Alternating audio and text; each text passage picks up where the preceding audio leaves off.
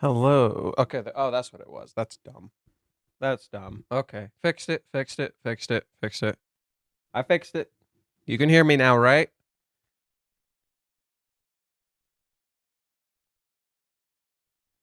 Yeah. There it is. Okay. That was so dumb. I just turned the volume down. It was so stupid. Okay. What is it? What is it? What is it? What is it? What is it? What is it? Huh. Enemies in the. Oh, come on. Give me a break. Oh, give me a fucking break, dude. Oh, come on.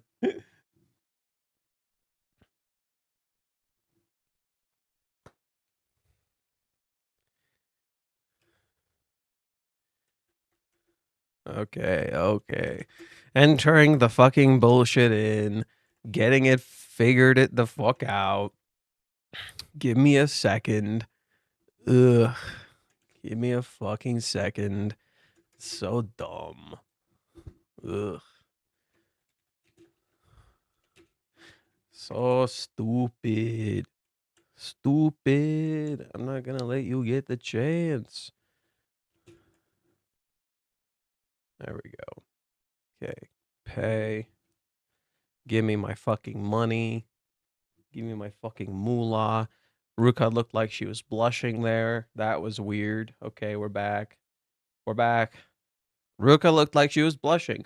Why, I wonder? What's going on? Is this mommy? Thank you. One red bean bun, please. Oh, that is absolutely mommy. That is absolutely mommy, bro. Called it. She went to a Chinese place. Interesting. That's a very... Oh, you see the little bear? I bet no one was expecting mommy here. I bet no one was expecting mommy here. Right? Nobody. Watch this secretly be about mommy. Watch this secretly be about mommy. Brother. Huh? Chizuru's son egged you on. She said I should trial it as his temporary girlfriend. Still, that's hard to believe. I never thought Chizuru-chan would suggest something like that. I kind of insisted. Chizuru-san just gave that final push to Kazuya-kun. I see. You must really like Kazuya-kun then. But are you okay with that? It's better than being dumped. Regardless, I don't think it's very good for you, staying a whole year and a half like that. I'm sure it's taken a toll on your mental health. Look at Umi being a good person. Everyone's like, Umi's the fucking worst. Umi's the fucking worst.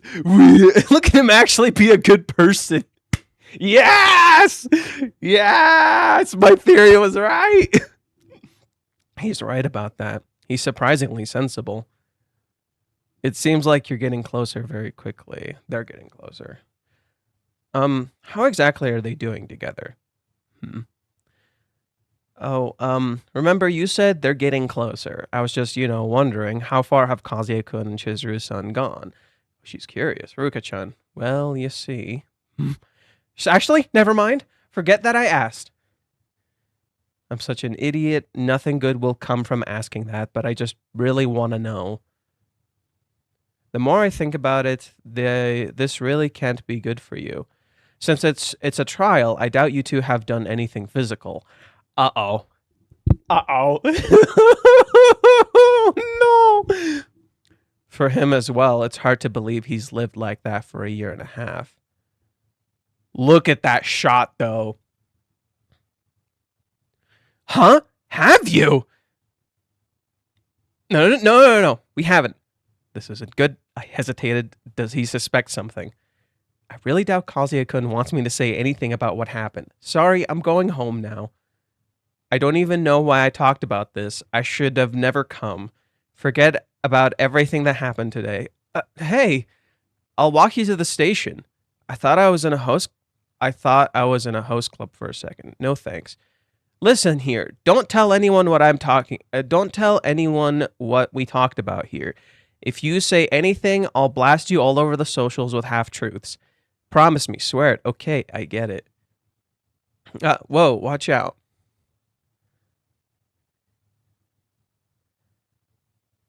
Your slender arms save the day. Oh my god, look at that line. What a smooth-ass line. Oh shit, she slapped him. Let go of me. It's rude to touch a girl you barely even know. Was my theory on the mark? Was my theory on the mark? Wait, I said that like... I was like barely thinking about that. I was barely thinking about that.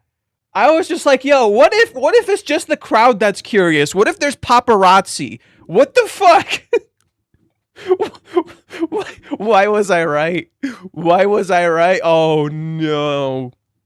Maybe you've forgotten, but I don't find you attractive in the least. Huh? What's going on? Don't think I'm like other girls. Also, don't think you can get away with calling me by my first name. Are they fighting? And your lack of personal boundaries honestly creeps me out. That's the kind of shallow personality I hate the most. But he only grabbed you because you fell. I love the framing here because it's intentionally framed in a very particular way to make you think of Umi in a particular way. And what's interesting is that in both cases, Ruka and Chizuru fell and Umi grabbed them by the arm. In both cases. Goodbye. Don't ever contact me again. Wow, isn't that Umi Nakano? Did she just dump him? Oof. Ha! What a girl.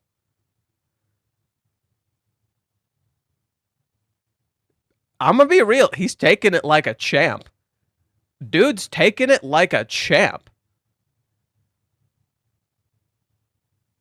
You know, he just looked like a total clown in public. And he's taking it like a champ. He's like, wow, what a girl. I should never have come. It's mommy, isn't it? She's going to talk to mommy. You don't just show mommy and not talk to mommy.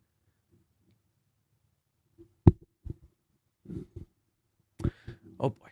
Why did I say those things? I said I was his temporary girlfriend. And I awkwardly hesitated. I just hope that didn't make him suspicious of us. Maybe I should have given him a stronger warning. I'm such an idiot. Stupid dummy. What if he talks to Chizuru-san about this? If this gets out, Kazuya will hate me. Nothing good will come from doing this. I'm already settled on being number 2, so why? Because you're not. You're lying to yourself. I heard Chizuru-chan and Kazuya-kun are actually pretty close at the very least. Oh, she's crying. Yep, there it is. There's the crying. Yep. She finally cried. Yep. Just accept that you don't actually want to be second. Just fucking admit it. I'm sorry. I'm sorry, Kazuya-kun. I love you. I love you. I love you so much.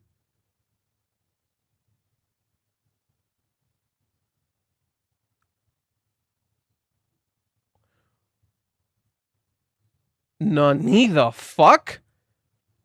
Nani the fuck?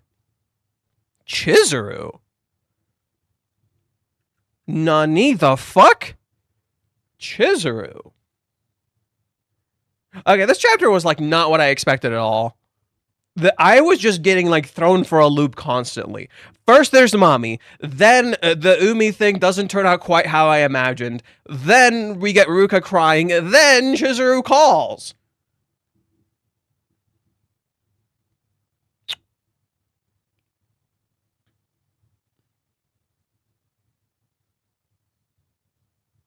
Chizuru calling out of nowhere. What is this timing? What the fuck is this timing? Like, excuse me? Like, what?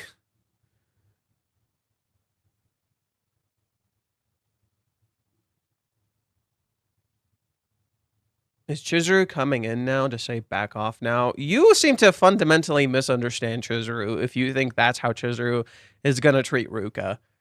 Like, I honestly think you seem to be really misunderstanding Chizuru if you think that's how Chizuru is going to treat Ruka. Chizuru feels horrible for Ruka. You think Chizuru is going to show up and tell her back the fuck up?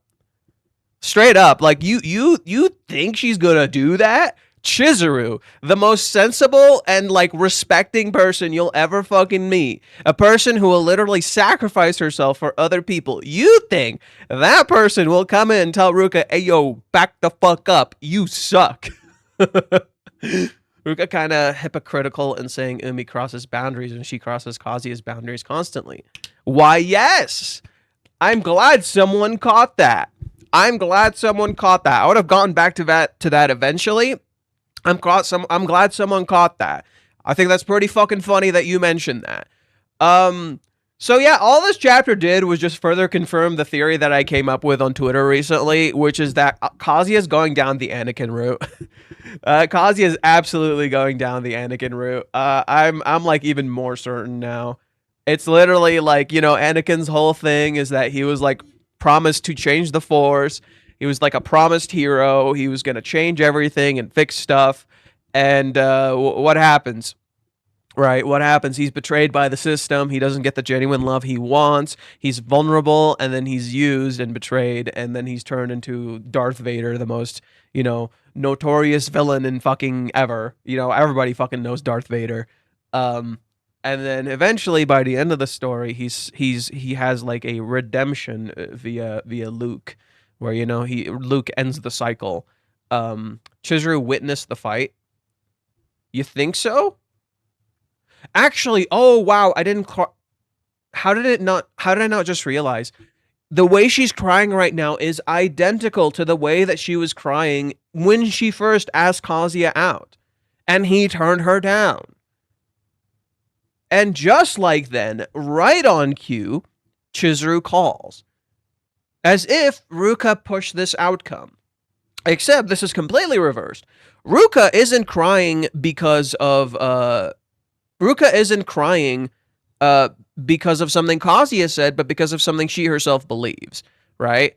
And it returns back to the beginning of the series. We're literally going back to the very beginning of the series, where it's identical, except Kazuya and Chizuru are not here. However, in contrast to Chizuru and Kazuya not being here, Ruka gets a call, right? And who's the caller? Chizuru, right? As if we're returning and reverting these events, right? These events that were happening from the start of the series, we're returning and reverting them. So, enemies in the same boat. Watch it not even be about Umi, but it was like about Chizuru. Or maybe Mami. You know, we still don't fully understand the title of this arc. I'm gonna be real. You know, and the whole arc with Ruka and Umi is basically the movie arc outing, but inversed. Yes, I said this. Yes, I literally said this. All right, it's the entire arc flipped on its head, and it's a callback to the beginning of the series. Now, what I find interesting here is Ruka being in shadows until this point.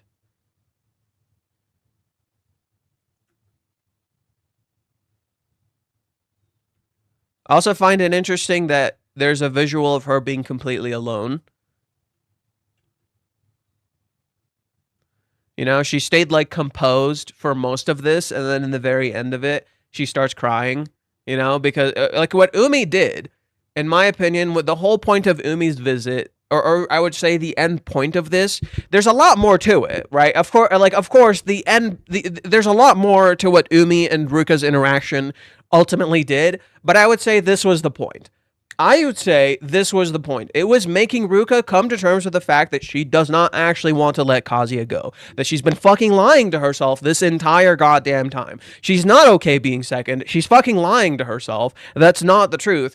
And then right as she comes to terms with the fact that she's not okay with this, that she does not actually want to be second, that she's just been saying a bunch of nonsense, that she is the same exact kid she was at the start of the fucking series, where she broke down crying, coming to terms with the fact that she's not happy with this, Chizuru calls, almost right on cue. As if, hey, okay, now that you came to terms with it, now that you accepted this thing, okay, Chizuru's going to interact with you now, right? Okay, how will you act now, right? This is literally Ruka's own words being tested. She said she doesn't want to get in the way of the relationship. Okay, now she just came to terms with the fact that she doesn't actually want to lose Kazuya, and Chizuru calls her. As if we're returning to that exact moment when Chizuru pushed pushed Kazuya to date Ruka. Something she admits to in the very beginning of the chapter, right? What happened, right? Remember, what does she say very specifically to Umi? Chizuru-san egged you on. She said I should trial it as his temporary girlfriend. Still, that's hard to believe. I thought Chizuru was suggested. I never thought Chizuru would suggest something like that. Actually, I kind of insisted Chizuru-san just gave the final push. She admits it. She knows what happened. She kept insisting. Chizuru merely gave her the final push. Now, as an inversion of this, we return to the very end, right? What's going to happen here? Chizuru might give Ruka a sort of final push, right? She just came to terms with her own feelings, right? Ruka just came to terms with her own feelings that, no, she does not want to let him go. She's not okay being second. What Chizuru is about to do might act as a final push for Ruka, right? Again, Umi was the first push. Umi came here as a byproduct of Chizuru's actions and Kazuya's actions. Chizuru might end up acting as the final push for Ruka here, right?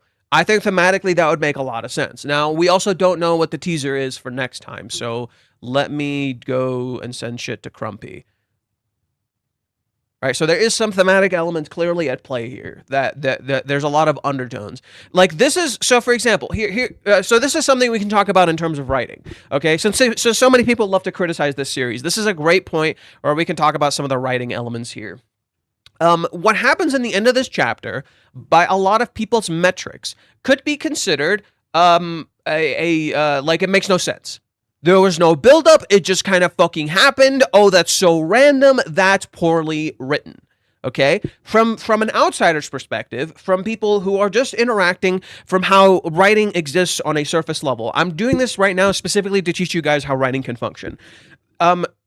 They think your understanding of how structural writing functions to a lot of people is that when something like this happens, it should have proper buildup. It shouldn't just happen randomly. You know, it is interesting, right? It's interesting. Oh yeah, Ruka and Chizuru should talk, but it looked like Chizuru was not going to talk to Ruka whatsoever. However, that's not true. If you pay attention to the dialogue, Chizuru has been asking and building herself up for the past 100 chapters to talk to Ruka. She literally asked, the last time we saw Chizuru, she literally asked, I'm sorry, Ruka, as if she already came to an answer and she was going to tell her something, you know? Then Umi shows up and Umi's like, I don't want Chizuru to know, but plot twist, Chizuru knows more than him. You know, Chizuru already knows a lot more than him. She's way ahead of the curve. So when this happens in the very end of the chapter, while it can appear totally out of left field, thematically, it's incredibly fitting as it completely happens randomly to Ruka as she does things randomly and Umi does things randomly. This creates a thematic through line where things are just kind of happening and the characters are acting in ways you didn't expect, right? Umi just randomly shows up. Chizuru just randomly calls Ruka, right? These things seem like they have no purpose. However, when you dig even deeper from a writing perspective, what's actually happening is that, like I explained earlier, Ruka's character is being explored and tested. She first talks to Umi. She opens up about the rent-a-girlfriend stuff. She comes to terms with her feelings, and the one person she has not confronted this entire fucking time, the person who is central to all of this, the person that Ruka has been blaming for all of this, the person Ruka is jealous of in all of this, rather than Ruka contacting her, this person contacts her, right? Chizuru contacts Ruka. There is a lot of very fitting thematic elements here that look like they serve no purpose whatsoever, that look like they have no sense of cohesion. However, all of the plot structurally has actually been building up to this. It feels random to you as the viewer. It is surprising, right? To us as the viewers, this is absolutely surprising, but it's also not. Why? Because Chizuru has been going out of her way to interact and talk to people whom she has been intimidated by in the past and couldn't before. And remember, this is the part that I think sells it for me. This is the part that sells it for me that 100% convinces me Chizuru would absolutely do this. Why? Chizuru contacted Umi exactly this way. Do you guys remember that? Chizuru, right after her interaction with Kazuya, randomly, it contacts Umi, meets up with him, and rejects him. So isn't it thematically fitting that right after Umi and Ruka interact randomly, Ruka has a realization of her feelings, and Chizuru randomly contacts her to resolve or confront some sort of issue. But this also works very interestingly in a lot of different ways for Chizuru's character. Chizuru is going out of her way to confront people, but not Kazuya.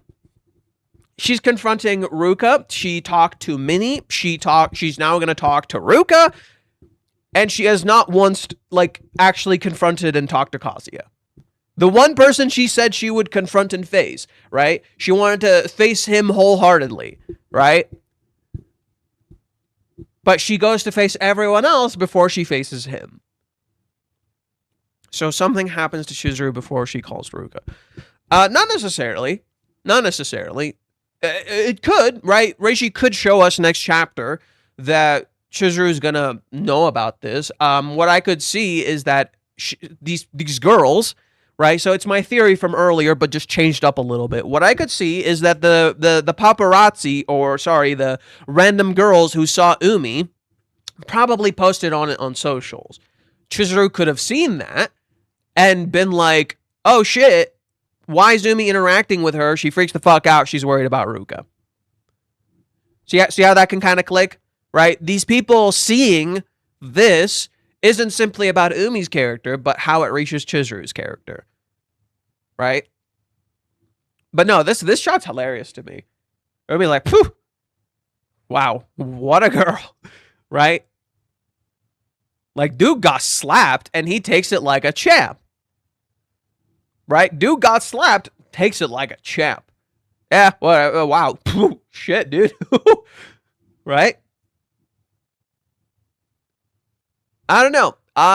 Again, all I got here was confirmation that Umi is not what we think he is, that he's not actually an asshole. And again, Ruka in the very end projects on him, right? Ruka in the very end projects on him. Also love the thwack. Right here, you guys can't see it. Thwack. The reason I love it is fucking when you play Hero in Smash Brothers, when you do his little roulette of special abilities, he can get an ability called Thwack, which can one-shot you. But yeah, this isn't just a nod to mind you, Ruka falling and Umi grabbing her isn't just a nod to the date being reversed, right? So the outing with Chizuru being an inverse of that. This isn't just a nod to that. This is a nod to when Ruka fell and Kazuya grabbed her. It's the suspended bridge effect, right? It's the thing Ruka experienced before, and she just experienced it again. And she did feel something. That's why she freaked the fuck out. Right? She did feel something. That's why she freaked the fuck out. She did react. That's why she freaked out. Right? This is Umi through Ruka vision. This is Umi through Ruka vision. That's why she's freaking the fuck out.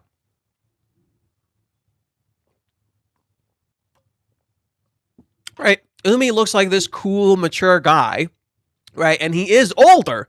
Absolutely. Right?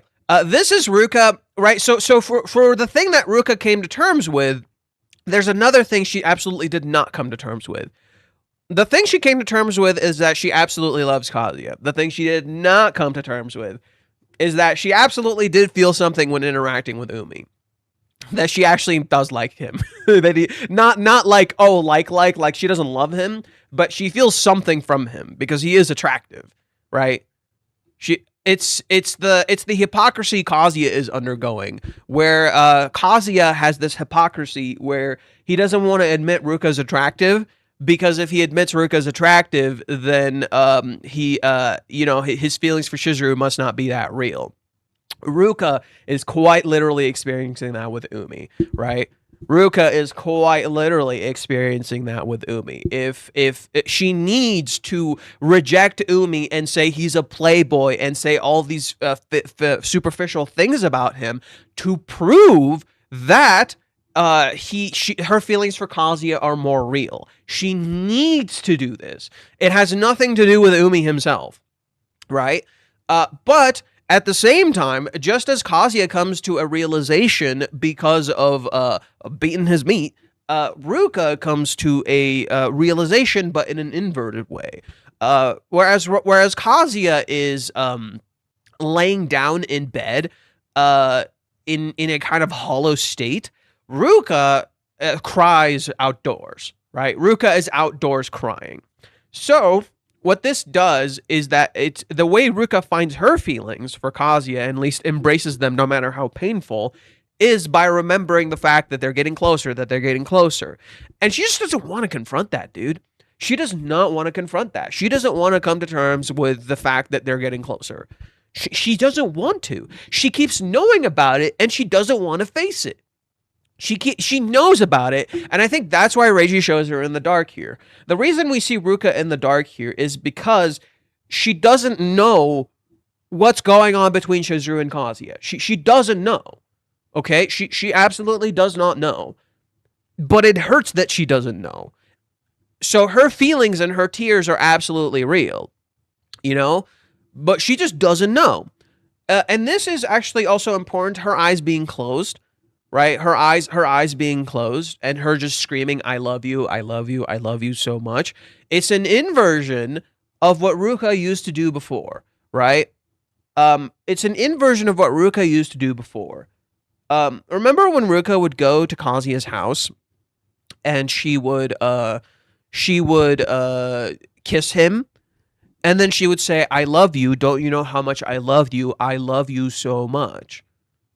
She's literally saying the same thing, but now she's not saying it to anyone, right? And she apologizes to Kazuya because she's choosing to be selfish. Now, why is this important? I'm sorry, Kazuya-kun. What did Chizuru say earlier?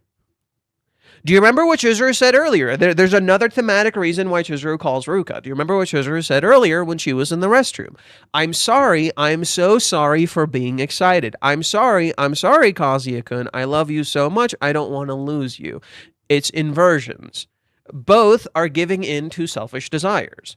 Both feel a deep selfish desire that they're giving into, that they don't like, that they think they're a bad person for. Okay.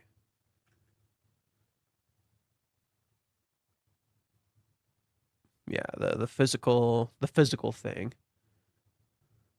And again, this scene where they're talking about physical stuff, the framing here is really important. The framing Reiji does here with Ruka from being above, what Reiji does with this shot is very intentional. On one hand, he intentionally sexualizes Ruka, right? Now understand, when you sexualize a character in a work, that does not mean like, oh, it's just fan service, right? It doesn't mean it's just fan service. It doesn't mean you're just purely objectifying a character. No. What Reiji's doing here is using a framing from above to intentionally sexualize Ruka because she did try to have physical relations with Kazuya. What you see here is Ruka's waist being emphasized, Ruka's boobs intentionally being emphasized, and the framing is from above as if Umi said something sexual to her, right? It's as if Umi said something sexual to her. From an outsider's perspective, if Umi and Ruka were interacting and actually having relations, right, from how it appears on the outside, because remember, what did the kids over here say? Umi Nakano got dumped. Right? Umi Nakano got dumped. Right? That's the framing from the outside. So if you go in with that framing, isn't that literally what it looks like here? It looks like Umi mentioned sex to Ruka. And that he wanted to have sex. As if they were dating. They're not dating. Chill the fuck out. Fucking weirdos. You can't even talk about relationships without some motherfucker like freaking the hell out. No. So it's as if they're talking about sex and Ruka blushes because she's like, oh shit, we're doing it. That kind of thing. However, she's thinking about something else and Umi clocks it. He's like, wait, what the fuck? Wait, you guys have? And Ruka freaks and she's like, no, we haven't, right? And then she runs away. Then, right as her feelings around that topic, around sex, are flaring up, Umi grabs her. As if, right, if you reframe it, doesn't it look like he's like, oh no, you're not going anywhere tonight. We're staying. oh, we're staying, right? But then from an outsider's perspective, like that's what it looks like. On the other hand, to Ruka, it's creepy, right? But it's neither of these things, right? It's neither of these things. That's not what's happening in this scene at all. It's neither of these things. Can you send me the editor's notes? Oh yeah, I was gonna literally do that. I got too into it. I'm sorry. I got too into it. I was literally gonna do it. I got too hype. I'm sorry. I actually slept decently well, so you know, now I can actually fucking do things. Kind of sucks I haven't been able to stream, to be honest. That was kind of the worst part. I've been so goddamn busy, dude. I barely like had time to do things. Mommy with her red bean bun. She takes a picture of a cow. Yeah, we gotta explore the mommy thing. There is a lot of stuff going on with mommy. If anything, Maruka has more in common with mommy than she does with Umi, right? They're more like enemies in the same boat, to be honest, right? Ruka has more in common with mommy. They're more like enemies in the same boat than anything. So the framing is completely different, you know? So I guess that first theory I had was, oh yeah, we never got where the Very Curious came from, right? Where does anyone know where the Very Curious came from? We never got a detail on that, you know? Anyone know where the Very Curious came from?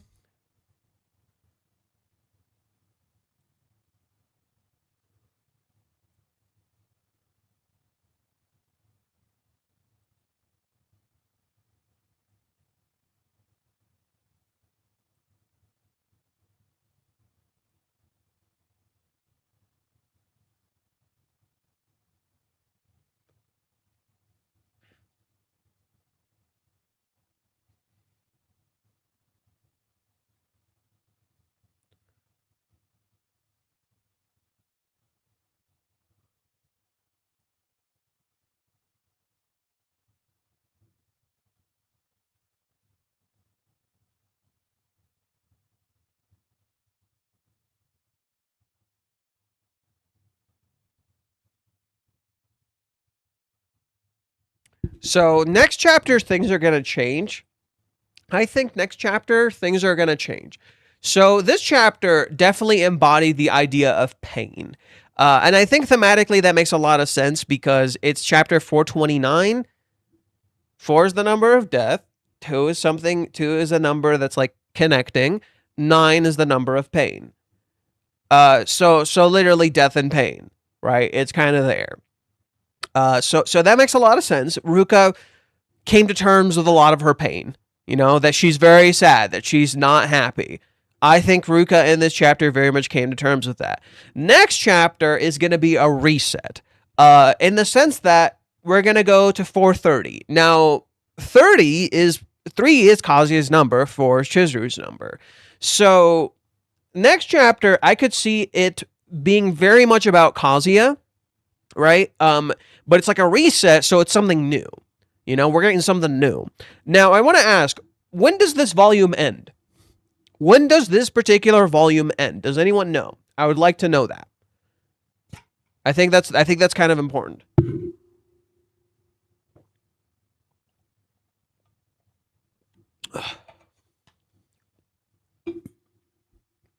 Anyone? Nobody? 436 or 437. Okay. So we still got a bit to go. There was some interesting revelations made here. Was I right about the Johan thing after all? What Johan thing? Speaking of which, hey Jorg, I'm gonna send you something on Discord. I don't want to talk about it here. I'll send you something. It's just really quick.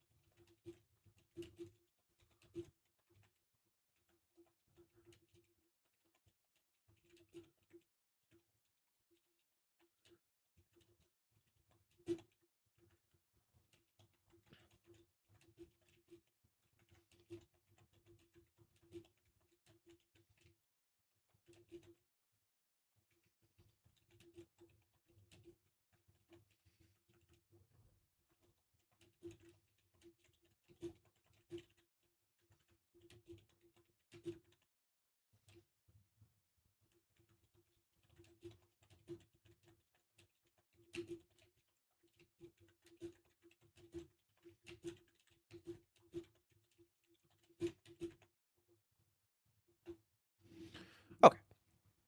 Where was I? Let's see. Why does when does the volume end?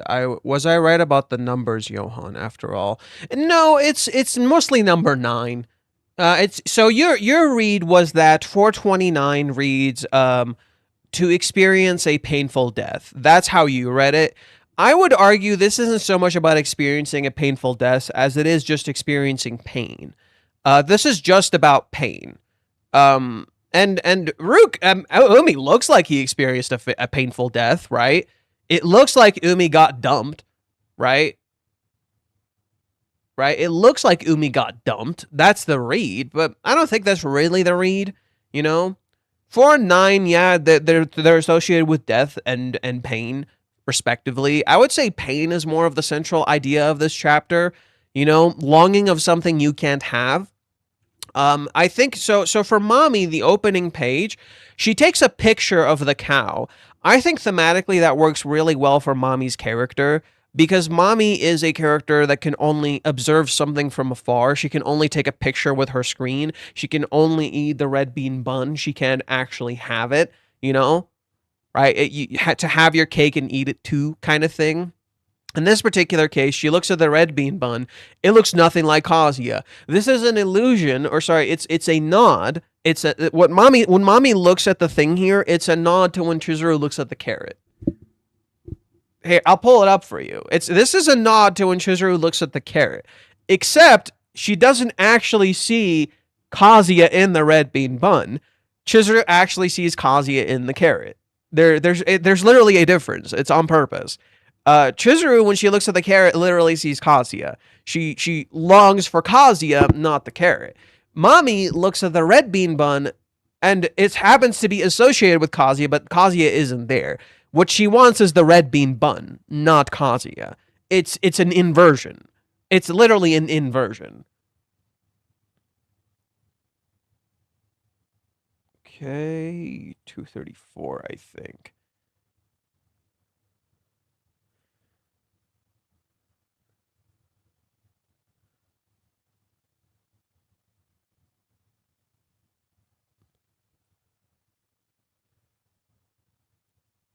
Okay.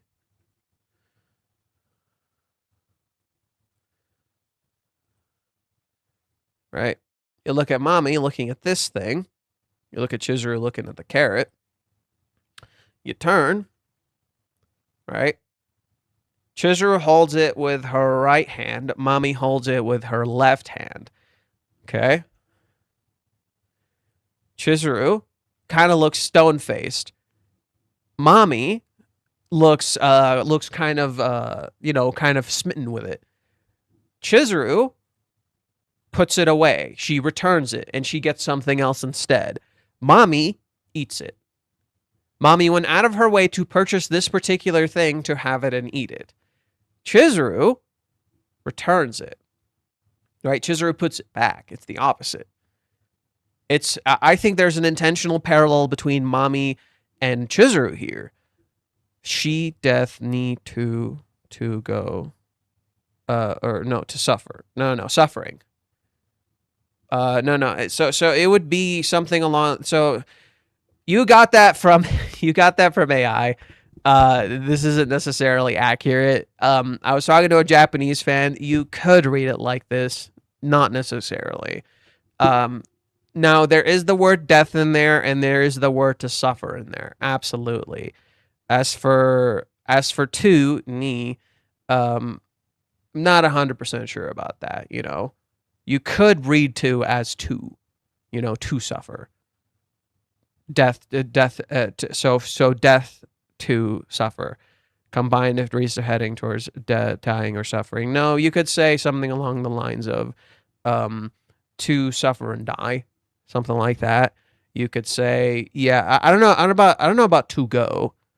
I've never read it as to go. When has to ever been like to in Japanese ni? When has it ever been read to go? That's the first I've read that. That also doesn't seem correct. Because it's to go. Maybe it's just how English structure doesn't work in Japanese. I don't know.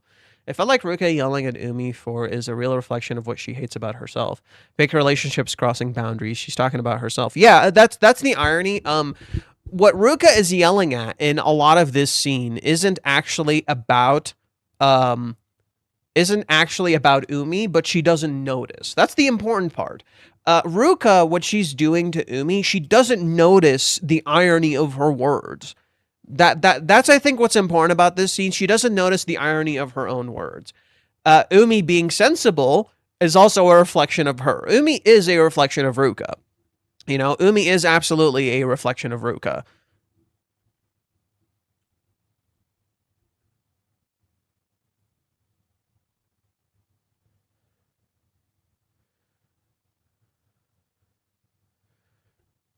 Yeah, and then Ruka does a lot of this to herself. Ruka does a lot of what happens in this chapter to herself, and then she blames Umi for it. That's the funny part. I think that's what this chapter is kind of about. This chapter is about kind of like selfish desires and kind of you doing something to yourself because you really want to do something, and you're so busy reacting to the world around you that you don't notice that you're causing the things you don't want to happen. You know?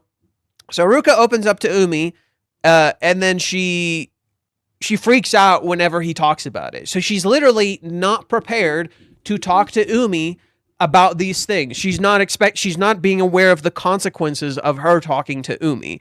And every time it escalates, she's more and more less prepared.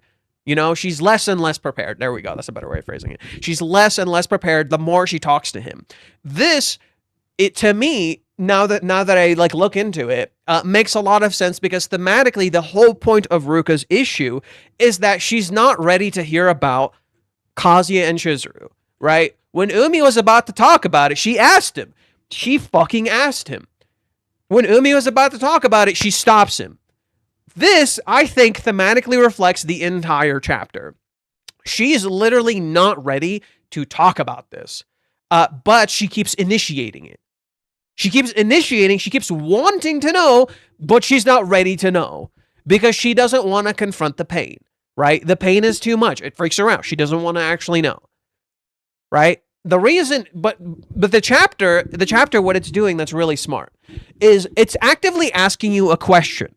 What is that question, you might be wondering? Why does Ruka keep asking but not wanting to know, right? Why does Ruka keep asking but not wanting to know? There's a reason.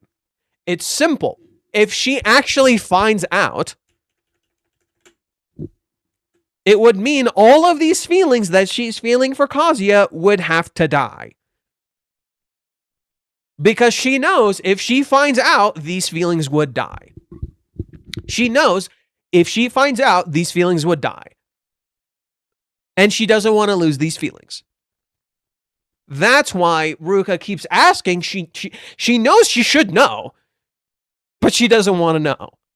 Because if she finds out, then all of this would hurt too much.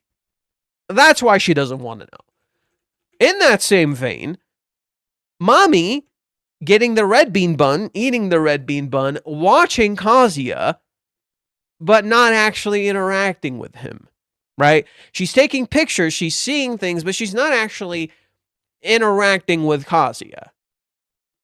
So basically, you're getting a pseudo experience. Rather than actually getting the real thing, you get a pseudo experience, and you want to know about the real thing, but you don't want to. AKA, Mommy is literally experiencing a trial relationship, if you will, just as Ruka is experiencing a trial relationship, if you will. Now, this makes Umi's words kind of ironic. Right? This makes Umi's words kind of ironic then. So let's read Umi's words a little bit. Some of his words are really interesting. There's some irony to some of the words that he says, and he doesn't know it because he doesn't know. Just as Ruka doesn't realize the irony of her words, Umi doesn't realize the irony of his words because he doesn't truly know the full situation. So let's get into them real quick. Chizuru's son egged you on, right? That's really ironic because Ruka's the one who egged a lot of it on. Okay? She said I should trial it as his temporary girlfriend. Still, that's hard to believe. I never thought Chizuru-chan would suggest something like that. Right? It's ironic because Ruka has done things that you would never expect her to do. Right? He says, I see you must really like Kazuya-kun. But are you okay with that? She says it's better than being dumped. Regardless, I don't think it's very good for you. It's also not very good for Kazuya. It's also not very good for Kazuya, is it? Staying a whole year and a half like that. I'm sure it's taken a toll on your mental health. Yeah, what about Kazuya? That's where the irony arrives. Wait, what about Kazuya? What about his mental health? Right? Ruka is like, everyone's like, that must have been pretty hard for Ruka's mental health. What about Kazuya's mental health? Right? Notice the underlying tone that nobody talks about because Kazuya's not here. Kazuya's mental health. Right? Ruka-chan, well, you see, he's about to tell her she doesn't want to know. This is really ironic because Chizuru wants to know what the fuck's going on between Ruka and Kazuya. Right? Kazuya wants to hide what's been going on between Ruka and him. Whereas Ruka is kind of like somewhat sharing it. This is even more ironic when you realize Ruka wants to know about Chizuru and Kazuya, but she doesn't want to tell Umi about what's been going on between her and Kazuya. Pretty ironic, huh? She wants to know about this, but she can't tell him about this. Quillen exchange, brother. Oh, Crumpy says it's ready. Okay. Okay.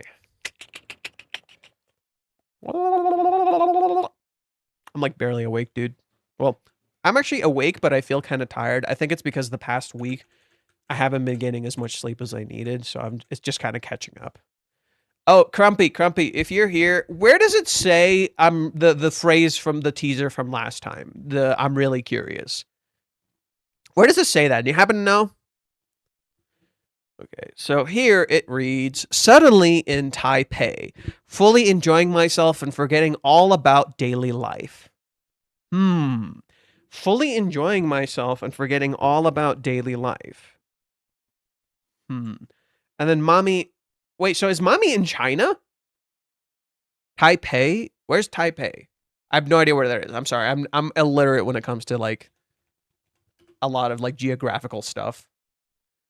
I'm trying to learn.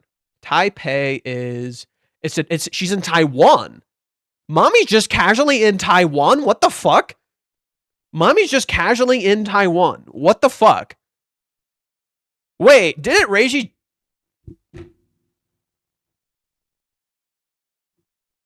Reiji went to Taiwan recently. That's where this... Okay. Okay. The only reason this is in the manga and the only reason it's mommy is because, one, mommy's filthy rich and she gets to just fucking travel. Two, Reiji went to Taiwan recently. That's why. He went to Taiwan recently. It was like a couple weeks ago. Maybe like a month ago. Yeah, I think it was like a month or two ago. So it makes sense to depict it in the manga. It's just like a really short segment where mommy is in Taiwan. That's why. Okay. That makes a lot of fucking sense. All right. Okay. Got it. Okay. That makes a lot of sense. Got it. Yeah, okay. So the only reason this is shown, right? The only reason this is shown is because Reiji went to Taiwan recently, for those who don't know. That's why we're seeing mommy in Taiwan, right? And it makes sense for her character because she's literally filthy rich. She's literally from a filthy rich family. She gets to just kind of travel around, so it just makes a lot of sense. Okay. So here it reads, in a land beyond the seas, but what's on your mind is always the same. In a land beyond the seas. Seas. In a land beyond the seas, but what's on your mind is always the same. Okay, so this is a double entendre. On one hand, it's a reference to mommy's name, which means 7 seas. Okay, so it's a reference to mommy's name, which means 7 seas. So mommy, beyond the 7 seas, so beyond her family, if you will, she, what's on her mind is always the same. In that same way, it's a nod to Umi and how Ruka is interacting with Umi and beyond Umi, right? When she goes past Umi, What's on her mind is always the same, right? Beyond the immediate attraction she feels for Umi in that instance, beyond the hypocrisy that she says, beyond all of that, what's on her mind is always the same. It's always Kazuya. Last but not least, emotions that can't be explained logically. To make things worse, another blow is coming. Oh, Jesus. Next time, an opportunity. Uh-oh. Uh-oh. Uh-oh. Okay, I know what this is. Okay, this all ties back to this one scene, and it's all directly connected. Okay, I'm seeing it. I know what this is. Uh-oh. Uh-oh. This all directly ties back to chapter 407, and you have to remember what Ruka said. Okay? So you have to remember what Ruka said. This is where the hypocrisy of Ruka first got shown. This is when Umi is reintroduced into the plot and Kazuya interacts with Umi. Ruka here says she's okay being second. You see her face, she's immediately not okay being second. He didn't deny anything about his relationship with Chizuru-san. They must still be involved with each other. Okay? She doesn't like that he talks about Chizuru. She doesn't like that he keeps hiding this stuff. You're literally seeing the hypocrisy right here. She doesn't actually want to be second. It's a fucking lie, but she keeps telling herself this is the lie she's going to believe. This is where it starts. If I told her about it, I wonder what would happen. I bet she would be shocked. Would I have a chance then? An opportunity. I wasn't lying about how I felt, no matter how their relationship progressed. I don't ever want to leave Kazuya-kun, but if I'm lucky, could I really do something like that? He loves Chizuru-san. If I force them to break up, he could end up hating me. That would be completely defeat the purpose of doing it, outright rejecting me. She tries to call Chizuru. And who called her here? This is a direct callback to this scene. It's a direct callback to that scene. Whereas before, she was going to call Chizuru, but she couldn't do it, right? Ruka couldn't do it. Just as right here, she couldn't find out about what Umi knows about Kazuya and Chizuru. But the story is not going to wait for her. It doesn't matter. Chizuru calls her. Just because you can't go through with it doesn't mean Chizuru can't go through with it. Now, so here, apparently it says, emotions that can't be explained logically. To make things worse, another blow is coming. I bet it's a double entendre again. Chizuru is going to hit Ruka with something pretty fucking hard, and that's going to trigger Ruka to want to swing back, and she's going to hit Chizuru with something hard that could, in turn, impact their relationship. You know? Because what happened before? Ruka lied about sexual relations with Kazuya. Kazuya tells her nothing happened.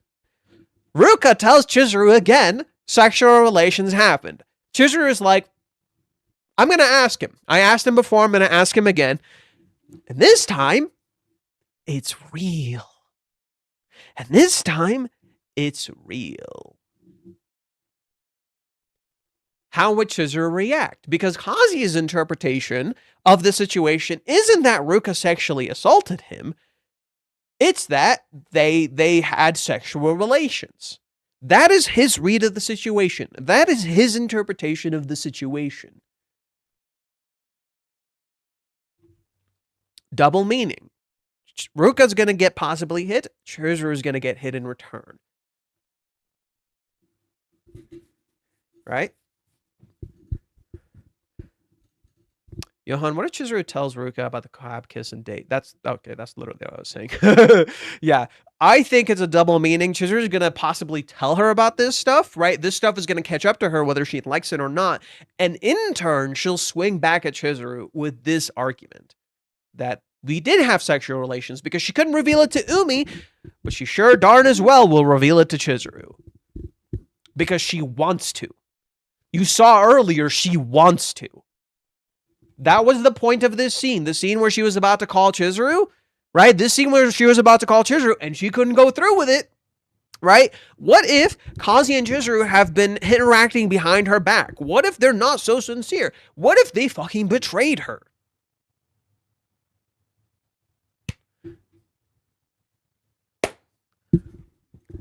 She would have every reason to go through this thing where she's like, is it an opportunity? Right? It's an opportunity question mark. That's the teaser for next time. It's an opportunity question mark. Well, now I have every reason to go through with it. I have every reason to go through with it now. There's an opportunity. This could be good. Is this a good opportunity? Oh, Company said some stuff, so let's see. I guess it's the I really want to know from Ruka. Where does she say that? I mean, yeah, I was right. The I'm really curious was actually about Ruka. That was my initial guess when we first read the chapter. When we first read last week's chapter, 2 weeks ago, when we first read the chapter from 2 weeks ago, my initial guess was that it was Ruka. Then I'm like, but it could be Umi. And then I'm like, what if it's the paparazzi? And that was my last theory. It seems like it was my first theory. So, you know, stick to your first guns. Sometimes, not always. Okay. Crumpy, when you learned kanji, did you use Minomics? Minomics. For kanji, not really. For katakana and hiragana at the strats, yes. I'm not that good at kanji, really. I use the dictionary a lot. That's fair, bro. That's fair, bro. It's good to check. Better than being fucking stupid.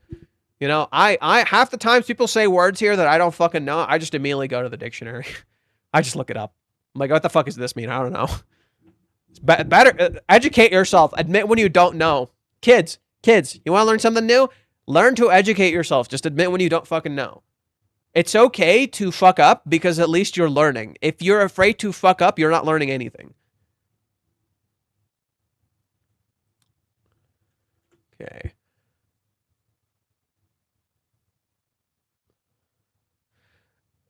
Just get Iamori to beat up Ruka at this rate. What would that achieve? What the fuck would that achieve? No, seriously, what would that do? What would that do? Nothing.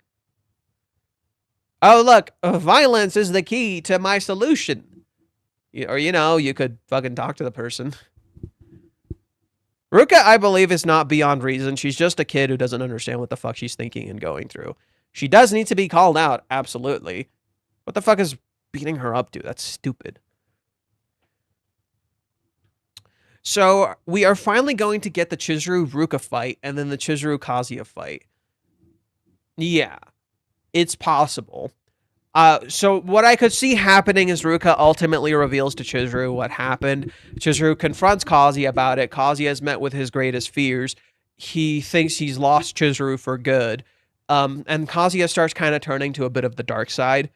And that I could very much see, where Kazuya kind of starts turning to a bit of the dark side. This is where Kazuya could kind of start to give up. You know, I could see Kazuya wanting to give up here. And then he has to face something, a part of himself. Who knows? That's going to be kind of important. So I could see this being a callback to Hawaiians and how the events in Hawaiians were resolved, but now it's an inversion. Chizuru actually believes it now, whereas in Hawaiians, she didn't really believe it, you know? In Hawaiians, she didn't really believe this plot line. And when she got a confirmation, she felt better. Now she has to come to the realization that it could have happened, but how it happened was completely wrong. You know, that's that. Chizuru has to come to terms with her own insecurities about Kazuya and Ruka, that like the relationship with Ruka is not what she thought it was. That she's been completely wrong about the relationship with Kazuya and Ruka. That what she interpreted as them just kind of being together and it's only natural was the epitome of unnatural. It was the complete fucking opposite. And if anything, it was kind of more akin to her relationship with Umi, where something was wrong here. It wasn't quite right. You know? I think that's going to be really important. You know, just as Chizuru has these weird trust issues around Ruka, Kazuya absolutely has these weird trust issues around Umi. And, you know, she's pretty much kind of a fucking hypocrite in that regard. You know, so she's like so concerned about Ruka. She's constantly asking about Ruka. She never considered how Kazuya might have been fucking concerned about Umi, like constantly. You know, Umi showed up at her fucking house. It doesn't even cross her mind that like Kazuya might have been concerned about that. If Chizuru learns about the sexual assault from Ruka, then she has to talk to Kazuya. However, there's a problem here. There's a problem here. Nobody is framing it like sexual assault. Nobody is framing it like sexual assault. That's the problem. You think it's just going to be talked about like it's sexual assault. I don't think so. I don't think so. I think it's going to be talked about exactly like before. Just sex. It's sex. We had sex. That's what it's going to be. I don't think Ruka is going to call it sexual assault. Unless Chizuru says something to show that it's sexual assault. And Ruka has like an epiphany moment. And I still even doubt that. I heavily doubt that. I think Ruka is going to possibly want to reveal this to Chizuru because of some stuff. And it's going to trigger Chizuru to go and talk to Kazuya. Which in turn is going to be like, okay, we're just going to... Like the thing Chizuru has been avoiding this whole time is finally going to happen. Right? The thing Chizuru has been avoiding this whole time, aka talking to Kazuya, is finally going to happen. Can't fucking avoid it anymore. You got to go fucking talk to him. You know? And I think that would be kind of important. Then Minnie's kind of be like a fucking dick for not revealing this, right? Chizuru could probably be very upset at Minnie for not revealing this to her. Like, why the fuck did you hide this from me? Which in turn could trigger Minnie to be upset at Chizuru, where she's like, well, you hid the kiss from me. What the fuck? Do you see how everybody could get into a quarrel and get upset at each other for hiding things? Kazuya hid things from Chizuru. Chizuru hid things from Minnie. Minnie hid things from Chizuru. Everybody's going to get mad at each other for hiding things. Kazuya also hid things from Chizuru about regarding Mommy. It doesn't just stop at Ruka. If you guys remember, Kazuya actually lied to Chizuru when they were living together. There's a scene where Kazuya was went to meet with. So Kazuya lied about two things. Kazuya lied about two things to Chizuru when they were living together. One, he lied to Chizuru about Mommy, that he went to meet Mommy. He completely lied about that. Two, he lied about going to the DVD store to beat his meat because he was so goddamn horny. Those are two things he lied about. Chizuru asked like where he was, and he hid that. He hid that stuff from her. Oh my god! Is that Ruka's nose? Is that Ruka's nose? Can you guys see that? Is that Ruka's nose? She has like a stupid chibi nose. What the fuck? That's kind of cute. Also, I noticed another thing right here. Look at how her legs, as well as the fucking chat bubble, is like doing the sweat drops. Both her legs are doing sweat drops, and the bubble is doing a sweat drop. That's kind of cute. That's pretty funny. Yeah, but I love how initially the Umi conversation, when it started, did you notice that? At the start of all of this, the Umi interactions started with Umi and Ruka sitting across from each other, right? They were sitting across from a table. Umi wore glasses, so Ruka didn't see him properly. The next chapter, after that, Umi's walking behind Ruka constantly. She doesn't turn around to face him ever until the very end. Now, how does this chapter start? It's the total opposite of everything. They're sitting right next to each other and talking as if they're friends. Did you see that? Every single chapter had a fundamental change from that point onward. Ruka is now talking to Umi like he's a friend. They literally look like they're sharing the same boat. Right? They literally look like they're sharing the same boat, if you will. They're literally sitting on the same what is it? Brain work. Bench. They're sitting on the same bench. Isn't that so interesting? They go from people on completely opposite sides to people walking behind one another to people sitting right next to each other. Isn't that so interesting? Ruka's nose is like Pinocchio. No. I don't see it. No. She's not lying about anything.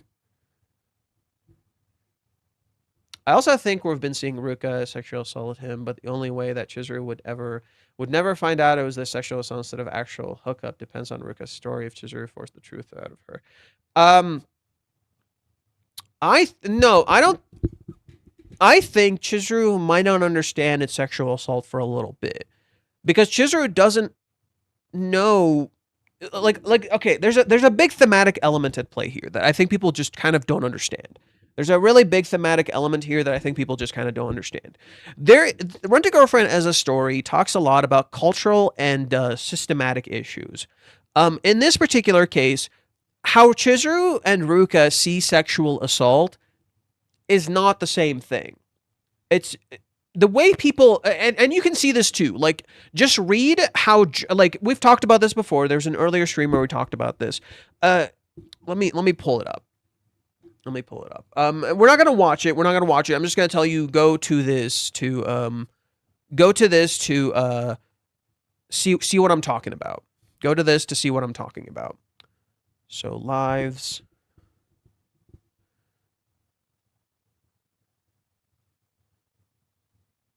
Do you happen to remember where we watched the sexual assault thing from Jaws?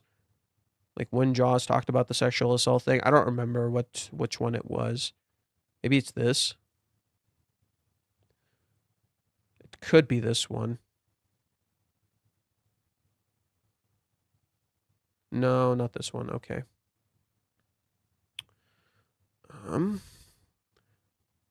Yeah, do you guys happen to remember when we read Jaws's like sexual assault analysis thingamajig that he wrote that I like very heavily disagreed with? I think it might be this one.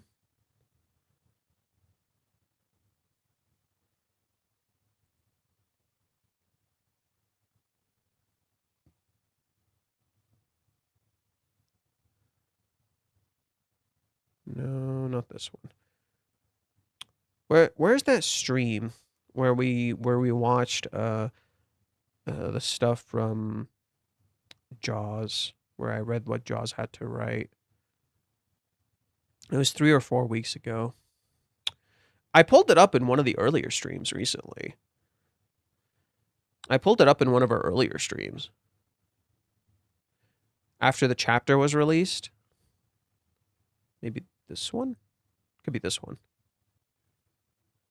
Okay.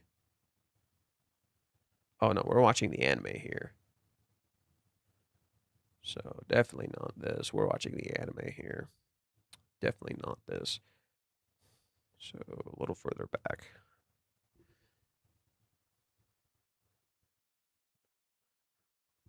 No. This is the reaction. Maybe this one. Maybe it's this one. Yeah, I think it's this one. Or no. No, maybe it's not. Yep, there it is. There it is. I was right. Okay. So I start around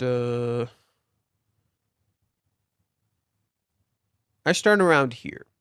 Okay, so this is where we are. Oh God, I really gotta fucking mark these. Bunnies everywhere. Okay, so this is the one. Here, I talk about how Jaws describes and looks at sexual assault.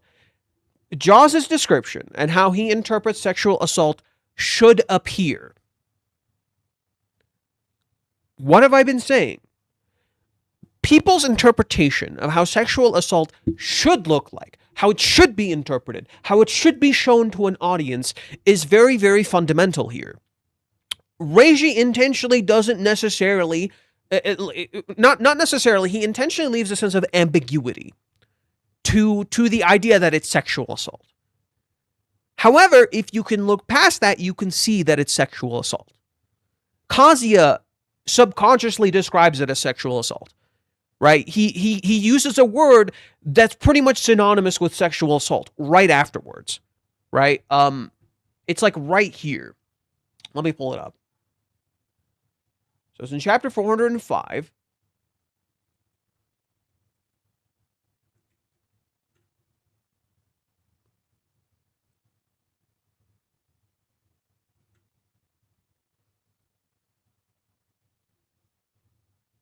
Right here. So in the Japanese, when he says Ruka-chan relentlessly forcing herself on me. In the Japanese here, he uses a word that's like pretty synonymous with sexual assault. Okay? Right here, Kazuya uses a word in Japanese that's pretty synonymous with sexual assault. I vividly remember this. We talked about this, like, very extensively. The word he uses here is pretty synonymous with sexual assault. I don't remember the details. We could go back to this chapter. We could go back to this chapter. It's chapter 405. And I remember we were analyzing this, and at some point we like came to that realization that Kazuya used a word like pretty fucking synonymous with this. So this would have been a while back.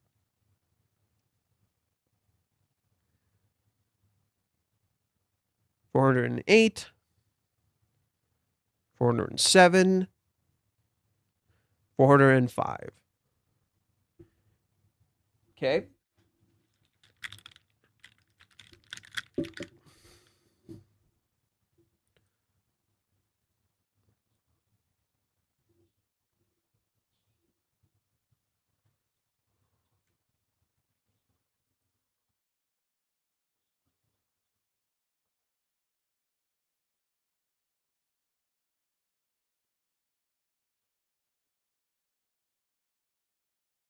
This is why we gotta timestamp shit, bro. This is why I gotta go back and timestamp my shit. I know Goku timestamped one thing for me, and I never put it in because I'm an idiot.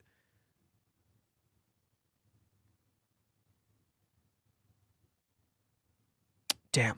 Yeah, that's gonna be hard to find. That's gonna be hard to find. Looking at it this way, that's gonna take a while. But yeah, the whole point, in my opinion, is that what's going on with Ruka is that it's intentionally framed like it's not sexual assault, even though it literally is. All of this is about perception.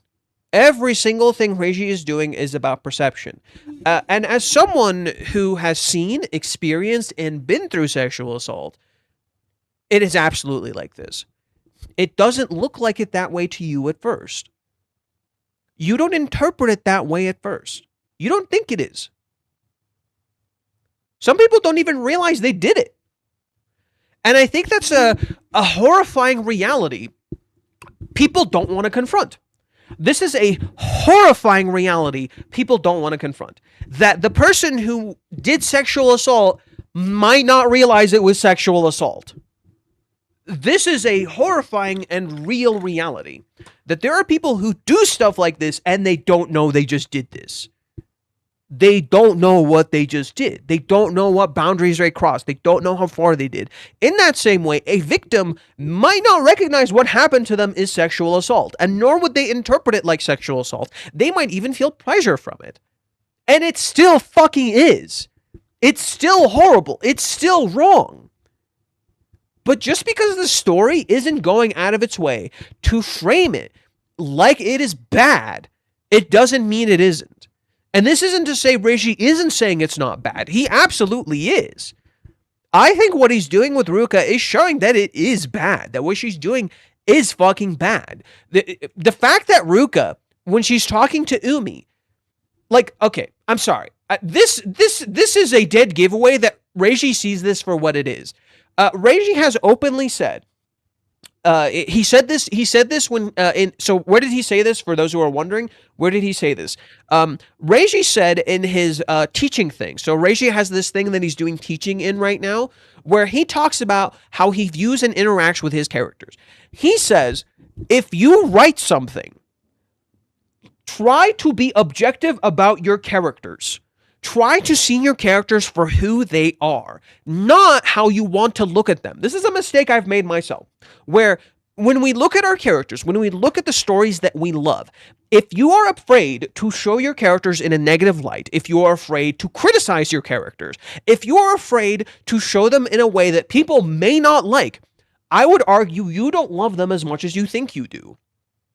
Because if you can confront the fact that your characters have flaws, do things wrong, and fuck up, that makes that shows that you not only truly love them, but it makes them more human to the readers. You want to know why you are so hooked on this story? Do you want to know why you're so fucking hooked on this story? I can tell you, it's a pretty fucking easy answer. These characters are so flawed and human that it is interesting, and you cannot stop coming back and reading it. It feels like a train wreck to you because humans are train wrecks. Bro, humans are train wrecks. We are naturally fucking train wrecks. We are all living train wrecks. That is humanity, dude. That is why you like these characters. It's not because of drama. It's not because of spice. It's not because of any of that stuff. It's because you're seeing real human-like characters interacting, and it is interesting to you. When you're out in the world and you see people interacting in some way, isn't it interesting to you?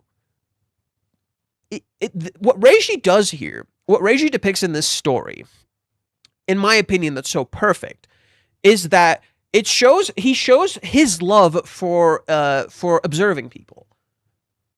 We like observing people. I think a lot of people like actually observing people and learning their stories. We all have this natural curiosity to observe and get into and see other people. We're naturally interested in that stuff. So when you get characters that feel so human that it reminds you of seeing and observing people's stories, that is why you come back to this story. You are interested in other people's lives. You are interested in these characters' lives. It's not just the twist of the week that's interesting to you. If that was all it was, you would not be hooked. If that was all the story was, the new twist of the week, you would not be hooked. What you're so interested in is these characters' lives, their choices, what they do. That's what makes it interesting. Okay? And I think that's where a lot of people are like misunderstanding what makes this story so appealing. Now, we got a bit off track, but that's what I'm trying to highlight to you, is that, like, we don't understand other people as well as we think we do. We like to paint things in black and white and without nuance.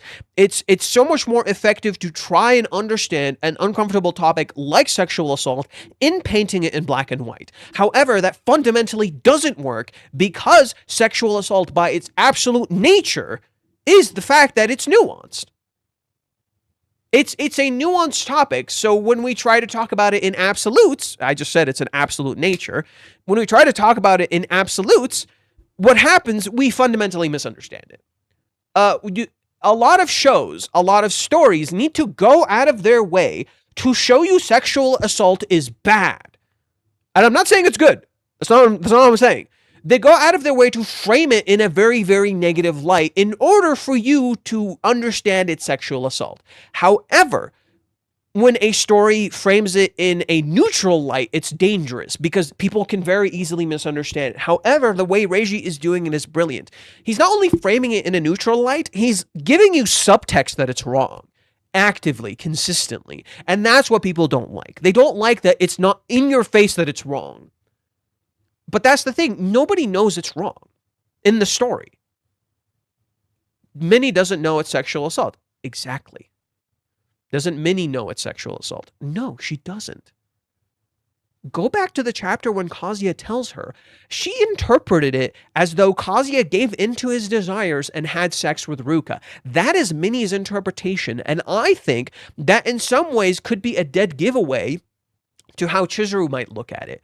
Because Chizuru and Minnie are mirrors. They think really similar things. Chizuru and Minnie are mirrors. They think really similar things. However, Minnie is a little bit more childish. Minnie is Chizuru's childish side. And I think Chizuru might react in a similar way, but more negatively. Right? I think Minnie's reaction to what Kazuya did with Ruka, what Ruka did to Kazuya, even I did it there. What Ruka did to Kazuya is an indicator of how Chizuru might ultimately end up reacting. And I think that's going to be really important. And Minnie choosing not to tell Chizuru has made it worse. Because she thinks she would react the same way. That's kind of the problem. Nobody in the story understands that what Kazuya experienced is sexual assault, and the fact that adds to this more, that's really fucking important, is that in Japan, their interpretation of gender roles and identity and all these stuff are a little bit dated. They're a little bit behind the times. So, and you can see this in how Mute talks about it. A lot of people don't want to view what Ruka did as sexual assault. They don't want to look at it this way. a man cannot be sexually assaulted. A lot of dudes who are very like in the manosphere or fucking whatever in this day, like even in the West, in Europe, or fucking ever, would think what Kazuya experienced is a good thing. He didn't get sexually assaulted. Bro, you just got the thing you wanted, brother. Yeah, dude. Yeah, brother, you got what you wanted, man. That stupid shit, okay? Instead of recognizing that he didn't consent, he didn't want this, he said no, and she forced herself on him. And if you just swapped the roles, it wouldn't be so pretty anymore. Okay? Manosphere. I don't even remember like what the manosphere is. I just know it's often associated with like fucking stupid people. Story always felt the most human. Yeah, that's pretty much why I love this story. It has flaws, absolutely. Like, the beauty of this story is that it revels in its flaws. That's why I like it. Like if you try to look at this from the objective metric of how something is supposed to be, like, I can understand why this story might not appeal to some people. It's not clean, it's messy, it's gross. The structural way Reiji goes about telling his story is very much antithetical to modern storytelling. So people just will fucking like this. I could see why, like, dude, I could see why people are like hardcore advocates of justice, like, would not like this story. Because it delves into the messy, nitty-gritty details of things that they are trying to advocate is wrong, you know? And but that's the irony of the narrative. The narrative doesn't tell you what you believe is wrong. That's the irony of Rent a Girlfriend. That's the beauty of this story. Like, I would argue that a lot of people who want more progressive beliefs, who are more like feminists, who are well, feminist is just, in my opinion, just kind of being normal. Like, you just all feminism is just wanting equal rights. By the way, that's what feminism should be. But then people often misinterpret feminism into extreme feminism, where, you know, people who should be advocating for equal rights between men and women instead put men down, which is not what feminism is, by the way. I did want to clear that up. I always find that really fucking stupid. People love to associate feminism with extreme feminism, which is really fucking stupid, because it's the same thing people do with religion, where they associate religion with its extremism, which is fucking stupid. Anyways, the point I'm trying to get at here is that I would argue people who want like social justice, who are progressive, who believe in feminism and equal rights, would actually like this story if they fucking engaged with it genuinely and saw the complicated, messy nuance of the narrative. I think people would actually fucking like this story. But that's why a lot of those people don't like it. In that same way, the conservatives, the people who are more stuck in binary beliefs and things should be a particular way, don't like this story because none of the characters fit those roles. Chizuru in their perception is a prostitute. Ruka is the girl Kazuya should be with, and yet he's not with her. Kazuya is not a traditionally masculine man. He's not buff. He's not fucking all the girls. He's not getting his fucking harem. Ooh. Love in this story is not treated like a competition. The characters act like it's a competition, like Ruka in particular acts like it's a competition. It's not a fucking competition, and that's fucking stupid. Mommy as a character is like a yandere, but the story doesn't go out of its way to be like, Mommy is evil. You know, everyone wants to interpret Mommy as this evil character, and the story fucking refuses to. It's like, oh, she does evil shit. Absolutely, she's not an evil character. And that's the beauty of this story, in my opinion, is that it pretty much calls out extremism. That's pretty much what this story does. It calls out extremism in both ends. And that's why I like it. And I think that's why a lot of people may not like this story. This story won't click for a lot of people because it doesn't speak in absolutes. That's why this story doesn't click with a lot of people. It doesn't speak in absolutes. It doesn't click with modern sensationalism. It is very antithetical to modern sensationalism. Like, shit will not fucking work. It speaks in nuance, and people do not like nuance. People today don't like nuance. YouTubers don't like nuance. Nobody gives a shit about nuance. They pretend like they do. They don't. And I think that in many ways is kind of the weakness and the greatest strength of this story. is that the way it's structured, the way it's presented, the way it does things is just very antithetical to modern interpretations of how writing should be, of how things should be presented, of how things should be talked about. It is just very antithetical to these ideas. And that's what makes it so interesting for me. That's why I like it. So, like, I can now understand some of the criticism against this story, you know? Like, I can see it. I can see why you don't like it. Like, you know, it just doesn't click with modern storytelling. And yet, you don't understand why you're hooked on it. And the reason you're hooked on it is because it's so incredibly human. It's so goddamn human. Anyways, we got off topic here. Let me read some of the comments. We completely got off topic here. I do apologize. Where were we, gang? Man, there was man, you guys said a lot of things.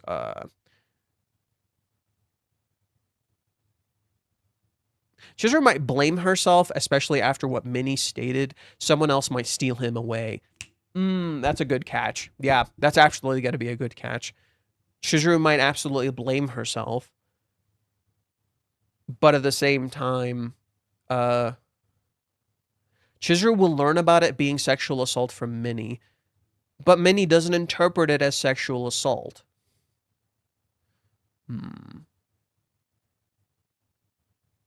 Someone stole him away.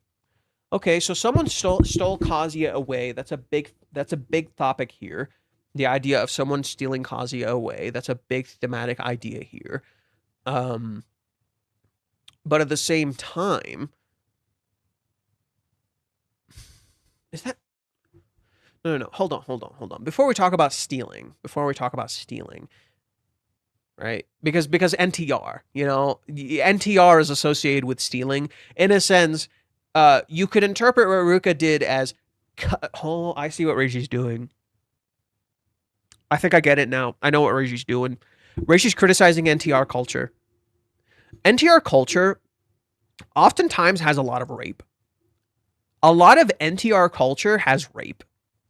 Like, straight up. It's horrendous. If you have ever read NTR, if you've ever watched an NTR anime, a lot of it kind of just devolves to rape.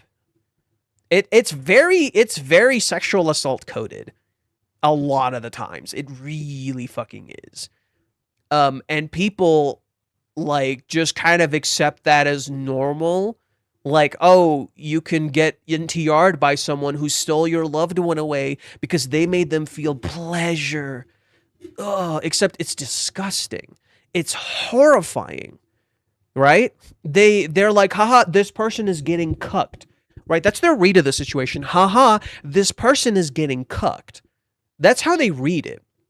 Not, holy shit, this person's being sexually assaulted, and this other person who should love them is just kind of looking at it like feeling arousal that the person they love is being sexually assaulted, instead of like running to see if they're okay, if they're checking on them, if they're caring for them, if them feeling pleasure from this isn't like their fault. It's normal to feel pleasure from things. That's what, okay.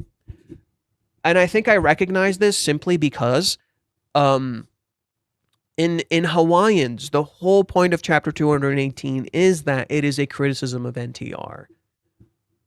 Now, right, so Kazuya imagined NTR, right? Kazuya imagined NTR, and it's disgusting, it's demeaning, it fundamentally misunderstood. It like everything Kazuya imagines in 218 is fundamentally antithetical to love.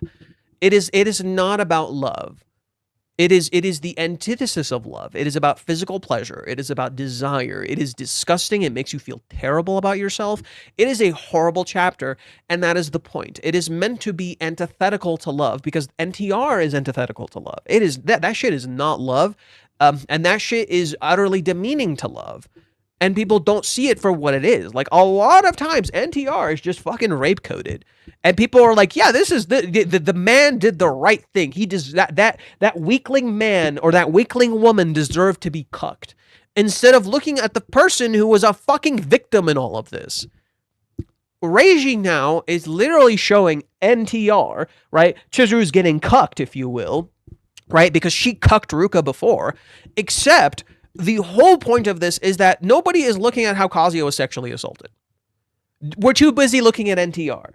That's okay. Now I understand why Reiji is doing it this way. Reiji is going out of his way to intentionally frame it this way to rather play into NTR culture, only to ultimately call out NTR culture and how fucking demeaning and stupid it is. How you're so busy talking about being cucked that you're not looking at the fact that this person has been hurt irreparably. Or has been hurt in ways that will leave a deep scar, more accurately. Nobody's beyond repair. There's no such thing. But someone has been hurt so deeply that nobody's seeing that because they're so busy looking at cucking. You know? Like, you should see half of the Rent-A-Girlfriend hentai. I'm not fucking kidding you. Not even half of it, like a 20%, like a good 70% of the Rent-A-Girlfriend hentai is literally just NTR. It's literally just fucking NTR. And I'm not trying to get into this, you know? Like, but that's literally what it is. It's just NTR. And Reiji's calling this stupid shit out. How Reiji can view himself as a character so pathetic and disgusting like Kazuya? You clearly don't understand this character. Kazuya is an amazing fucking character. And you clearly did not read his quote fully. You read the quote that was shared on the internet. Let me pull up the real quote. Because people conveniently only took that part when there was another question Reiji was asked on why he likes Kazuya. And nobody really got into that. So let me pull that up really quick.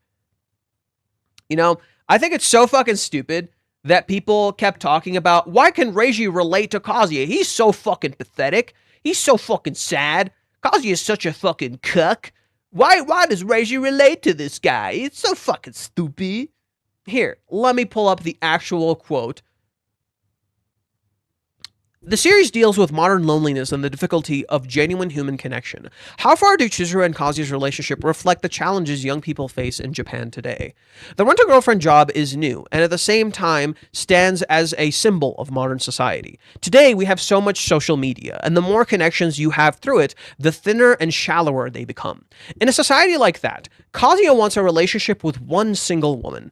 There's something heroic, almost charismatic about that attitude, and I find it really cool. Someone who holds on to one thing like that, that's exactly why I made him my protagonist. That's why Reiji likes him.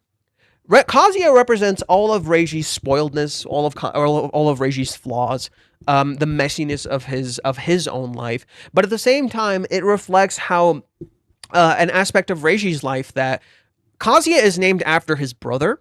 Reiji's brother is named Kazuya. That's his name. This isn't about Reiji's brother. This is about Reiji himself. Reiji is not an only child, and because he was not an only child, he didn't have to inherit the family farm, right? So he lived on a farm.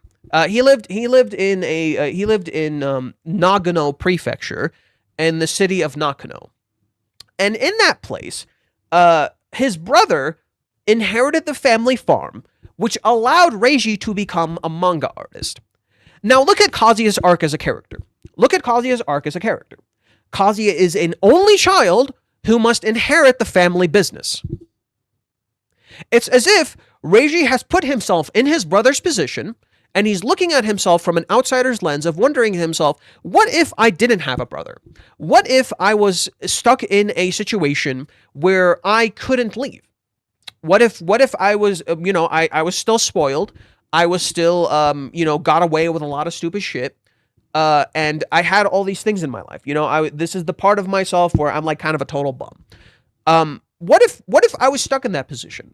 How would I feel? What would I do? How would I react? And that's what Reiji means when he says Kazuya and him think really similar things. Because Kazuya is what if Reiji had been in that position? It is Reiji exploring his life. It is Reiji looking at his life and looking at himself and wondering, what would it have been like if my brother wasn't around? What if I was an only child? What if I had all these expectations thrust on me? What if all these people wanted these particular things from me? And I think that's really sad that the only thing people got from this stupid fucking quote is that the one closest to me is Kazuya. This is my problem with the internet. They're sensationalizing his quote. They are intentionally taking his quote completely out of context and sensationalizing it, rather than just looking at Reiji himself as an artist, rather than accepting that every art in its own way or shape or form is a self-insert. Dude, If you're an artist, you're self-inserting. Period. Whether you are like actively aware of it or not, you are. Every single artist is self-inserting in some way, shape, or form. Because art is about your goddamn experience. Art is about your experience. In that way, you are all self-inserting. If you are not in your art in some way, shape, or form, this motherfucker, this ain't your art. Motherfucker, this isn't your art. This is goddamn AI. And I think that's really sad. That's how people choose to look at this. Because if you read through this interview, it is genuinely heartwarming. It is so honest. It is like, here, let's fucking get into this. Let's fucking get into this. I never read this interview. Like on stream. I read it on my own time. I didn't read it on stream. Interview with Reiji Miyajime on Rent-A-Girlfriend, Loneliness, and Love in the Modern World. Okay. Question. Rent-A-Girlfriend draws on the real-life phenomenon of rental girlfriends in Japan. What fascinated you about the concept on the basis for a story? Reiji Miyajime. In romantic comedies, there's always a demand for speed. The characters are supposed to come together quickly and grow close fast. This is absolutely true. Even if it's a slow burn, please understand, even if it is a slow burn, a lot of the goddamn times, these romantic comedies, people want them to go fast. If you read a lot of modern romance comedies, a lot of them are going pretty fucking fast these days. You know, they're not really going slow anymore. They're kind of blitzing. They're going really fast, right? Get the characters together, like speed run the relationship. Like I can list a few off the top of my head. You know, what is it? A Fragrant Flower Blooms with Dignity. Absolutely speed run this shit. Now they got together really fast. Those characters get together really fast. They confess in like a few fucking chapters. You know, I kind of sworn they like confessed like really fucking early. They got together really fast. What's another one off the top of my head? I could list a few. One of my favorite ones. It's a criticism of this. How do we relationship? How do we relationship is a criticism of the speed of relationships and how a lot of romance anime kind of speedrun this shit. What's going on with the camera? What's wrong with the camera? Camera, you okay over here, buddy? You good, homie? Camera-kun, are you okay? Camera-kun. Sign of affection. Yeah, they get together really fucking fast. A lot of the times, characters just fucking speedrun this shit. Okay? With the rental girlfriend phenomenon, it's much the same. If you pay, you have it. And I think this is a great emblematic idea of Gen Z. A lot of young relationships these days, fucking speedrun relationships, dude. They go to Tinder. They want things fast. A lot of us these days just want things really fucking fast. And nobody wants to slow down anymore because of the culture of social media. Because of the culture of social media, a lot of the times, the faster something is, the more its quality is considered. Oh, someone said it right here. The speed of a relationship isn't always a sign of the quality of the story. Reiji is saying a lot of the interpretations of modern relationships is how fast it happens. If you get with a girl really fast as a man, bro, you got riz. Brother, this dude got riz. That kind of shit. You know? So that's what Reiji's talking about. It's not about speed. It's not about speed. And Reiji is criticizing this idea of wanting something really fast and the downfalls of that, what that can do, and how the rental girlfriend job is emblematic of that idea. That if you pay, you can have a date right away as fast as possible. That's a very modern way of thinking, and that's exactly what drew me in. On the one hand, as a material for a manga, and on the other, as a motif, because the job actually exists in reality. Question. The series deals with modern loneliness and the difficulty of genuine human connection. How far do Chizuru and Kazu's relationship reflect the challenges young people face in Japan today? The rent-a-girlfriend job is new, and at the same time it stands as a symbol of modern society. Today we have so much social media, and the more connections you have through it, the thinner and shallower they become. In a society like that, right, the more connections you have through social media, the thinner and shallower they become. Go to the internet. Try to fucking talk to people. See how empty it feels. That's why I kind of try not to argue with people online. It feels empty, dude. I feel so fucking hollow sometimes online, just trying, like, especially when it's in bad faith. Especially when it's in bad faith, where they're not talking to you, they're talking at you. They're just screaming into the void, wanting to be correct. I think Twitter is just such a perfect representation of this problem. Twitter is just about clicks. It is just about sensationalism. And isn't it so thematically fitting that Reiji talks about how the more connections you have through social media, the thinner and shallower they become? And what did people do? What did people do? They posted shallow interpretations of this interview to validate their own narrative. Do you see the fucking irony? Do you see the goddamn irony of this? That they're so busy validating their narrative, their interpretation of this, getting 1.3 million views, 12K likes, and God knows how many fucking retweets. There's like 1,000 retweets on this. Or sorry, 1,000 quotes on this. And a lot of it is nonsense. A lot of it is they're saying the same thing. All of them are saying the same fucking garbage. The same shit. Nothing interesting about it. They're literally, look at this. But you'll always be my rental girlfriend. The author cucked Kazuya. He just said Kazuya is him. How is he cucking Kazuya? In fact, the narrative is that Reiji self-inserted by turning Kazuya into him. But in volume 5, I've talked about this in the past. In volume 5 of the manga, he already said Kazuya is him. So how could he have self-inserted into Kazuya if Kazuya was already him from the start? Use your brains, bitches! How could he have self-inserted later into the manga if Kazuya was always him? That makes no sense. How can he be cucking Kazuya if Kazuya is him? That makes no fucking sense.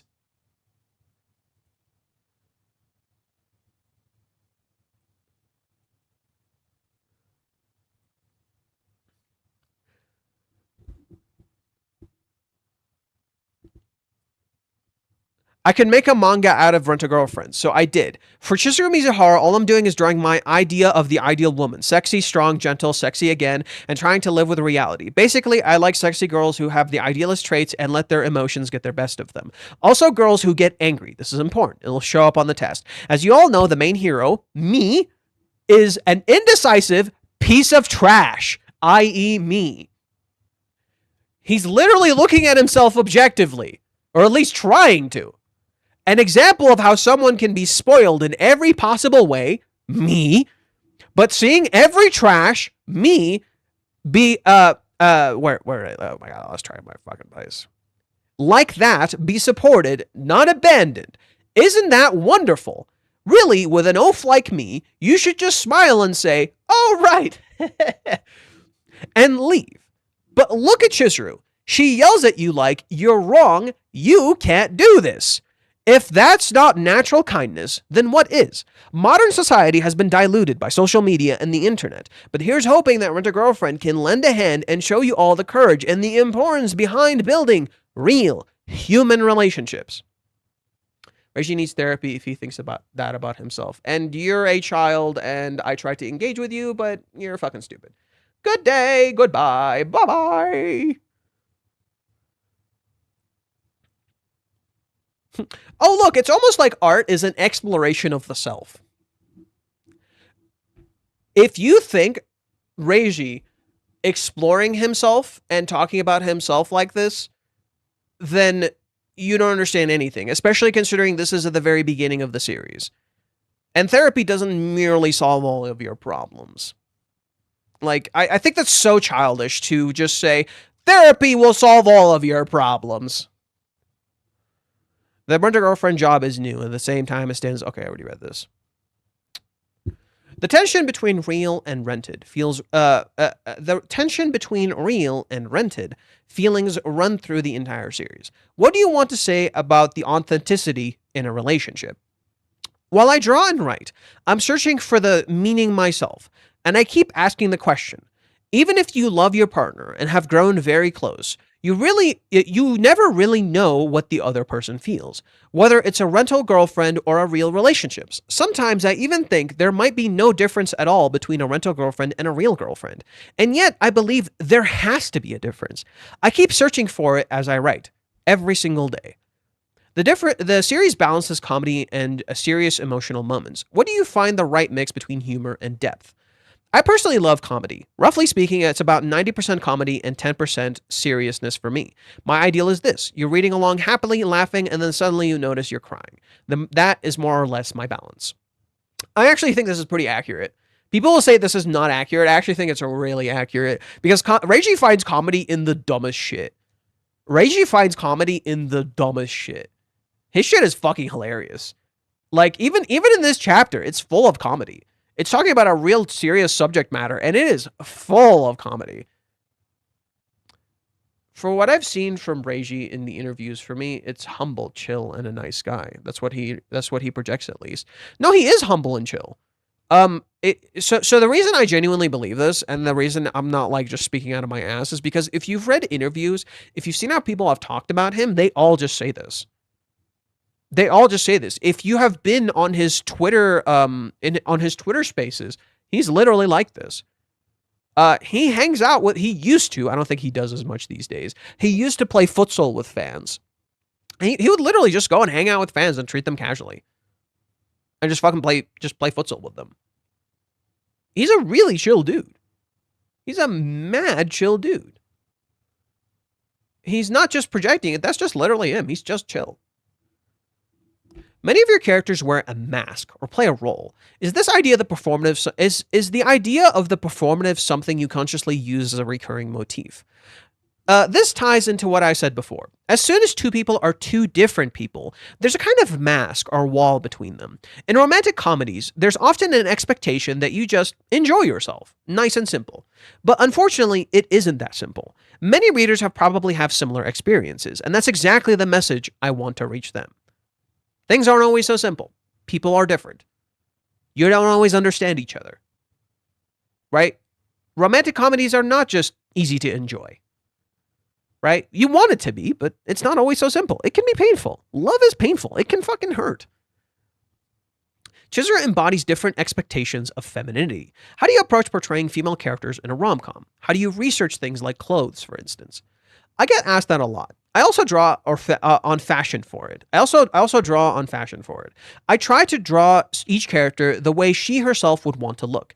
Chizuru, for example, is the ideal woman, with long black hair and so on. Ruka, on the other hand, desperately wants to be liked by Kazuya, so she dresses in a deliberately cute way and shows off her figure.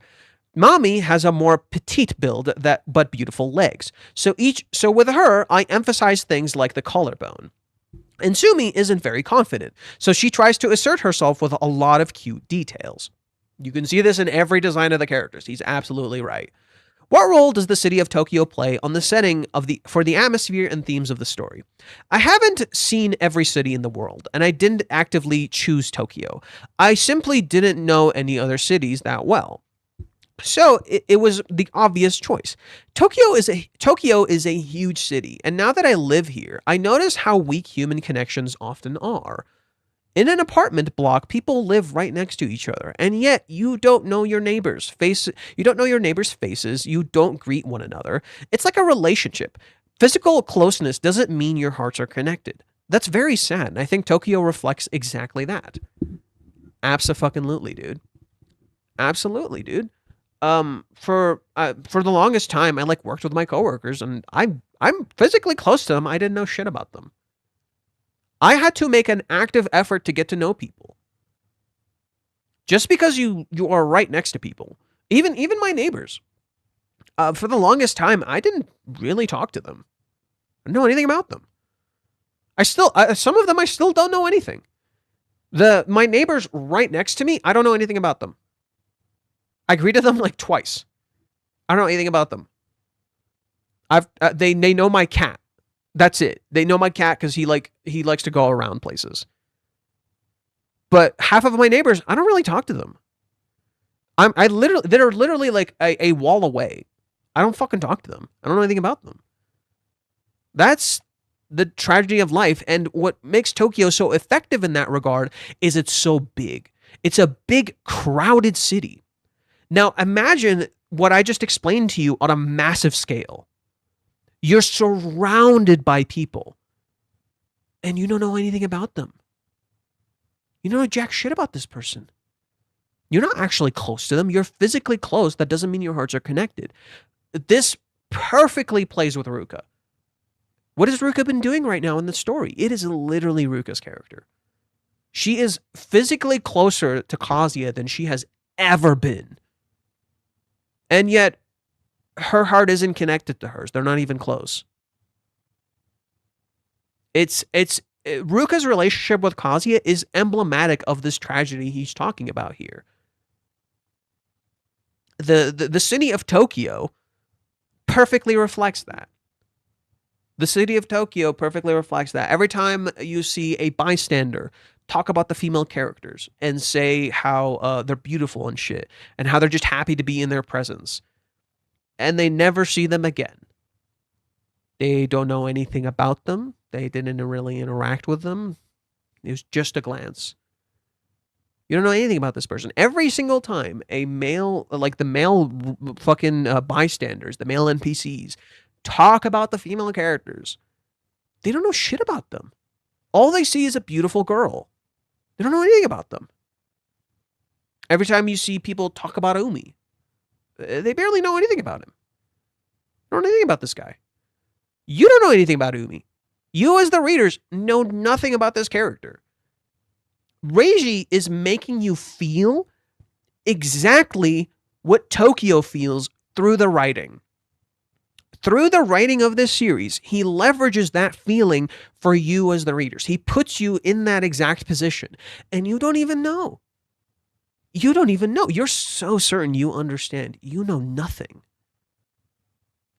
Right? You don't actually know these characters. These characters can wear masks even for you. Ruka is, again, a great example of this. She put on the mask that she was okay being second. She constantly kept telling you she was cool being second, as long as she just had sex with Kazuya. That is the mask she gave you, and it's a fucking lie.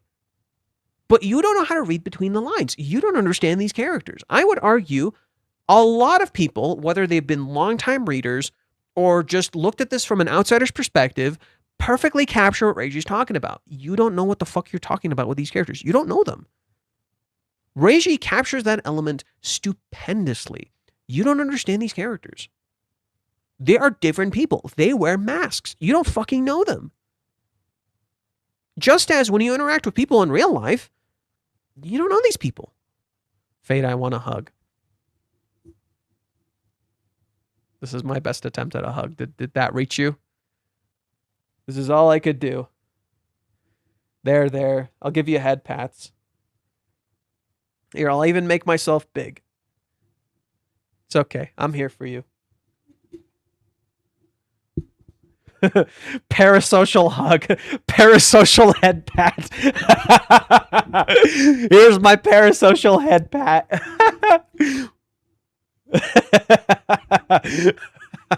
My parasocial head pat. Oh, dude. The series has was hugely successful internationally. What do you think the story works so well? Why do you think the story works so well across cultural borders? This answer was perfect, and it's the thing I haven't been able to say very well, but I think he understands it better than I do because he's the fucking one writing this series. There's probably no one who's never been in love, which is why almost everyone understands these themes. Weak human connections exist outside of Japan too. I talk about this all the time. I've talked about the US extensively and how literally our culture is designed. The US culture is literally designed so you don't fucking talk and interact with people. A lot of cultures are designed this way. Governments literally actively manipulate the system so you don't form human connections and bonds. So they separate you so you don't rally against them. Because they know as a collective force, you could stop these governments from doing things, right? So what do? They actively use social media. They actively use people to separate us, to make us feel like we're alone, that we're singular. So we don't interact. Weak human connections exist outside of Japan too. It's a theme of our time. I personally enjoy watching foreign series and films. Some Japanese values are perhaps too distinctly Japanese. And this is true. There are parts of Japanese culture that people just don't understand, and I have to talk about it extensively for some people to just kind of get what the fuck Reishi's trying to talk about. And even then, I can't say I fully understand it. A lot of it is me talking to Japanese people and understanding it from their perspective. Me watching videos of people breaking down Japanese culture and me asking a Japanese person, is this true? Is this accurate? Is this a good representation of this truth? To be honest, I found a lot of people who talk about Japanese culture don't fucking understand it. The few who do that I do think actually understand it live in Japan. Not visited, live. Quick note. If you go to YouTube and you watch a YouTuber talk about Japan and they tell you they just visited Japan, they don't get it. Don't listen to those people. They don't fucking get it. Live in Japan.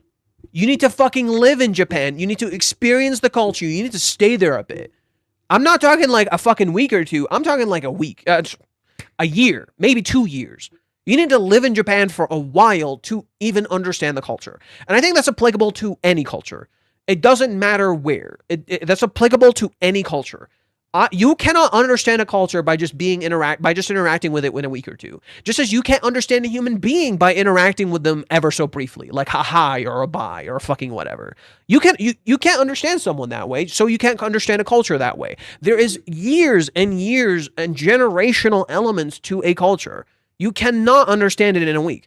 That's why the only like YouTubers I've genuinely listened to when it comes to talking about Japan, they fucking live there. They have been there a while. I don't care if they're foreigners. They've lived there a while. And they want to engage with the culture. They want to engage with the people to understand it better, even if they don't agree. I think I like that the most, to be honest.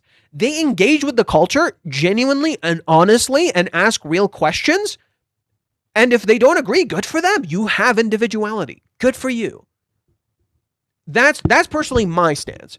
So I think Reishi is correct. There are things that are distinctly Japanese, right? Things that other people just will not understand, and we didn't understand for the longest time. I've been at this since 2020. I started my YouTube channel in 2020. It took me like 6 years to even moderately understand just parts of Japanese culture, all because I've been reading and researching this whole time. The only reason I can talk about half of the shit that we talk about is because I've went out of my way to research shit. Like, I've deepened my knowledge. I don't just, like, know things. Like, I haven't even lived in Japan. I don't even fucking speak Japanese. I barely, like, understand some Japanese. You know? Okay? Some Japanese values are perhaps too distinctly Japanese. But through engaging with foreign works, I hope my own series becomes a little more universal. And that is absolutely true. Are there any Western films, series, or books that have influenced the way you tell romance stories? I really like Breaking Bad. I would say Breaking Bad is probably his biggest influence, but you can see some of the other stuff too. Breaking Bad in particular is a great way to tell dynamics. It's a great way to explore social conflicts. It's a great way to have social commentary. A lot of the themes. So for instance, here's a good example. I keep talking about how nobody in the series recognizes that what happened is sexual assault. There's a great example of this in Breaking Bad. Walter is married to Skylar. They have been in a relationships for a very long time. They are married. He raped her. There is a scene where he rapes his own wife. Yes, just because you're in a relationship doesn't mean you can't rape the person. You absolutely can. And he did. She kept saying no. She got mad at him. He still sexually assaulted her. They are married, and he actively endangers his family. And the framing doesn't go out of its way to be like, you're endangering the family. It just lets it happen. That's the brilliance of Skylar and Walter's relationship. Skylar comes off as really fucking obnoxious the first time you see her. You know? Like, if you're young, if you're a dude, and you're watching, Breaking Bad, you won't like Skylar. You'll think Skylar's fucking obnoxious. Hell, my mom kind of finds her obnoxious, and she saw it years later. And yeah, she can be obnoxious, but she also has a point. Almost every single thing she says comes true. Almost every single thing she says comes true. And for me, when I recently rewatched Breaking Bad, the entire series flipped on its head in one particular scene. Walter, so for those who don't know, at the start of the series, Walter has cancer. Okay, he has cancer, and he needs to he needs to go get. My God, my brain's like crashing out. He needs money to get medical help. There we go. Whatever. I'm not even saying it correctly, but whatever. He has a connection to people who own a company. They are filthy rich. But Walter so what do? They offer him a job, like a high-paying job. He's currently just a fucking school teacher. They offer him a full-paying job and complete coverage on all of his medical bills. Do you know what he fucking says? Do you know what he fucking says? He says no. Because he's such a prideful asshole. It's not about his family. He's not doing this for his family. There's a fundamental misunderstanding about Breaking Bad that's so incredible. Walter brilliantly convinces the audience that what he's doing is out of necessity. He brilliantly tricks you into believing. He says no to the people who steal his ideas. Get over yourself. He says no to the people who stole his ideas. Get over yourself. You are about to die. You are about to leave your family with nothing. They need you. Get over yourself. You whiny little bitch. He would rather become a drug lord and die a pathetic death and leave his family suffering instead of get over his pride and take the money from the people who stole your ideas. They are offering you money and a full-time job, and they are covering your medical bills in capitalism. Get over yourself. Stop being a little whiny bitch and get over yourself. No.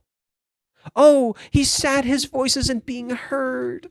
Oh, he's sad his voice isn't being heard. Okay, you want a choice, but you refuse to make any. Your choice is, I want to fucking die. That's Walter's choice in Breaking Bad. I want to fucking die. Right? He tells his wife, I want the talking pillow. And then his decision is, I don't want to get treatment for my cancer. I want to fucking die and leave you all to suffer. This raises the argument, did he ever love her? And then in the very end of the series, he openly admits, oh no, I did this all for myself. I am a bad person. Yeah, I did this to myself. I'm a bad person. There is this illusion that Walter transforms into a horrible human being near the end of the series. That illusion immediately broke for me when I saw that scene. When I saw that scene where he turned down help just because they stole his ideas, I'm like, oh, he's always been a dick. He's always been a prideful fucking asshole who can't get over himself. And the series tricks you. It gives you the illusion that he's a particular way. But that even an asshole can have empathy. And that's kind of what's sad about Walter's character. He degrades himself. He turns himself into a monster. This Breaking Bad talks a lot about like social injustices and social commentary about the U.S. and relationships. But to me, Walter, like from the moment I saw that scene, my perspective of his character completely shifted. I'm like, oh, he is a selfish asshole. He would rather, care. He would rather care more about his pride than the people he loves.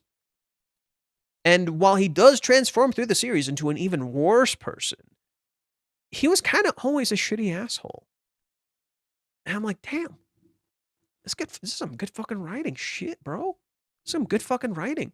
And by the way, Breaking Bad also does stuff with the clothes. You know how Rent a Girlfriend does a lot of stuff with clothes where they want to convey certain things like about the characters with their clothes? Yeah, Breaking Bad does that too. Yeah, Breaking Bad does that too. The colors that Walter wears in his clothes, the way he dresses, it changes through the story and it conveys like different emotions about him, whether it be self-importance, whether it be like power and strength, and how he perceives himself. Like Breaking Bad does a lot of good stuff. Lost is a good story to look at in terms of what Reiji does with mystery and what Reiji does with characters. How Reiji leverages a lot of characters. Lost is a good way to look at what Reiji does with that. Game of Thrones is so Game of Thrones is a weird series. Not the greatest thing, but like in terms of the first 4 seasons where it followed the books a little more diligently, it still had a lot of issues, mind you, but it still followed the books pretty diligently. I would say what Reiji gets from that is personal views in politics. Because Rent a Girlfriend does have politics. I think people misunderstand when they say the word politics. What I mean is that what people want, what people desire, what they hope to achieve, these kinds of things. That's kind of what politics is. So the political conflicts of Game of Thrones is absolutely relevant here. The character dynamics, the way scenes are presented, certain things like that. That's definitely there. I don't think you can really take a whole lot from the later seasons of Game of Thrones, but I would say the first 4 seasons are pretty decent. First 4 very particularly. I would say season 5 still kind of sucks. For example, works that you love, you watch again and again, and afterwards you realize you've worked a very similar concept into your own work. I agree. I think he has similar ideas in his work for all of those stories. Most fans discuss various love interests passionately. How do you deal with the community's strong opinions and expectations? There are fans who support their particular character, but I wouldn't actively build fan reactions into the ongoing story. Unconsciously though, it's quite possible that some of it finds its way into the story. Hi, Minnie. Hi, Minnie. If you had to sum up the central message or the emotional hearts of the series in one sentence, how would it go? My own personal favorites, incidentally, are often romantic comedies too. Being in love is difficult and sometimes sad. So let me read the questions again. If you had to sum up the central message or the emotional heart of the series in one sentence, how would it go? My own personal favorites, incidentally, are often romantic comedies too. Being in love is difficult and sometimes sad. You can't say it's only painful, but it does have its painful sides too. People who fall in love struggle with difficulties in their relationships, and that's exactly what I drew in my series. Though in a comedic, entertaining way. Whether love is fulfilled in the end, you never know, but anyone who reads the story should have fun. My message would be, let's love anyway, in spite of everything. I literally said this too. That is literally the thematic idea of Hawaiians. Hawaiians is a nihilistic, sad arc about grief, death, and depression. And the story says love anyway. Do it anyway. I think that is always been the thematic message of Rent a Girlfriend. Despite everything, love anyway. And when you see the story, it can be sad and depressing. That works even better. What was your path to becoming a mangaka? Was there a moment when you knew you wanted to tell stories? Even as a child, I loved drawing, and I was often praised for it. Then, in middle school, I read One Piece and was deeply impressed by it. It became clear to me that a manga isn't really a true story, but a kind of lie, a fiction. How has rental been described a lot? And a single artist creates that fiction entirely on their own and can move the hearts of countless people with it. That's exactly what fascinated me from early on. A story is literally just a lie. We're just reading a lie. None of this is real, but it moves people. What did Sayuri say about lying? Every single person tells a lie. We are 99% lies. But if that one truth gets through, that's what matters. Even lies can make people happy. When you read a fiction and it makes you happy and it moves your heart and you connect to it, is that not just a lie that you like? But there is a truth underneath that lie, right? That lie is built on a truth that the author wanted to convey. That is something you feel in One Piece. That is something you feel in other stories. Maybe you don't feel it from this story. I do. Yes, even a lie can make someone happy. How does the creative process begin for you with a new chapter? With the image or with the story? Broadly speaking, I begin with the story. With Learned a Girlfriend, I wanted to write a romantic comedy. So first, I looked for a suitable motif and then gathered information and material around it. That's how I approached the series. Whew. Okay. Which character from Learned a Girlfriend is the closest to your personality and why? The one closest to me is the protagonist, Kazuya. It's almost like a double. What I think, Kazuya thinks roughly the same. This is the one thing they took from that entire interview. And they're like, this proves my theory that Kazuya is a self-insert. Reiji admitted it. What a crazy bastard. Oh man, this dude crazy. This dude cray. And then some people are like, yo, I respect the hustle, man. I respect the hustle. You know, at least he's pretty fucking honest. Most artists are not honest. And it's like, bro, you guys don't even realize like the irony of your words. He's not just honest about this, he's honest about so much more. And this is the only thing that you take away from it. Dishonesty that you reframe into your own narrative, that you convince yourself you're seeing a mask when you're not even looking at the right thing. I think that's so fucking hilarious. That this in of itself is a mask. I bet Reiji's even playing into the nonsense that people are just like, oh, Reiji's self-inserting as Kazuya. Like, I'm waiting for someone to ask him in more detail what he means about that. You know, what does he mean about that? Like, I want someone to ask him and be like, hey, so there's this narrative that you're like self-inserting as Kazuya and Kazuya looks like you now. Like, what do you have to say about that? And I want him to just like kind of troll, but also be really honest. You know, I kind of want him to troll with that and just kind of be really honest, because the truth is, Kazuya is Reiji, but he's also not Reiji. You know, he's also his own person. And if you think about it in another way, every other character is Reiji too. He created them. They are a lie he made. Every single character is a lie he created. They represent a different facet of his mask, a different facet of something he puts down into the world. Every character represents a different lie.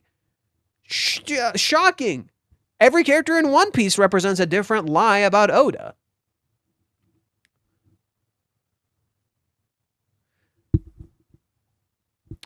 How has your drawing style developed since the last chapter? Since the first chapter, sorry. It has changed a great deal, though not because I deliberately wanted to change it. As I developed myself, the style shifted along with me. When I look back today at the beginning of the story, I'm surprised by how much it has changed. Is that it? Oh, okay. What does a typical working day look like for you? And you working with assistants, how do you divide your work, and what do you do most like to do yourself? I draw for a weekly magazine, so really every day is different. A long working day looks like this. I get up at 6:30 and start drawing at 7. Lunches at 11:30 lunches at 11:30. From 1 p.m. I keep drawing until about 6 p.m., then 8 or 9 p.m., and after I draw on until 11 p.m. So that's pretty long. That's a long fucking day. But he specifically said this is a long day. Okay. My assistants it's a very long day, but I only have one of those a week, which is true. I have like one of those a week too. Like there's usually one a week where like it's brutal as fuck. You know, it's a long goddamn day. What I like best is drawing the characters myself. My assistants handles the background, for example. The dialogue and everything I've worked out in terms of content, I do myself, along with the small corrections. The assistants take care of the rest. Now, there are a few exceptions to this, of course. A good exception to this is the car scene. So when Chizuru kisses Kazuya in the car, that scene he drew himself. So that scene he drew himself. He didn't like how the assistant did it, so he just redrew it himself. What role does your editor play in developing the story? In Japan, the editor plays a very big role. I tell him what I want to do and what message I want to convey. He then reads it as a professional, stand-in reader, and gives me tips on how the message can be conveyed even better and which way of expressing things I should choose. Yeah, I mean, that's the whole point of an editor. You want someone you can kind of trust, and like you can kind of trust their opinion and what they have to say, you know? How do you cope with the pressure of weekly or regular deadlines? I can't write and draw well under pressure. Dude, same. I fucking, I'm good under pressure in certain circumstances. But when it comes to drawing and writing, oh, I fucking suck. Under pressure, I fucking suck. So I try to finish everything as quickly as possible and much earlier than actually intended. I'm the opposite. I take too long. I take too long and then I stress myself out. That's a good approach. If you finish earlier, you can move on to the next chapter more relaxed. I wish I did this more. What was it like for you to see your characters brought to life through the anime adaptation? Through the anime, the characters suddenly move and speak. Seeing that is a lot of fun. Manga and anime work differently. A manga is made for the readers, whereas in anime, a lot is realized differently. It's very interesting to me that some things are expressed one way in the manga and quite differently in the anime. Case in point, Chizuru crying a fucking bucket in the anime, but there's only one tear on the fucking table, and then in the manga she sheds a single tear. Right? Oh wow, I just realized last episode we saw Chizuru crying, this episode we saw Ruka crying. Brother, I called it. It was timed. I fucking called it. The delay was timed. Dude, I called it. The delay was timed. And then tomorrow it's when the cohabitation starts. Right? And what did Chizuru do in last week's episode? She didn't call Kazuya. Here she calls Ruka. Bro, it is timed. What the fuck? It is timed. Crazy. And above all, through the anime where I work reaches the whole world. That's very exciting. Which manga or which mangaka do you yourself admire the most? There's one mangaka I've admired for a long time, Yuichi Kumakuri. So I kind of looked up this person briefly. Apparently they retired very quickly. They had like a smoking habit and shit. But they drew like a really interesting manga apparently. Jing, the King of Bandits is a Japanese manga series written and illustrated by Yuichi Kumakura. The series was originally serialized in Kodansha in 1995 to 1988. The publisher later collected the individual chapters into 7 tankobon volumes. The series continued until 1999 under the title of The King of Bandits, Jinga, known as the Jinga King of Bandits. Okay. The story revolves around a teenage boy named Jing, who, despite his young age, is known as the King of Bandits. Along with the partner Kir, a talking albatross, he travels the world in search of new adventures and legendary treasure. Throughout the series, the duo managed to pull off impossible heists and outwit countless enemies that stand in their way. Is this Reiji like saying, yo, I'm gonna rob you bitches blind? Okay, we were right here. What advice would you give aspiring mangaka who are just starting out? My advice would be very simple. Draw a lot and do it with joy. There's also a learning platform called Kakikomi. The site isn't translated yet, but there are plans to expand it expand it for an international audience. It's a kind of drawing school, and I give personal feedback there too. I've seen a decent amount of it. He's right; it's not international yet. I'm not sure how to fully access it. I haven't really given it an honest try to look into it, to be honest. Let's see. Is there a genre or kind of story you would like to try one day? At the moment, I'm not thinking that far ahead. First, I want to finish the series. Ooh, is the story ending soon? Ooh, is the story ending soon? I do think Rent a Girlfriend might end, quote unquote, after like the current narrative, because it feels like we're getting a lot of like conclusions to certain arcs that have been running for a very long time. So I do think it's going to end, quote unquote, but then I think he's going to go into a different direction and try to do different things from there on, once Kazi and Chizuru start dating, I think. Let's see. Generally speaking, there is always some romance in all my works. That's what I like. Whether I'll stay in a similar area afterwards or do something completely different is still open. So, at the very least, it sounds like he wants to keep drawing more.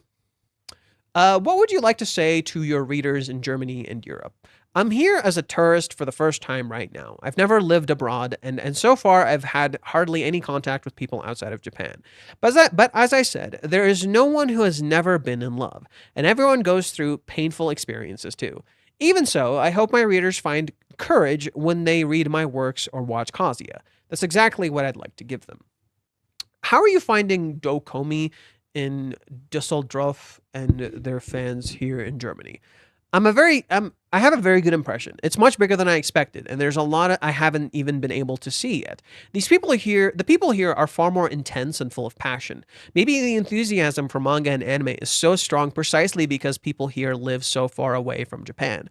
Japan has events like this too, with lots of visitors, but somehow they don't have the same festival feel. People have fun, but it's a bit different from here. Here, it's really lovely, and people have a great time. Yeah, I absolutely feel this.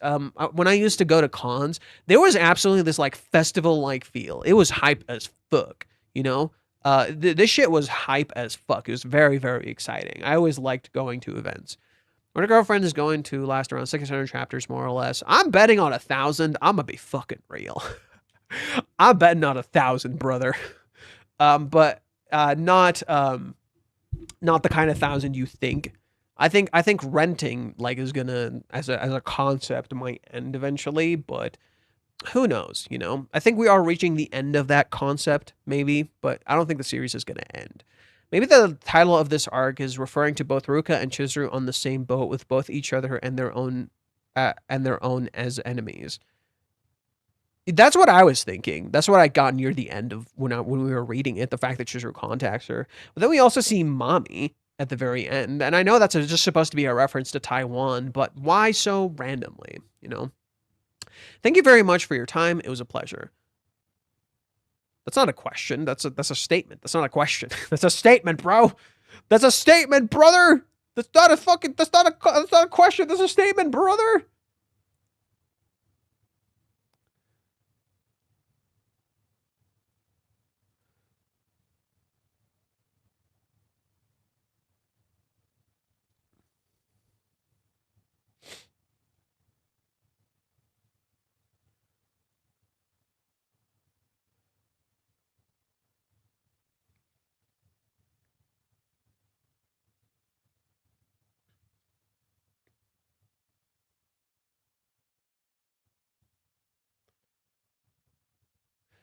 Huh. So this person said something interesting. They're a Japanese reader. To be honest, I feel sorry for Umi this time. Umi probably doesn't even have a millimeter of feelings for Ruka and is maintaining a gentlemanly attitude, but Ruka unilaterally telling him she has no feelings for him and distancing herself just looks like she's trying to convince herself. I don't understand why Kazuya doesn't fit the description of a frivolous person that Ruka is talking about. Interesting.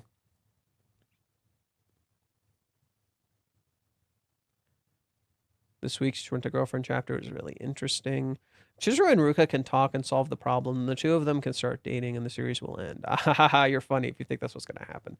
You funny? You funny? You so funny?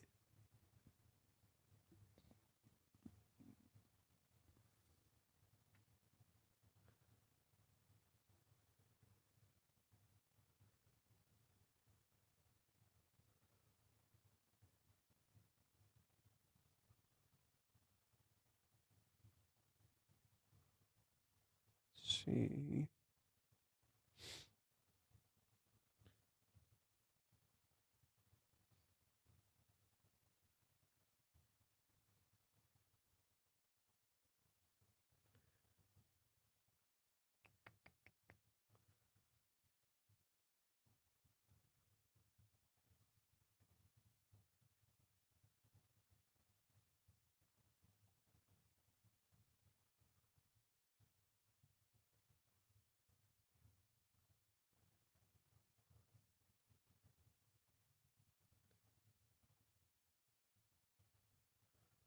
Okay. What else is there?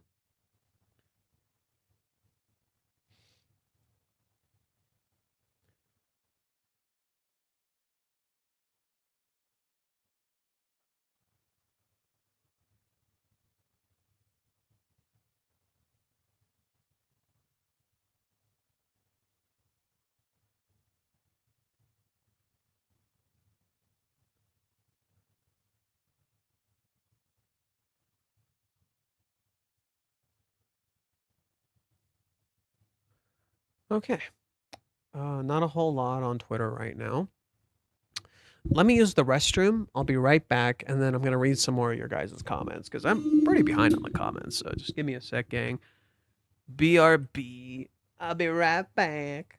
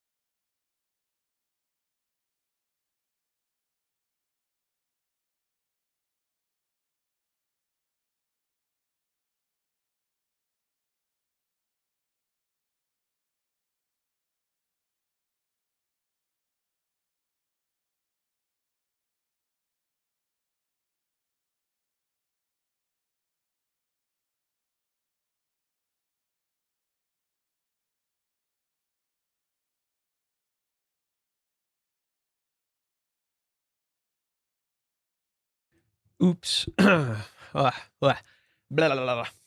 Throat's a little dry.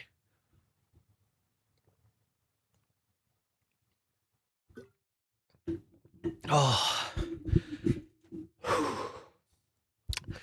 Johan, what if Chizuru uses the ticket to ask Kazuya if it's sexual assault if he's in trouble explaining it to her? What if she uses it to be like, tell me what happened with Ruka? Rather than say it's sexual assault, tell me what happened with Ruka. Right? Maybe she can save him, you know? Who knows? It's kind of hard. It's really hard to tell.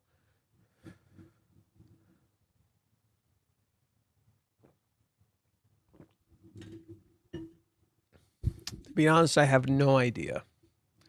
I do think the ticket could come into play. You are correct about that. So I'm going to scroll back up and read some of them comments. Read some of them comments. Okay. From the top. Let me see if, okay, so let me read here from Twitch real quick. I like how Ruka says to respect boundaries, and she doesn't respect Kazuya's boundaries. Yep. And here I thought of when Kazuya was carrying Chizuru, and she just kept saying no. Yeah, I mean, you're not wrong. It felt like Ruka yelling at Umi is really a reflection of what she hates about herself. Fake relationship, crossing boundaries. She's talking about herself. Yeah, damn it, it's gonna be crazy. I'm pretty sure they got the Thorns enchantment, and they are gonna give a big fight or argument. Okay. So chapter 4 and 5, Chizuru wearing Pentagon, and now we're seeing it when crying and Umi actually saving Ruka. What? Pentagon.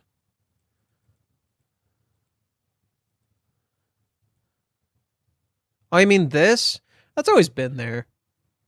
That's pretty common. It's always been there. No, this is a common thing. It's not just Chizuru. You're looking too deep into it. It could be real, but I kind of doubt it. This is a pretty common thing. It's more like an asset than it is like an actual drawing Reiji did. This is definitely like more of an asset. So where are we in the hero's journey when it comes to this chapter? I don't know.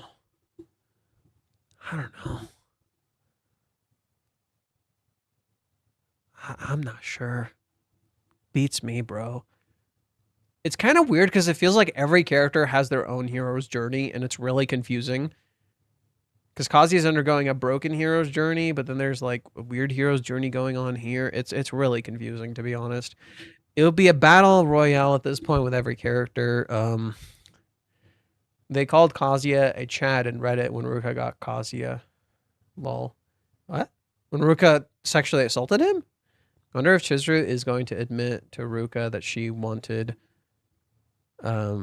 wanted to have sex with Kazuya. Oh, that would be interesting. Let's see.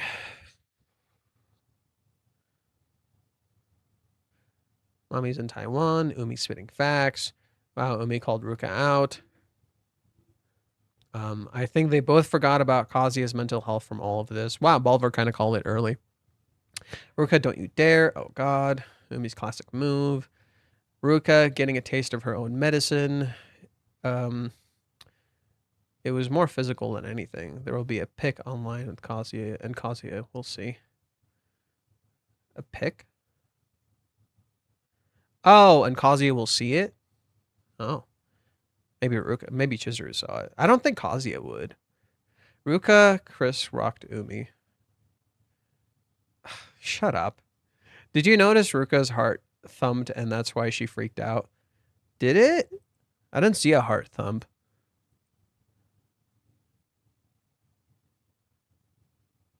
There's no heart thump. Yeah, there was no heart thump. No, there's nothing here. I thought there was earlier, but there wasn't. Umi's blushing. Not here. Here he's blushing because the girls are like seeing him. I do think it's funny. With Umi, it's always girls looking at him. With Kazuya, it's always the guys looking at the girls.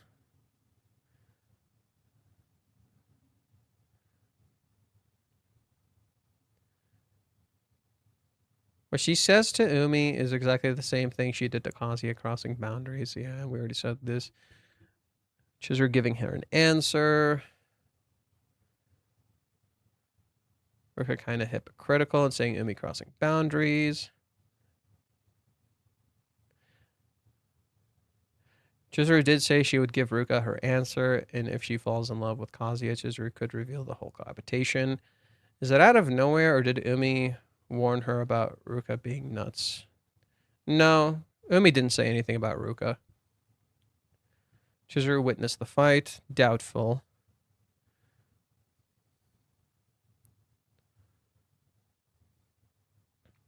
What do you think about me mention of the deleted Clone Wars stuff on how betrayed Anakin felt with Ahsoka left? I mean, makes sense. But I don't know. Luke isn't the chosen one, by the way, for all those that think he is. Johan, the whole arc with Ruka and Umi is basically the movie arc, but in reverse. Yeah, we said this. The time Chizuru also came to help Ruka, and now it's happening again.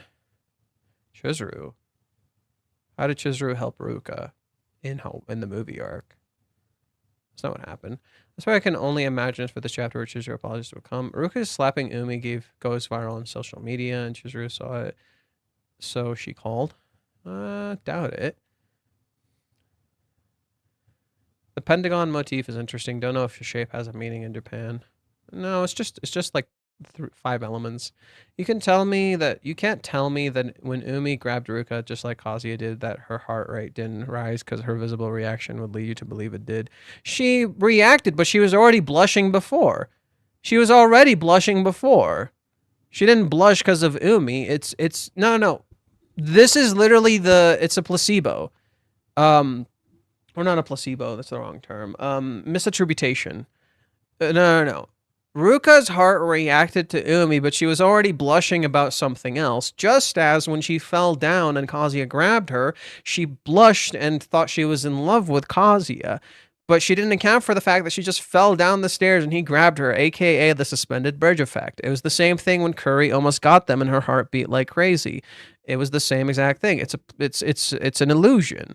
She fell in love with Kazuya, yes, but it started as a lie. She literally lied to herself. She convinced herself and she didn't notice she was doing this.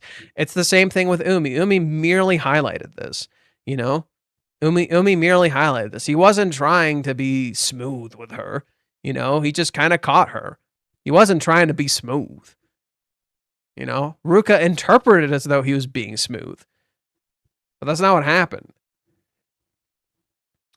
I was thinking maybe Ruka's heartbeat will exceed 97. I saw Umi hold her arm. Doubt it. Highly unlikely. What if Ruka crushes on Umi? Does that whole interaction seem similar to how Ruka asked Kazuya meant? It's supposed to be similar by design to show the flaw of her feelings for Kazuya. It was founded on a lie she told herself. Ruka crying means good chapter? Ew. You like people crying and feeling sad? Lame. You need subverted wait moments for writing blah blah blah blah. I don't know what his motives are, but Umi's surely putting his time on this. I don't know what that means. The teaser next time is maybe. No, it was an opportunity. So something happened to Chizuru before she calls Ruka. Could be. But in Minnie's case, Minnie first contacted Chizuru. A small difference is that Chizuru calls Ruka and she had said a message to Umi. But yeah, from what I know from Chizuru so far, it makes sense. She's finally serious about Kazuya. She's been serious for a while, but that's not the problem. I think we're constantly stuck on this misattribution of the problem where Chizuru is finally serious about Kazuya. That's not the issue.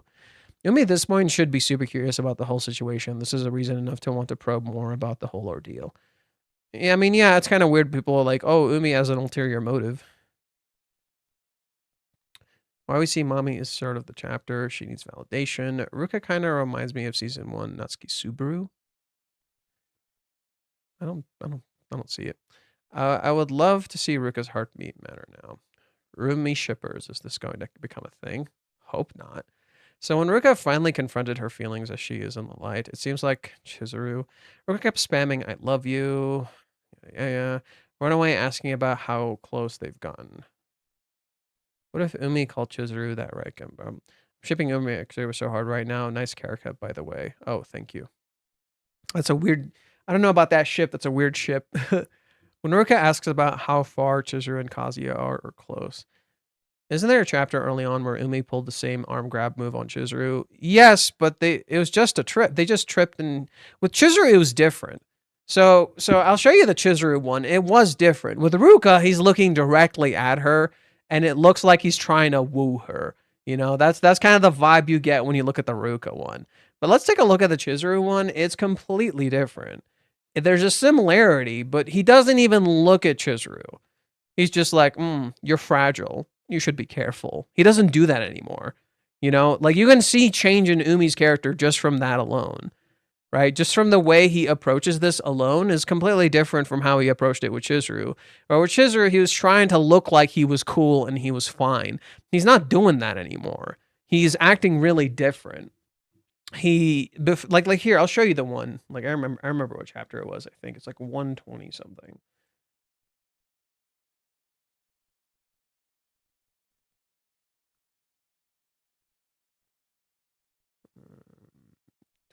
24?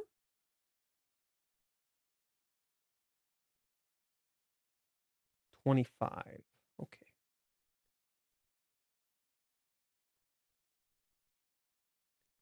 It is the opposite. I fucking knew it. She trips and he pulls her closer in. So look at this. He pulls Chizuru closer to him. His eyes are closed and he asks, are you all right? Right? He's just looking suave. But look at the way he tugs her. It looks wrong. Right? Look at the way Umi tugs at Chizuru. It looks wrong. It's like he's forcing her to come closer to him. Right? Everything about the way he does this is wrong. Right? He does it. Notice when he does it. He does it when Chizuru's talking about Kazuya, and she says, someone being there telling you can do it, that's something valuable in of itself. That's the kind of guy he is. When he pulls Chizuru's arm, he says, are you all right? And he says, you're pretty fragile. You should be more careful. That's the opposite of what she just said about Kazuya. Rather than tell her, you can do it, he says, oh, you're fragile. Be careful. You can't do it. Right? You're weak. You should be more careful. And the way he tugs her in, he's forcing her to come closer right as she's talking about Kazuya. Now look at the Ruka scene. It's the total opposite. She falls. He just grabs her. He doesn't pull her in. He doesn't say anything. Your slender arms save the day. It's the opposite. Right? It's a compliment. Yeah. You know, that's what made Ruka swing at him. You know? That's what made Ruka swing at him. He's like, your slender arms save the day. It's a line. It's a fucking line, right? It's stupid. It's a goddamn, like, dude, could you not do a line right now? What the fuck, Umi, right? And he gets slapped for it. Chizuru is the opposite. He just tries to look suave. Are you all right? You're fragile. You should be more careful. Just keeps walking. He's smiling, walking ahead, right? Chizuru blushes a little bit. He's like, she feels embarrassed, probably because she tripped. She could tell something was weird about that, but look at Ruka, right? Ruka freaks the fuck out, but it's different too because Umi is further from Ruka, right? Umi doesn't pull her in, he just grabs her arm, right? His words draw her in, right? His words, he like uses a line, you know, but it's different. Ruka is further away. All he did was grab her arm. He didn't pull her in, right? He didn't tug at her arm. It doesn't feel unnatural. In fact, this looks natural, right? This is the total opposite. This looks more natural. Whereas with Chizuru, it looks unnatural. And I think in some ways, it's validating the Umi-Ruka shippers. It's kind of validating the Umi-Ruka shippers. They ironically kind of look like a good pair.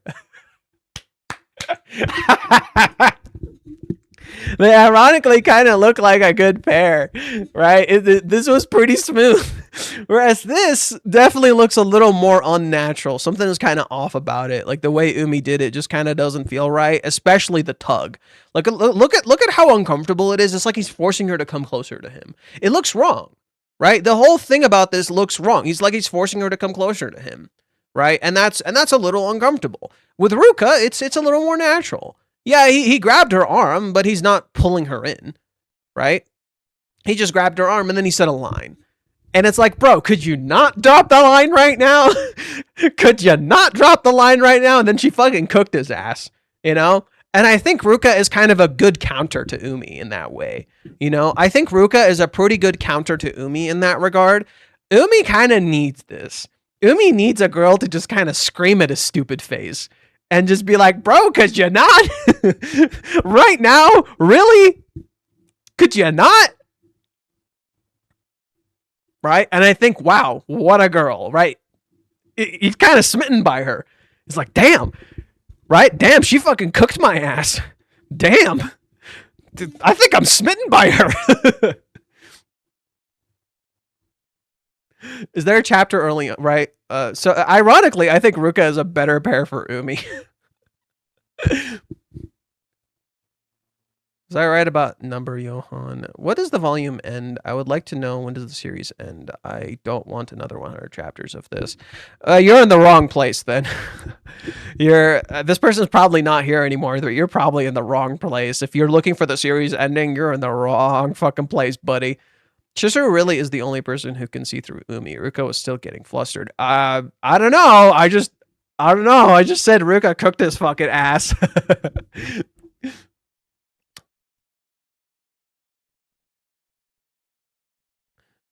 All right. Does Ruka love Kazuya or not? I still don't know. She loves him. Absolutely. No, she 100% loves Kazuya. Absolutely. Reiji is just showing how love can be twisted. How even love can become something dark and twisted. She does love him. Abso-fucking-lutely. Right? Here, let's make a comparison to the beginning of the series when Ruka first cried. Okay.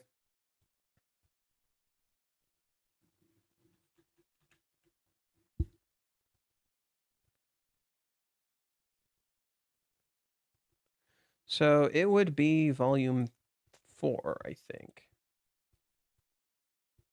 Wow, volume 4? Really? No, it was volume 3. My bad.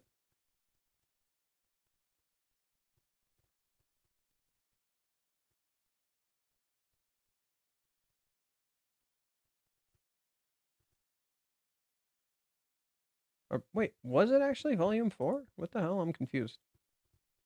Oh, it's disorganized. That's why. Okay. Sort by name. Ruka crying. Yeah, if you guys remember, how did the Ruka thing start? How did the Ruka thing start? Ruka tells her, I went further than you. Ruka tells Chizuru, I went further than you. Chizuru says, not that kind of thing. You haven't gone anywhere. She's like, oh, when I was forced into a hug, he pushed me down. That's a whole different thing. Chizuru gets upset. Chizuru gets fucking mad at him. He said I was so important to him. What are you, on the internet? Gossip site?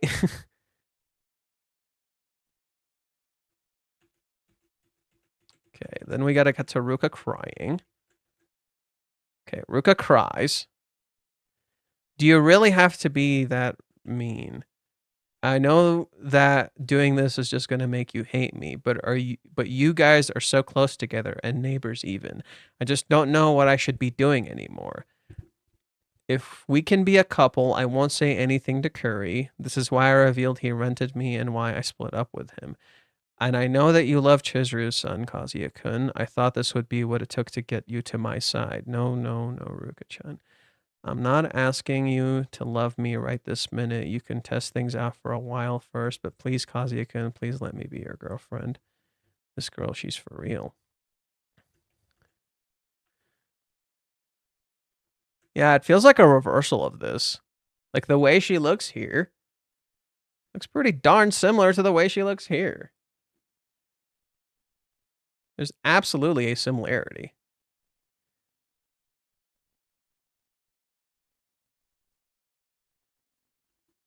Let me be your girlfriend. I love you. I love you. I love you so much.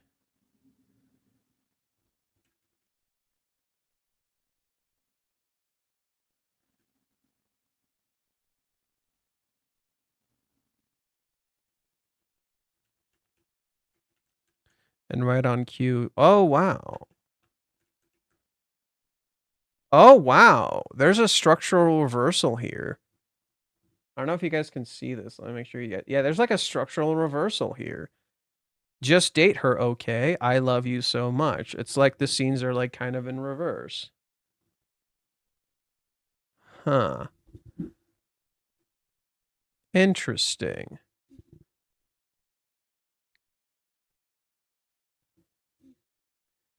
Interesting.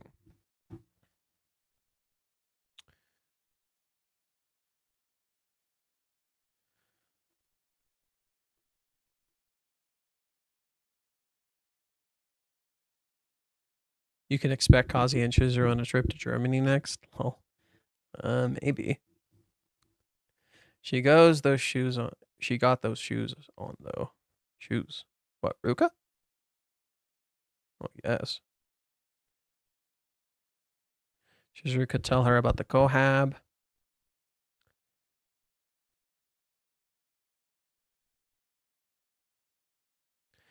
So we are finally going to get the Chizuru Ruka fight.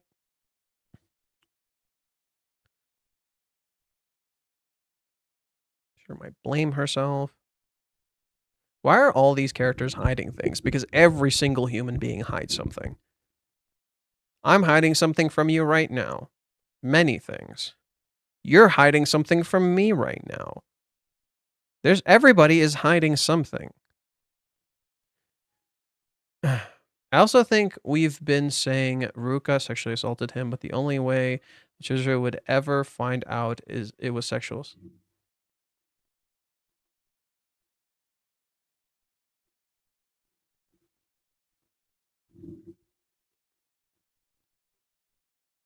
There's like a weird noise.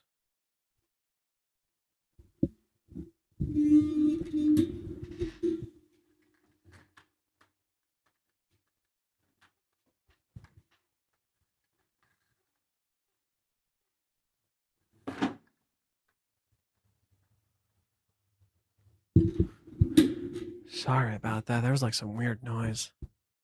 What the fuck? Okay, so Ruka sexually assaulted him. The only way Chizuru would ever find out it was sexual instead of an actual hookup depends on Ruka's story if Chizuru forces the truth out of her. I think Chizuru would look into this, and she might blame herself, but we also have to look into what Minnie said at the time. So let's pull that back up. I never did look at what Minnie had to say regarding what she said about Ruka. So she said something about Ruka in chapter 390. She said something about all the characters. That Chizuru correlated to them. Okay, so first she says, Faith. Sumi's Faith. Mommy's a cruel woman. Kazuya's Faith. Do you really not care if someone snatches him away from you? Okay, so Sumi's Faith, Mommy's cruelty, and Ruka's cucking. Okay, so that seems to be a central idea. Okay.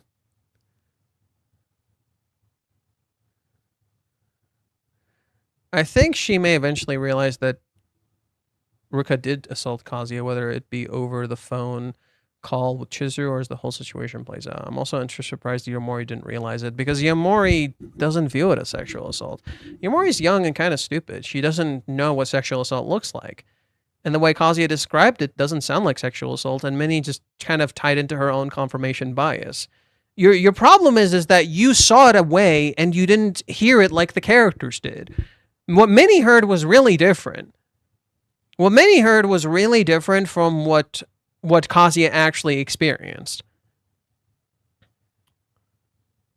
Yeah, the way Kazuya told her. Imagine if Kazuya goes to the courts to sue everything that happened to him. They would laugh at his ass like that little girl did that to you. What a pussy. Exactly. That's how things are nowadays. Yeah, the court wouldn't really listen to him. You know? They'd be pretty fucking dismissive. I don't think of all that happened, but I do think eventually Chizuru, Mori, Kazuya, Umi, etc. will all realize that sexual assault. I think would be forced to admit it. Does Minnie know it's sexual assault? No, we already said this. I don't think Chizuru learns about the thing happened between Ruka and Kazuya. She would rather blame herself for letting Kazuya wait for too long. She might realize that she has to act with chat, which is good. That's why I don't think she will be mad at him. It really depends. I don't know. She would blame herself and she would say she took too long. But I think that's a whole other problem. I think Kazuya has to eventually kind of confront himself, you know. I find it very interesting what the chapter shows you about Ruka did to Kazuya like a mirror. Okay, Chizuru uses her pretty face to make money, absolutely. Calling her a prostitute, that's completely wrong. I mean, what's wrong with that? What's wrong with Chizuru using her, the fact that she's attractive to make money? We live in capitalism, dude. You either adapt or you fucking die. We live in a horrible world, dude. Like, people get mad at other people for using like things they have to make money in a world that abuses you if you don't have money. You're mad at the wrong thing. You're mad at the girl for doing the smart thing instead of the system for making her do that. I don't think Minnie knows because of the way that Kazuya framed the events. Yeah, we already talked about this. I thought I understood this story until Hawaiians happens. Yes, that's exactly me. I thought I kind of had a decent understanding of Rent-A-Girlfriend until I read Hawaiians, and my entire perception flipped on its head. And I'm like, fuck, I didn't understand anything. I kept looking at this with like rose-tinted glasses. This series is so much more than that. What's the difference between a streamer and Chizuru? Why is one viewed wrong by society and the other's not? Hard to answer that. They'll be like, well, oh, one sells their body and well, one doesn't sell their body. But I'm like, yeah, they sell you their time. You know, they give you something you like and you're happy about it. If you break it down, streaming and what Chizuru does isn't really that different. You're getting something that makes you feel better. And it's not real. You don't really have a relationship with this person. Your relationship is purely your own. This person doesn't have a relationship with you. It's purely parasocial. You don't really have a full relationship with me. My relationship with you is pretty parasocial. You're not in my life. I don't talk to you guys about everything. I just kind of tell you guys like certain things and we share in a common interest. So it's really not that different. Umi called her Ruka-chan. Did he?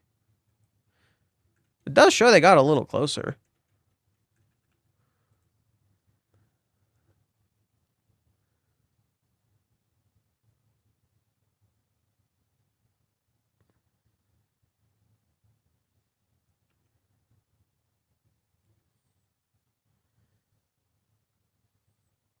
I think Ruka is in shadows here because of the fact that she sees that Umi is being sensible, but she's not seeing why he would understand this, the mental toll it took on her, just as she might not understand the mental toll it takes on Kazuya. Maybe Umi has experienced this firsthand, you know? I don't think it's very good for you staying a whole year and a half like that. I'm sure it's taken a toll on your mental health. I think he understands that because of his prior relationship. Maybe he was in a relationship that like took a toll on his mental health. Maybe he gets that. Maybe that was the whole point of his relationship with Nanaho. Maybe he caused that to Nanaho. Maybe he knows that firsthand. I also think Chizuru may have to take the reins here. I think the only way she finds out a sexual assault is if she questions Ruka and forces the full story to come out. No, I think she has to talk to Kazuya. She has to figure out from Kazuya what he experienced. I thought Mami was tsundere and Ruka yandere. I think both can be yandere and tsundere. Ruka is definitely more of a yandere, absolutely, but Mami has the exterior yandere traits, whereas Mami is more of the immediate, like, or interior tsundere traits. That's why I hate this manga with the creator. I don't like the creator of the manga. Okay, so this person's getting fucking banned. That's why I don't like this. Dude, you're in the wrong chat. If you show up here, you're in the wrong fucking chat. Fucking stupid idiot. It also makes sense because Chizuru hasn't seen Kazuya since the time and noticed that this appearance is different. Could you explain the ticket thing? I think I may have forgotten it.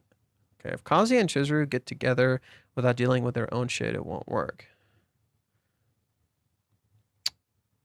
The speed of a relationship is always a sign of the quality of the story. Yep, we said that. I thought Reiji discovered about Rent-A-Girlfriends from China. He did. He didn't say he discovered it in Japan in the interview. He just said he knew about it. I hate how the language of these subjects, fiction, or how it numbs it down to Riz. Yeah. People love to rage bait. So according to these idiots, Umi is Reiji, Kazuya is Reiji too. If you want to keep saying BS, at least be consistent with your narrative. There's no consistency to the narrative. It's all anger and hatred in a site that doesn't care. For what I've seen from Reiji's interview and for me, yeah, so I already said this, he's already humble. You can see the red flags without knowing the character's life. You can see the red flags without knowing the character's life, but you won't really understand it. Got done with a 20v1 defending the series, so appreciate it. Damn, bro, don't do this to yourself. It's not worth it. Don't do it to yourself. 3D, if you're still here, bro, don't fight people over this series. It is not worth it. Just enjoy it. Just enjoy it. If you ever feel stressed, just send them my way. Send them to my channel and don't engage any further. People, please don't fight people over this series. It is not worth it. Go have fun. Do something you enjoy. It is not worth it. These people do not care. They will not change their minds. If you have trouble, just send them here and we'll talk to them on chat. And if I find they're unreasonable, I will ban their ass. It's that simple. I'll make a video. You can just send them to watch my fucking video. If they still don't care, don't engage. It's not worth it. They're not gonna listen. Please, God, do not engage people. It is not worth it. There are no separatists and Republicans. We are all at the mercy of the Palpatines of the world. Yeah, I mean, yeah, so this is how democracy falls with thunderous applause. Okay, I think I'm almost caught up. So basically, Ruka and Kazuya are in a complete opposite.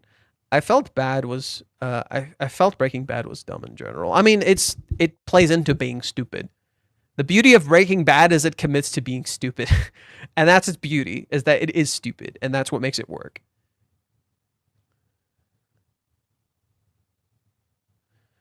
Ruka's behavior are a reflection of Kazuya's weird thoughts towards Chizuru. He also knows how it feels to just be straight up dumped by Ruka, which is why he kind of frames his breakups in a way that leaves her with some hope that one day Kazuya will love her back.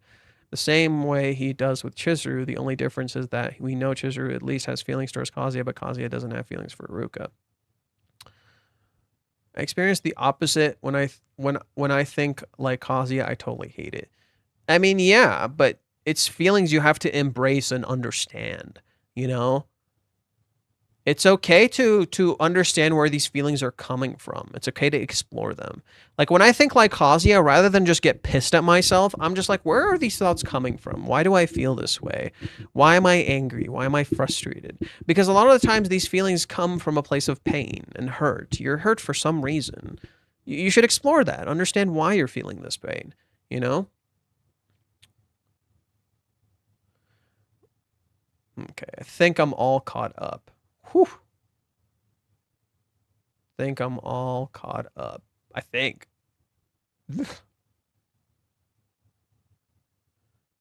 Or not?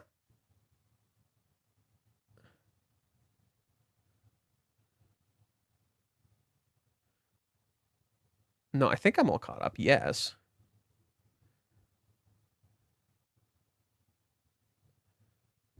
Ruka needs to scare Chizuru to get her ass out of the comfort zone. I don't think Chizuru is in a comfort zone. I feel like Chizuru isn't in a comfort zone. Ruka can either handle this conversation two ways. Mention what Umi asked about getting physical and bragging about what she did to Kazuya, or she can simply spill her guts and tell Chizuru that she can't take being second to her. Do you think the great shifts will happen when witness the shift of 2020? I remember when we thought the great shift would happen in chapter 380. I mean, it did happen. Did we not get a massive shift in chapter 380? Did we not get a massive shift to chapter 380? Bro. If Reggie would drop her onto girlfriend album, what genre would we get? I mean, just watch the anime. When we get the sneaky feeling that mommy will be safe the day as the Soren for redemption arc. Yo, bro, you're such an underrated goat. Oh, thank you. You need more recognition. Well, that's very nice. I appreciate it. I've heard that since I started, and it never mattered. You just kind of gotta accept it. And a part of it is my fault. I mean, I'll be real. A part of the reason I don't attract as much attention is very much my fault because I don't cater my content to attract more audiences. And a part of that is just because I put the stuff off. Like, it is absolutely my fault. Yeah. Like that's the thing. We can criticize YouTubers as much as we want, you know, even if they say a whole bunch of lies and shit. Let's be real. The fact is they know how to cater to an audience and attract attention to the content that they're creating. You know, I may think Gigok is fucking stupid, but I'm not going to pretend like his content isn't actually like really well done in a way that caters and attracts a lot of people's attention, including my own. I still laugh at the shit he makes. He's a genuinely funny person. He is a genuinely funny person. I would say Gigok is more of a comedian. You know, he's a genuine, maybe he's more of a performer. Yeah, maybe he's more of a performer, or a showman. Yeah, there we go. I think Gigok is more of a showman. So that's why, like, yeah, like, regardless of what I feel of how he said about this story, he is a showman and he attracts attention. I may not like it, mind you. I may not like it, but he does make me laugh. Chizuru doesn't sell her body no matter what they say. She's a literal that's stupid. That's a fallacy. That's a fallacy. She's selling her time and she is touching the person and interacting with them. She's technically selling her body. But she's also not, and it's stupid to speak in absolutes. It's really dumb to speak in absolutes. And what's wrong with selling your body? It's like, if you take care of it and you do it through a healthy channel, there's nothing wrong with that. Who cares? Yeah, I don't think prostitution is wrong. I don't. I think it can be done in healthy ways.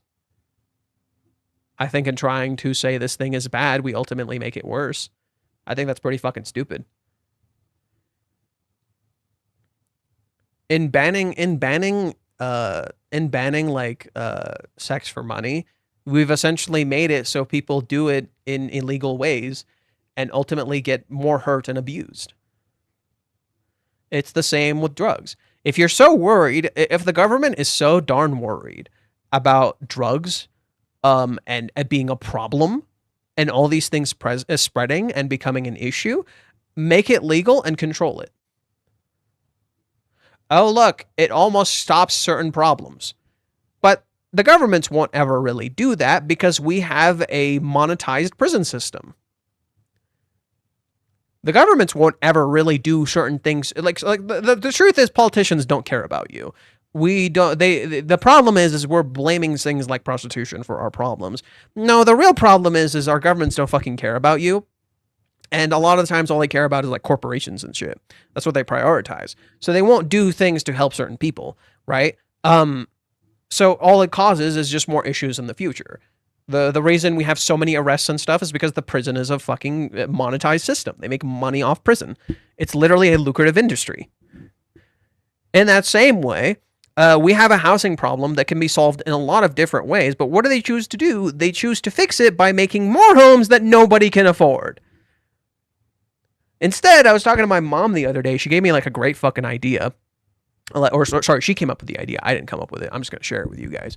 She's talking about like what they could do to incentivize more people getting housing and to fix the housing prices is by literally just basically if homeowners give rent at like a discounted price, so like rent for $500, you get you get a tax exemption. So for those who don't know, if you're a homeowner, when you do rent, you're technically owning a business. So the rent you get is taxed. So what they could do in exchange to help people get home is by lowering the prices of your rent, you get a tax exemption. You get to keep all the money, and people get a home. Oh, look, housing crisis fixed. Oh, look, housing crisis fixed. People can save up money to buy more houses in the future. The government makes more money because now people are spending more, and people get to keep more money. But you won't ever see a politician say this because they don't fucking care. In that same way, if prostitution was really an issue, you would legalize it and control it and try to do it in a healthy way. But no, because if we did that, then all of the evil people running our government who do these horrible things would be outed and be in trouble. See why these things, like, the prostitution is actively framed like it's a bad thing. It's not a bad thing. It can be bad if it's not done in a healthy way and not controlled. It can be bad when we stigmatize it, right? Of course, there's bad in everything. There's bad in everything. Everything has a bad version to it. That's just a truth. That is just the truth of the world that we live in. There is a bad thing to everything. It doesn't matter. There is. However, if we try to actually address the bad and change some stuff about it instead of just banning it, we can control it more healthily. We can make changes, but nobody wants change. Nobody wants to accept that we've been culturally conditioned into stupid fucking beliefs. Anyways, we got off the track here. Let me keep reading what people had to say.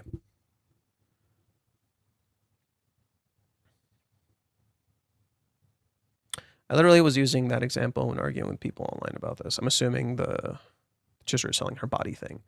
This could swing to what Chizuru stated during the living together arc.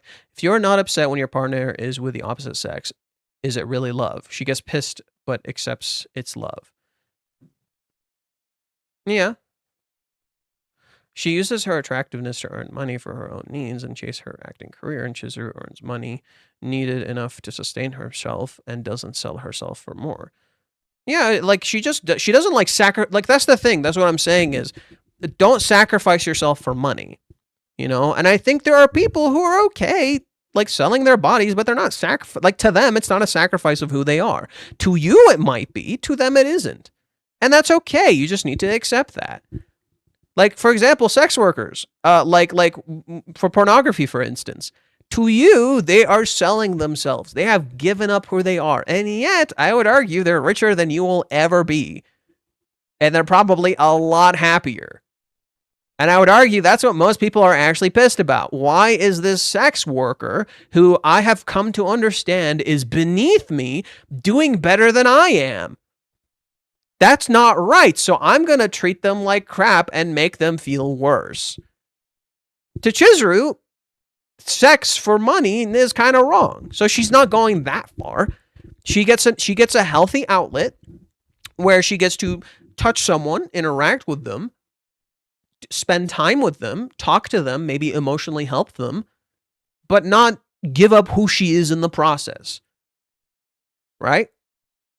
And rental is a double-edged sword. It's a byproduct of our time, and yet it is also a way to help people connect. It's a double-edged sword.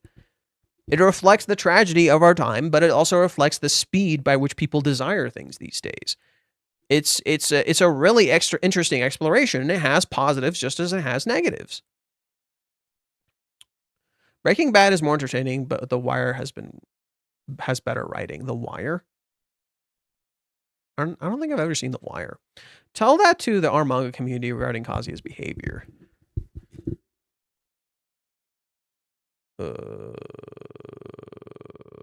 Regarding what? What specifically? The shift was in the form of what Chizuru and Kazuya's relationship is. That being said, Ruka's conversation could be a giant ass nothing burger thing, and that Umi's staying, so I talked to Ruka before to say something. No, it can't be a nothing burger. This can't be a nothing burger. This was built up by Kazuya. This was built up by Reiji. This can't be a nothing burger. This entire interaction with Umi is already not a nothing burger, and there's already probably much more to it. Ruskin Bond's world will prevail. I don't know what that means. Either the world ends in fire desire or in ice hatred. Each natural force representing these human emotions just to have different rate of devastation, but equally destructive. No, I don't think the world will end with either. No, to be honest, I don't think it'll end in either. At worst, chaos. Everything. A lack of control. Trump only cares about U.S. being in the #1 powerhouse in the world, not the people who live in it. No, that's not true. Trump only cares about himself. Trump doesn't care about the U.S. being the #1 powerhouse. Who are you kidding? He doesn't fucking give a shit. He doesn't care about the U.S. He cares about himself. The U.S. represents himself. He needs to look good. Trump doesn't care about the U.S. He cares about being strong. The military represents his strength. The U.S. looking a certain way represents him. It is him. It is not about the U.S. It is not about the people in it. The country doesn't matter as long as he gets what he wants. That's a fundamental misunderstanding of Trump. The richest country in the world, and it's full of homeless people, and the health system sucks. I mean, yeah. More like the richest country in the world, and you can't even feed some fucking high schoolers. Richest country in the world, and you can't feed some fucking high schoolers. Yeah, no. And then when you try to argue with people that first off, our health system doesn't suck. It's non-existent. It's a fucking joke. It's a monetary health system. It's not a real health system. Second, like there's a whole lot of problems with our country. Okay, literally when I try to argue with people that we deserve free healthcare, they're like, well, that costs too much money. I'm like, okay, we're the richest country in the world. What's the problem? Right? Doesn't China have free healthcare? They're bigger than us. They're the biggest distributor in the world. What's the problem with that? And then they'll be like, oh, well, communism. I'm like, okay, what does that have to do with anything? You're a handsome guy. You could do it. Do what? It's like he's an illusion. Oh, Trump? Yeah. We have free healthcare. No, I mean universal free healthcare. Every single person deserves healthcare. Free. That's it, period. I believe there should not be a monetary healthcare system. That should disappear. Every single person deserves free healthcare. Without exception. Nobody should have to fight. I've used Medicaid before, okay? You don't understand how fucking hard it was to get. And the fact that so please understand, when you get Medicaid, you get it for like a year, which is really nice. If you so much as miss your deadline to get it for the next year, or if something changes, you just don't get it. So for a full year, you just don't have Medicaid. You just don't have health care. Get fucked.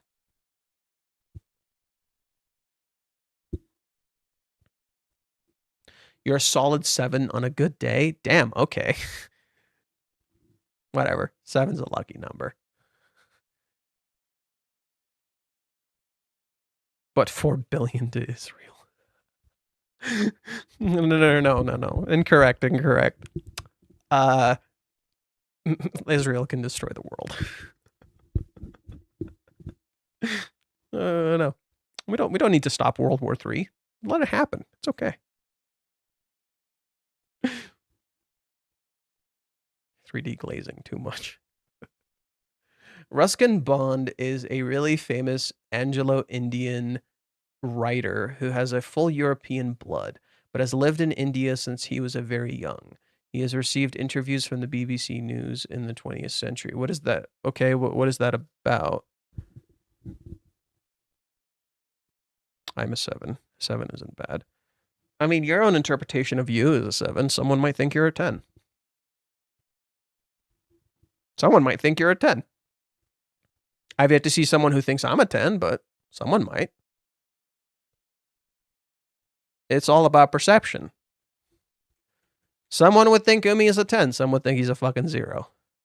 Some would think he's a 5. I don't know. Some probably think Kazuya is like a 5 or a 7. Some would think he's a 10. Okay, so let's go to Reddit.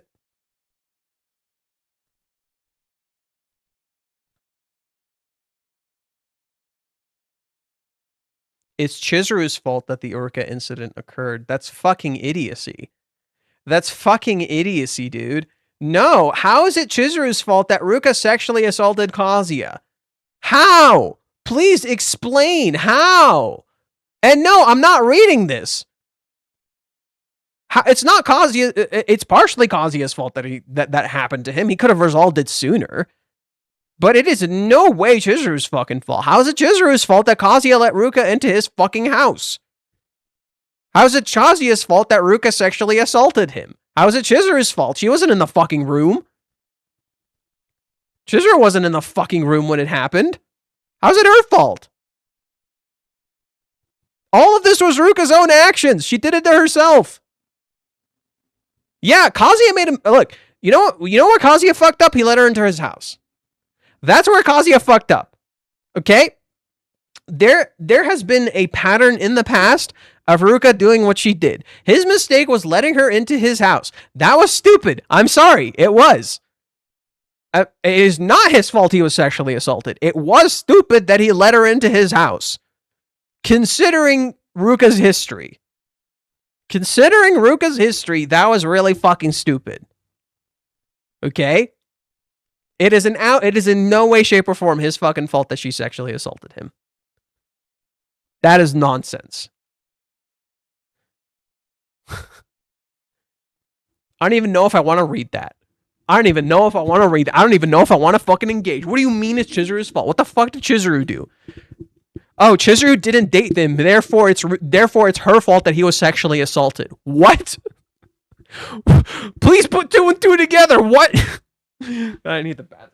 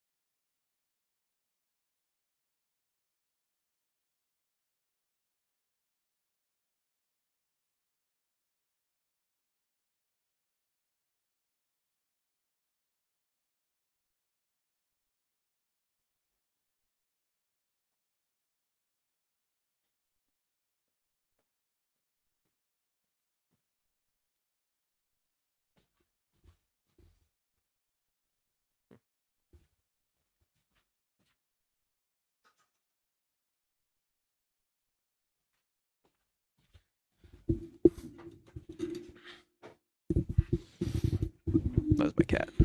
Redditor's brain in a nutshell. Okay, let's see. Although we saw later on, even when Kazuya doesn't let her in, she finds a way. Yeah, it doesn't matter. It's not... How is this Chizuru's fault? How? Right? You're probably... Like, the person who wrote it probably says, well, you should read. And I'm like, but your argument is nonsensical. Maybe Chizuru's denying him love and sincerity somehow indirectly created this situation. Yes, but she didn't make Ruka do it. Even if that is true, even if this is true, she did not make Ruka sexually assault him. Those are Ruka's actions. While Chizuru may have contributed to the situation, you can't say it's her fault. That is literally not true. She did not make Ruka do it. Look, you know how you could say Chizuru did it. There's a few ways. One, she puts a gun to Ruka's head and she's like, fucking sexually assault him. That's one way. But that's too extreme, so Chizuru wouldn't do that. Two, she could have pulled a mommy. She could have manipulated Ruka into doing this. She did not do that. She did not manipulate Ruka. She just didn't interact with Ruka at all. Kazuya is the one who chose not to break up with Ruka. Did Chizuru do something to stop it? No. But she had no way of knowing either. How is that her fault? Chizuru gives her the knife, but Ruka is the one who used it. Chizuru didn't give her the knife. Chizuru was just like, date her. Bro, when I tell you, maybe you should date this person, did I tell you that person should sexually assault you? I don't think that's a fair argument.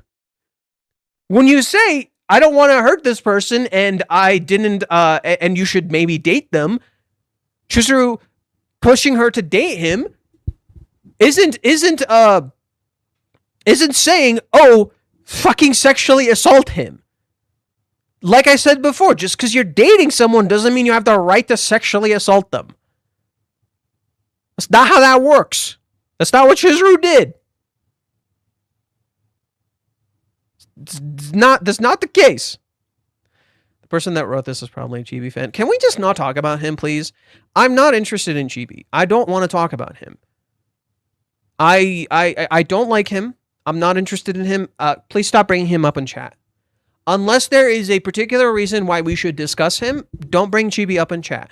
This isn't the kind of community I want to foster, guys. I don't want to foster a community where we hate creators or we spend our time hating things, even if there is a valid reason to.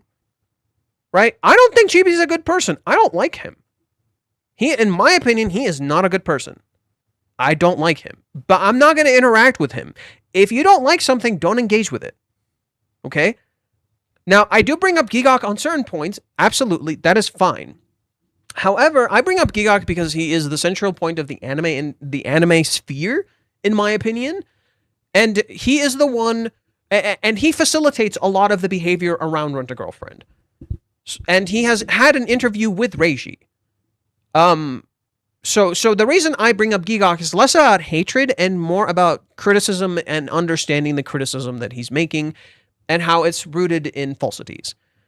We watch hate videos sometimes to call out and show how the misunderstanding around the series can occur as a byproduct of these people. That is a central talking point here. I like Giggok. I think Giggok is a fun creator. I'm not a huge fan anymore. I used to like him a lot. When I first started making anime videos around Rent-A-Girlfriend, I did like him, absolutely. I like him a lot less now. A part of it is maybe his privilege. I think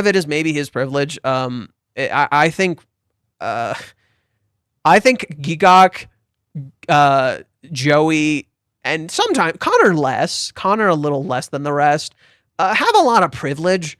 And it really shows sometimes. Like, they don't realize their own privilege sometimes. Especially Joey and Gaunt. Those two in particular, I think it's less prevalent with Connor because Connor interacts with Iron Mouse, and he sees someone who is struggling, and while she does have some privilege, her life isn't easy. So I think in that regard, like, maybe Connor's a little more aware of his privilege, he tries to show compassion and affection to others, whereas I think Gaunt and Joey are a little more privileged, and they don't realize their privilege. At least I think. I could be. I don't know them. I have a parasocial relationship with them. It's just sometimes I see it in their videos and it bothers me. Sometimes I see Giggok talking about what is it? Fucking just get therapy, as if you can just get therapy. Who's gonna fucking pay for that therapy? And I get it. It's a joke. He's just joking. But it's just stuff like that. So it's I don't dislike Giggok, but I don't really like him that much either. I think he's funny. I'm just not a huge fan of his. So with those kinds of creators, I try to engage in earnest. I'm not engaging I don't hate Giggok. I've had times where I was annoyed by him. Absolutely. Sometimes I even told myself I hated him. I don't really hate him. I'm just frustrated. I'm just frustrated by the ways he approaches things. Chibi, I don't like him. I don't like him, and I don't want to engage with him. So just don't bring up Chibi unless there is a reason to, and it's relevant to what we're talking about. And even then, try to restrain it unless it's absolutely necessary. I don't like talking about Chibi. I don't want us to actively engage in hatred. That's why I stopped the series where we were sitting down watching hate videos. This is why I stopped that series. I don't want to actively engage in hatred in our sphere. I want us to have fun. I want this place to be kind of like a fun sanctuary for everyone to enjoy and have fun and relax. I'm not interested in actively engaging in hatred. I don't want to do that. I know how toxic it feels. I know how shitty it feels. I'm not interested in that. Okay? I will talk about things when I feel it's necessary. You know, I bring up politics. I know politics is a very sensitive subject. I know people will get upset and they don't want to talk about it. But I will bring it up sometimes because I do think there's a lot of injustice in the world. But I'm not going to like actively like soak in the hatred and the drama and the arguing. That is a mistake I did when we first started. You know, I kept arguing with people. It wasn't fucking worth it. Anyways, so Ruskin Bond, basically, he wrote his sentence in one of his poems. He believes that people just judge things too quickly, and he views the crow or hemlock poisonous tree as a good omen instead of a bad omen. I mean, most omens in life are just that. People just judge things too quickly. You could say that she keeps asking Kazuya about Ruka and he didn't give her enough information. Yeah, I mean, and that's also true. That's also true. But Chizuru also didn't, like, very directly ask him what's going on with Ruka. I want to know. You know, she should have said something like that. So Chizuru, I would argue, while Chizuru kept asking, she didn't push hard enough. And Kazuya also didn't tell her. It's both. It's a bit of both. Chizuru kept asking, Kazuya didn't tell her, but she didn't ask hard enough, just as Kazuya didn't really tell her anything. I just learned that mommy's shoes look like mini shoes in the beginning of the chapter. Ironically, they reminded me of Kibei's. Yeah, these shoes actually reminded me more of Kibei's. They look like travel shoes. These shoes look like they're designed for walking. They kind of remind me more of Kibei's shoes. And mommy looks so different here. Right? She didn't do the double thing. She just kind of did one.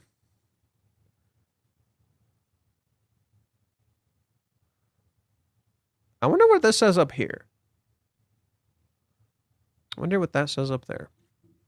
I actually like the reaction to hate videos. I thought they were educational, pointing out the flaws and the arguments against the series. I'll miss them, but I respect your decision, Johan. We could try again in the future. It's just, while they were educational, I was getting angry. I was genuinely getting upset, you know? And I don't want to watch just any one of them. You know? I don't want to just actively engage with just any one of them. Like for example, remember when we were watching, what's her name? Oh my god, I forgot her name. The girl who's married to Gigok. Oh my god, I feel like an asshole. I forgot her name. Does it start with an S? Oh my god, what's her name? I feel like a dick. Shit, what's her name? It's not Susie. No, it's not Susie. No, it's not Susie.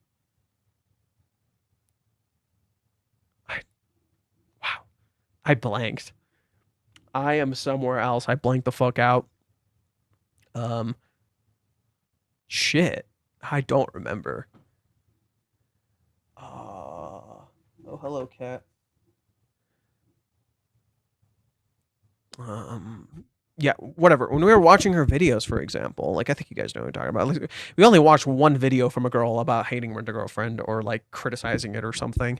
And there's a part where like I actually just got like really mad and I said the word bitch. And I'm just like, I wasn't saying it at her. I just say bitch when I get upset. And I'm just like, okay, maybe this is too this didn't feel right. You know, I didn't like that I got upset like that. You know? And I think if we do ever watch more hate videos, I need to be like in a good headspace. You know, I feel like if we watch more of these, I need to be in a good headspace. I don't want to be tired. I don't want to engage with these videos if I'm not in the right mood. And they need to be like something we should talk about, you know, not stupid internet bait.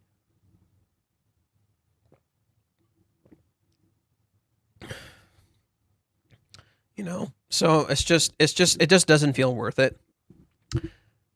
Also, apparently you can take a train from Japan to Taiwan, which is 5 hours. Oh, really? Okay, that explains why mommy's just kind of here. Okay, that explains why mommy's just kind of here. I didn't know that. That makes sense. That explains why mommy's just kind of chilling here. Okay. She has a lot of time to kill, so she can just kind of do that. It is kind of cute seeing Mommy just dressed normally. You don't really see Mommy traveling, you know? And I think that's more of an illusion to the future. It's like there might be more traveling moving forward, which would be kind of cool. Umi's face here is like directly tied to this, which is kind of interesting. Right, the way he looks here.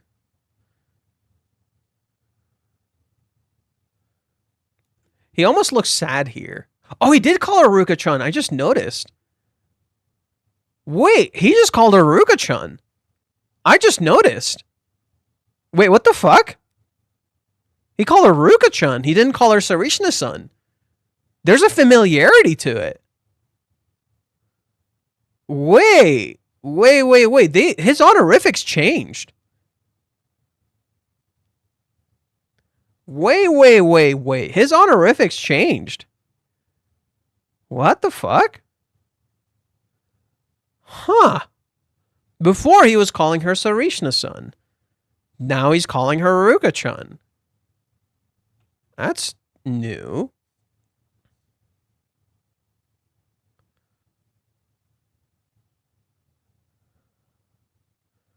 The way they're talking just feels so honest until when Ruka reveals too much info and just kind of freaks out.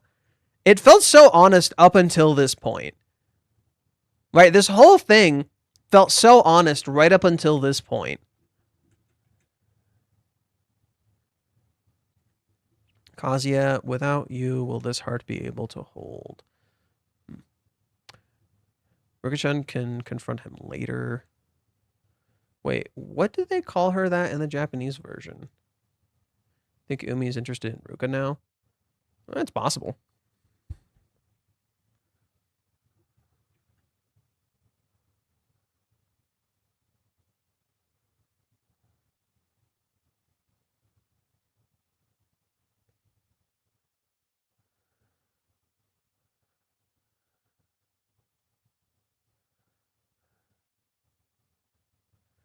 Look at how terrible Kazuya looks when it's happening. Is Umi... So Umi is a good guy? I don't think he's a good or bad guy. I don't think he's a good or bad guy. He's just a guy. He's capable of doing good and bad. But he's talking to her pretty fucking honestly. He's just engaging with her. And I think his mistake was here, where he says, "Have you?" and he starts panicking, right?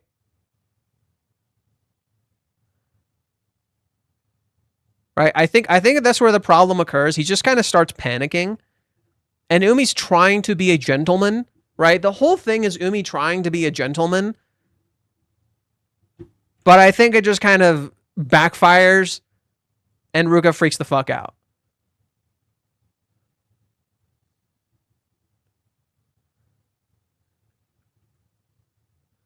Okay, so let's look at this scene carefully. I never should have come. Why did I say those things? I said I was his temporary girlfriend. Right? She doesn't know why she said what she said. She doesn't know why she acted like this. But she knows. Right? She's in shadow. She's lying to herself. Her eyes are closed. She doesn't want to see anything. And I awkwardly hesitated. I just hope that didn't make him suspicious of us. Okay. Maybe I should have given him a stronger warning. I'm such an idiot, stupid dummy. What if he talks to Chizuru-san about this? Okay. If this gets out, Kazuya will hate me. Right? And that's what she said when they first started. Right? When it first began with Ruka's introduction. Good night. Take care. He said, Ruka said, I don't want you to hate me. Nothing good will come from doing this. I was already settled on being number 2, so why? Because you don't want to be alone. You want him to see you as number 1. Right? She knows nothing good will come from this, but she wants change and she doesn't like it. It doesn't matter if nothing good will come from this. You need to confront some issues. It seems like they're getting closer very quickly. throb, so pain occurs. She stops moving. It looks like they met alone sometimes too. I heard Chizuru-chan and Kazuya-kun are actually pretty close. At the very least, she seems attracted to him. Right? In contrast to Chizuru crying a single tear, Ruka tries many tears.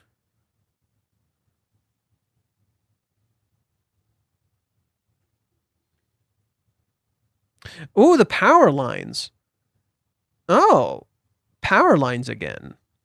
But they're not intersecting. Usually when Reiji shows power lines, they're intersecting. Or when the editor or when his assistant draws them, they're intersecting, but they're separate. I love you so much.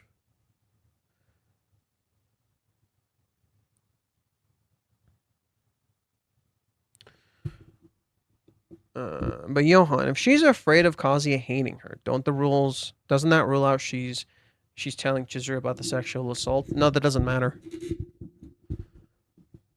It's a paradox. It doesn't matter. She doesn't want Kazuya to hate her, but she wants to change something too. It's a paradox. She says nothing good will come from this. No, something good can come from this. She's already crossed the line. Kazuya could already hate her. There's something she needs to confront. Because if she doesn't confront this, she'll do even worse. I was already settled on being number 2, so why? Because you're not okay with being number 2. You do want something to change. You don't even care if this person hates you. She wants to do it anyway. And a lot of the times it's about what you want to do, you know? You shouldn't not do something because someone may hate you, you know? If you think it's right and you want to do it, you should do it even if you think the person may hate you. And I think that is that kind of selfishness Kazuya and Chizuru may even need themselves, you know? Kazuya should do something even if Chizuru may hate him for it. Right? If that's what he wants to do, he should do it. So maybe Ruka wants to be free. That's exactly it. It's not simply about freedom. So the true freedom you can get in life, in my opinion, is not in literally being able to do anything. It's about being true to yourself. In a world where everything you do is controlled, the true freedom you can find is in yourself. And I think that's what Ruka wants. And I think that's what Reishi is saying. To find true freedom, you must control yourself. And I think that's what Ruka wants. She's denying herself. She's fighting herself against something she wants to do. You know? She should confront this. She should find out. She should know. It doesn't matter if Kazuya will hate her. Even if you love him so much, even if you love him to death, you should do the thing you want to do. It doesn't matter. Right? Now, I'm not saying sexually assault someone. Mind you, I'm not saying sexually assault someone. I am saying you should do what you really want to do. What it is that you actually want to do. Not hurt someone else. Like I'm not saying hurt someone else. I'm saying do what you want to do even if someone doesn't like you for it. Because there will always be someone who doesn't like your decisions. There's probably people who hate me just for saying I like this series. That's it. I just said I like this series and someone will hate me for it. People hate Reiji just for writing a story they don't agree with. Does mommy want freedom too? Yeah, I mean, mommy absolutely wants freedom, but she feels like she can't get it. Right? I think seeing mommy and Ruka at the same time, there is probably an intentional parallel occurring here for sure. Dude, I feel like I haven't streamed in a while. I'm already getting tired at 4 hours. Jesus. I feel like it's been too long since I streamed, so I'm already getting tired.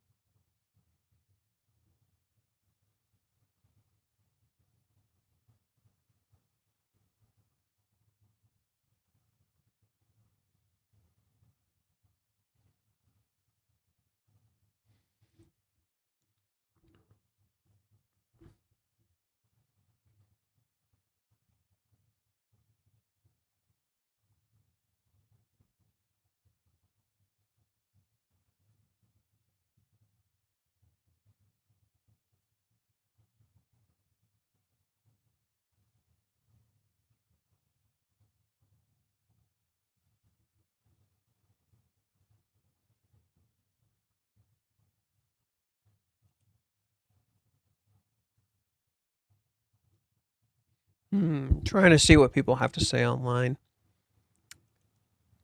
Oh, a Japanese fan wrote their analysis, so we could read that.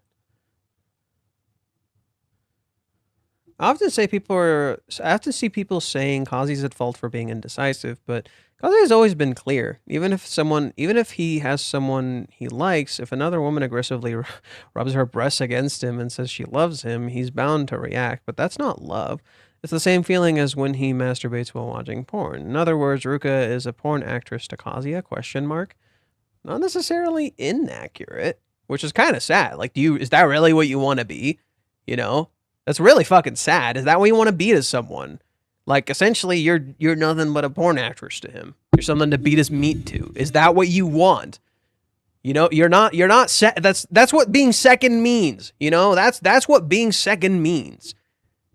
You're essentially just something for the person to beat their meat to. He doesn't love you. You've degraded your own love.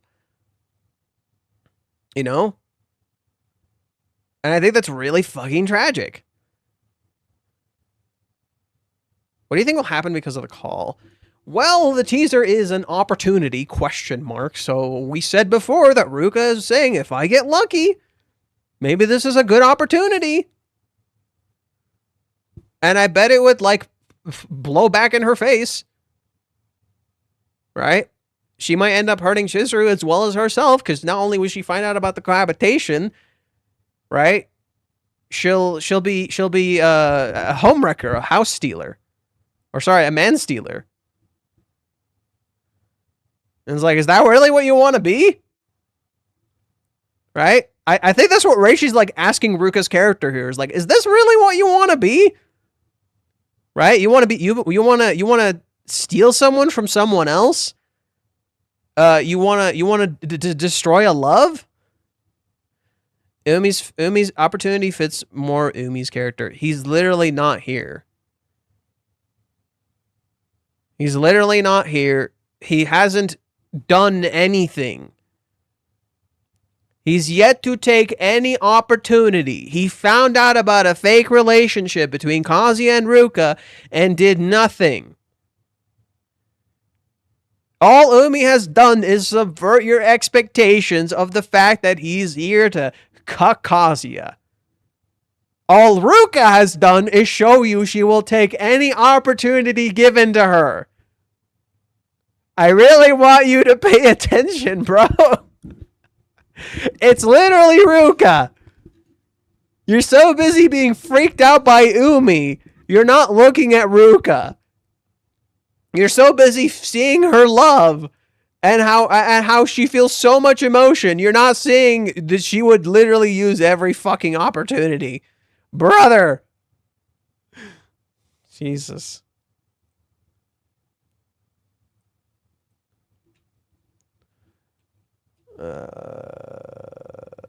Google Translate.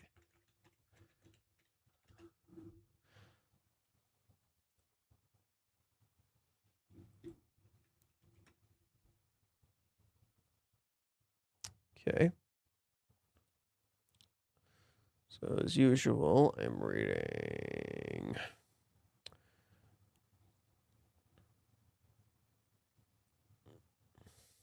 Come on. Come on. What's wrong with you?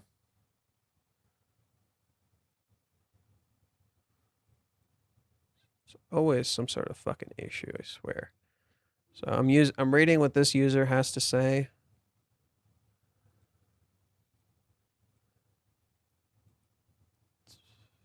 Okay.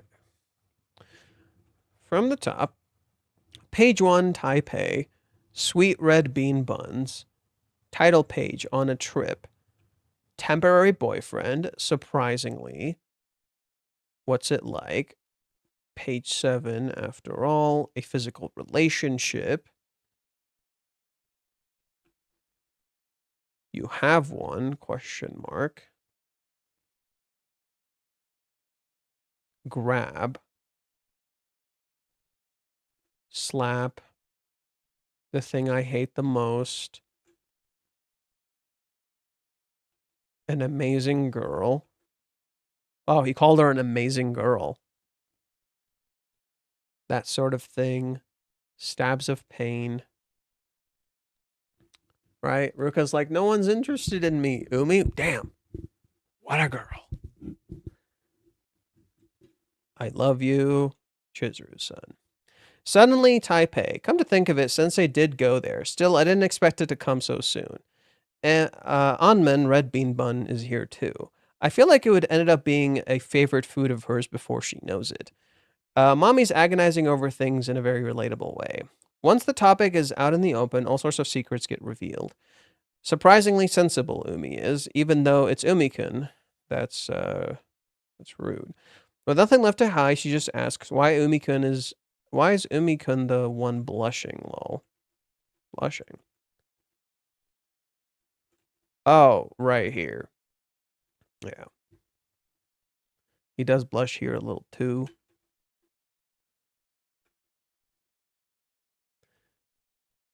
Since it was something done unilaterally, it's debatable whether it actually counts as a relationship in that true sense. Someone you've confided in about things you can't tell anyone else, plus someone in a similar situation. It could look like the start of an Umi x Ruka route, but who knows? Even if the route did happen, it would likely only be for after the issues between Kazi and Chizuru were somewhat resolved. What's with that expression? She looks totally used to this. A massive slap to the face. Oh, this. I guess that really isn't a route here. Oh, this flag of rumors is starting to spread. Yeah, that's what's going on here. Even though he's someone she dislikes, the fact that so the fact that they show rumor kind of spreading about Umi is not a good sign. The fact that they show rumors spreading about Umi is not a good sign. It's something I already thought of too. The fact that she accepted his invitation and confided in him is proof that a tiny part of her still holds on to a what if feeling. It seems her feelings ran deeper than the boundaries she had tried to set. Just then, a call comes out of the blue from Chizuru. But on the flow of events, it looks like Umi-kun might have told Chizuru, prompting her to reach out. Though even if Umi-kun did tell her, I wonder what her motives for calling would be. If Umi-kun were to contact Chizuru, it would likely just to inform her, or perhaps to use the situation as leverage to reconnect. Doubt it. But Chizuru brought the situation about herself, so it's something she's already aware of. Even if Umi-kun told her that something happened to her, she couldn't exactly lash out, given that she was the root cause. She's not the root cause. Everyone keeps blaming Chizuru, and Ruka straight up admits to it right here. Actually, I kind of insisted. Chizuru-san just kind of gave the final push. Oh, look, it's almost like it wasn't Chizuru's fucking fault. Chizuru tends to blame herself, so I don't think she'd complain to or blame Ruka-chan. If anything, she'd probably just stew in her conflicted feelings, which I'd love to see. So I have a feeling the call might be about something else entirely, though I have no idea what the purpose could be. If she declares war here, it'll probably start to feel like a direct confrontation. The preview title is a chance or an opportunity. Chizuru doesn't seem like the type to say a chance, so maybe it's Ruka-chan. This might imply that Chizuru isn't exactly quite so tough, or maybe Ruka-chan senses that and thinks it. If it's Kazuya, though, I still have no clue. So the situation gets revealed. Maybe she asks about it actually drops, or hints regarding that matter. Ruka-chan is flustered about but remains hostile. Will their relationship shift depending on what happens next? Ruka-chan is suffering because of the intensity of her feelings, and then comes the mysterious call, wondering what the purpose is and whether the sparks will fly. Let's hang in there for another week. Okay.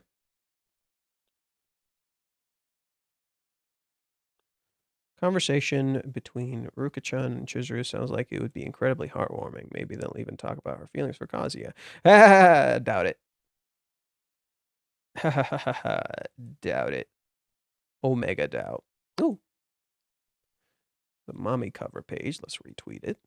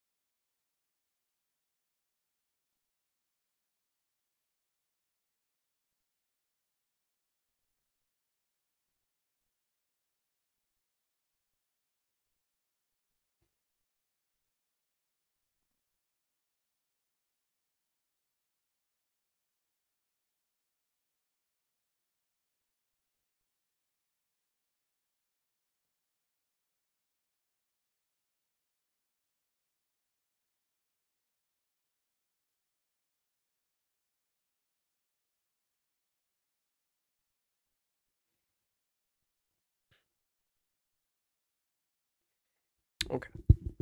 Next week's chapter is going to get interesting because my question for you is, will the date still go Chizuru and Kazuya for July 11th date, right? I have no clue, dude. I have no clue, dude. To me, I've always felt like the July 11th was kind of a red herring. July 11th always felt like a red herring. I was just like, this thing isn't real.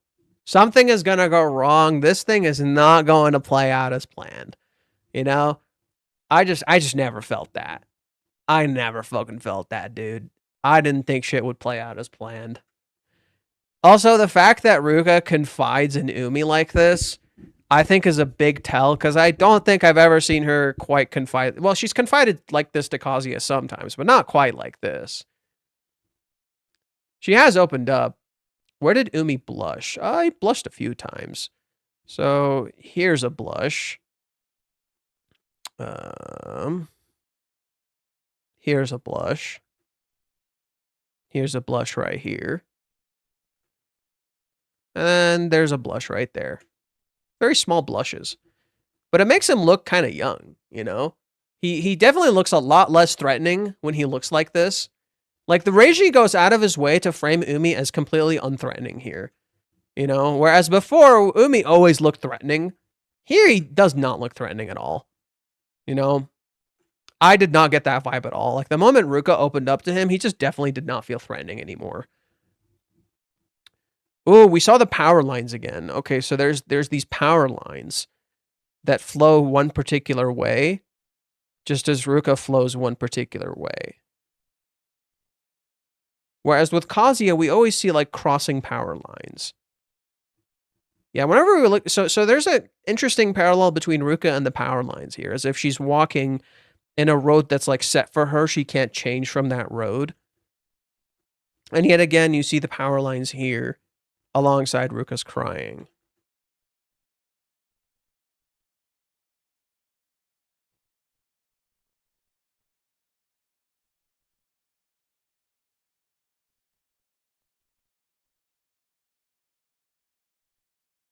There's no break next week, right?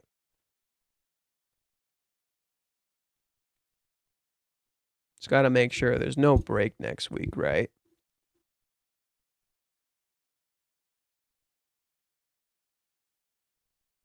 I just know that would piss me off.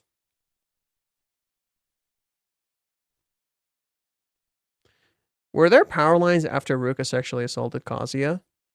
Well, we can find out. So 404.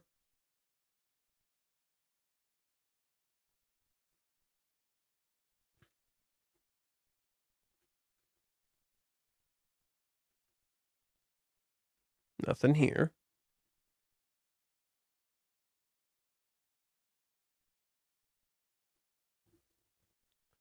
See this dude. Well, you see the power lines right here over Kazuya's house. But they weren't like intentionally highlighted. You see Chizuru on the train, which again, this perfectly ties into this chapter. Right after Ruka sexually assaults Kazuya and Kazuya goes to confront Ruka, we see Chizuru on the train. She doesn't contact Ruka at all. Then now is the opposite, right? Where after Ruka confronts her feelings, they talk. Let's see here. Nothing, nothing, nothing, nothing, nothing. She walks away. Yeah, it looks like she's running through a tunnel. We said this before. Maybe I need to eat something. I'm getting a little hungry. I might go eat something for now, just to take a small break. Go away. Go away. What the fuck?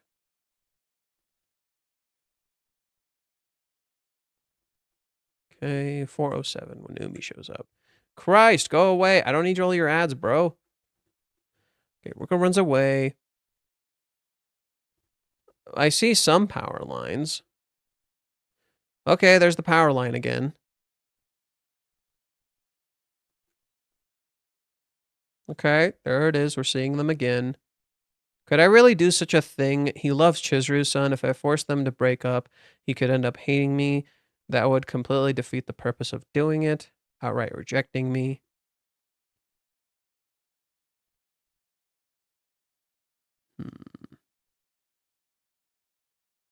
You know, I think I'm wondering if Chizuru is the one undergoing a proper hero's journey. You know, I'm wondering if Chizuru is the one who's undergoing a proper hero's journey. Right? Because Chizuru also left home and then sold her home. Kazuya left home, right, in a car. Right? Maybe Chizuru had her call to adventure via Mini. So maybe, rather than Kazuya giving up, maybe Chizuru might consider giving up, and then she gets someone to help her out not to give up. So maybe Ruka tells her and Chizuru considers giving up. Maybe that could be the flip of the idea. Rather than Kazuya giving up, because it doesn't feel like he's a character who would ever give up, Chizuru could consider giving up, you know? So it'd be interesting if oh my god, there's even more power lines here. Yeah, so maybe Chizuru might consider giving up. And then she goes to ultimately confront Kazuya about it. Who knows? I'm really not too sure. It's kind of hard. It's really not too sure.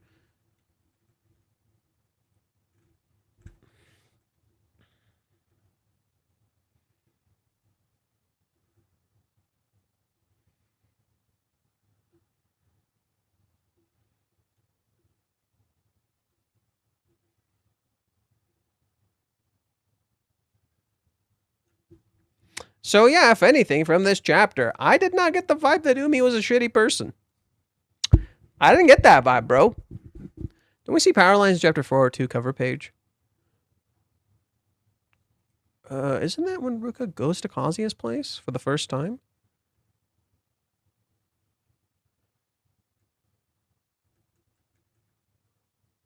Wow, that is a lot of power lines. Jesus.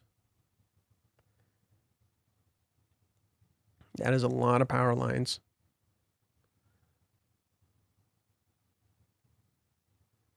Look at how Kazuya used to look. He's a totally different person. Look at how Kazuya used to look. He's a totally different person.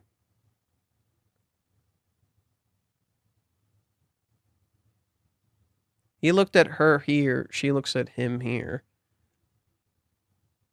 Wow. I like how we haven't seen Kazuya in a little bit. Have you noticed that? So we saw Kazuya last chapter, but he wasn't really in the chapter. 427 is when we first properly shifted to Ruka. And it's like Kazuya slowly but surely faded out from the chapter more and more. Right? It's like Ruka experienced Kazuya what Kazuya experienced with Chizuru. Kazuya faded out from the picture more and more until he wasn't even in it. Damn.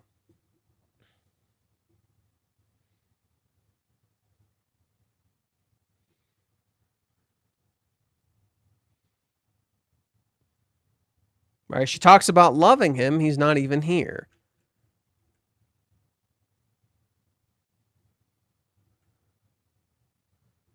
This is about Ruka's feelings. This is not about Kazuya. Right? This is not about... The whole point of this is not about Kazuya. This is about Ruka's feelings for him.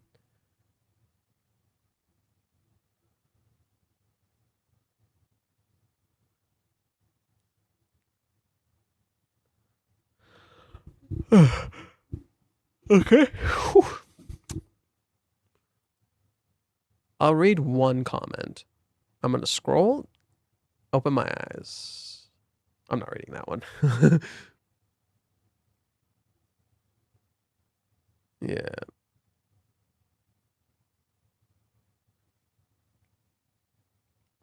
Chizuru avoids Ruka crashes out. I don't think Chizuru avoided it. She just wanted to assume it wasn't happening. Right? Well, that's the thing. These scenes are two different things. These two scenes are completely different. Chizuru was pretending that something was not happening here. Ruka is pretending something is happening here, even though she knows it isn't. Ruka is pretending something is happening here when it isn't. With Chizuru is pretending something isn't happening when it is. The scenes are literally reversed. They're completely reversed scenes. Umi is not hitting on Ruka. He just says a one-liner. Umi is hitting on Chizuru. And he's literally tugging her closer. The scenes are literally completely reversed.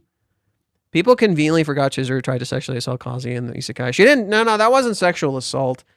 She wasn't trying to sexually assault him. She was trying to kiss him while he was sleeping. That wasn't sexual assault because she didn't do it. Right? She stopped. She didn't do it. But it could have been sexual assault if she did. But she wasn't. She was drunk. She wasn't thinking straight. Now, that's not an excuse, mind you. That's not an excuse, mind you. Nor do I know if I would completely constitutionalize that as sexual assault. You know? It is wrong. Absolutely. You shouldn't kiss someone when they're sleeping. Fuck no. But Chizuru didn't go through with it. She was drunk.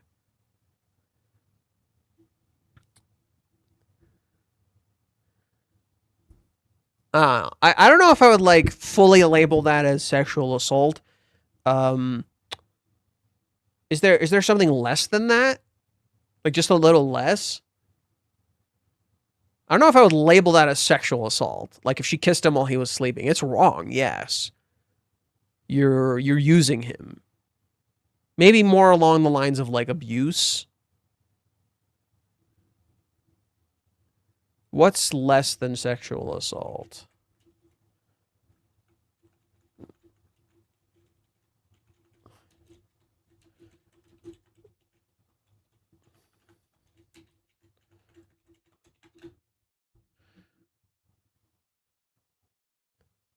Sexual misconduct.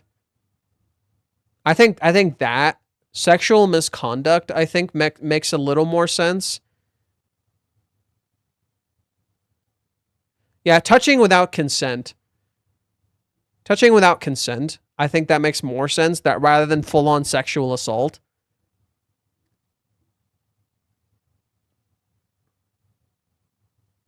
Yeah, it's not sexual violence, nor is it outright abuse, but it is touching without consent, and it's wrong. I don't think that that is constitutional, or not. I don't want to say constitutionalized. Labeled correctly as sexual assault. I don't feel like that's right. Chizuru kissing him when he's asleep is more around maybe touching without consent or sexual misconduct, but I would not call it sexual assault. I don't know. It's still wrong. I'm not saying it's right. I'm not saying it's right. It's still wrong. And the fact that we see, we're going to see that tomorrow. We're going to see that tomorrow. Chizuru's going to try to kiss Kazuya while he's asleep. We're going to see that tomorrow. So it is wrong still, absolutely. Umi sure is sneaky, huh? Always managing to say what a person wants to hear the most. Also, I like how why do people read him as sneaky in this chapter? I didn't get that vibe at all. I really did not get that vibe at all from Umi in this chapter, dude. That's not how I read it. I did not read Umi as sneaky here, bro. That is not how I read his character here. That's not how he's presented, even. I don't know, dude. I don't know if people are getting this. That is not how I read his character. That did not feel sneaky to me. It felt really honest. I like how Ruka shows that Chizuru is seemingly the only one who can see through Umi. What? Besides that, the rest wasn't anything new, to be honest, but the setup in the end is really interesting. Just really trying to fix stuff. I think rather Ruka came to a realization just as Kazuya came to a realization. I don't think that's a coincidence that right as Kazuya came to a realization about his feelings for Chizuru, Ruka came to a realization about her feelings for Kazuya. Right? Whereas Kazuya, like literally these two scenes are kind of inverted, right? These two scenes are kind of inverted. So let me download this chapter so I can show you what I mean.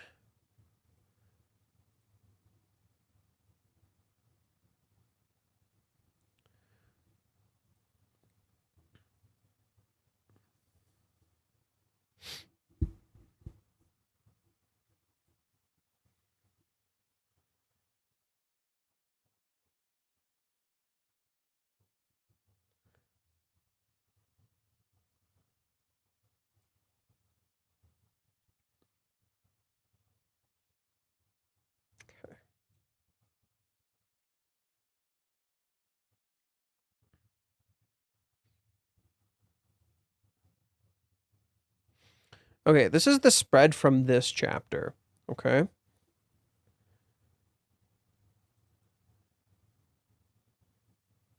Right, this is when Ruka just accepts that she doesn't want to be second and then she actually loves Kazuya.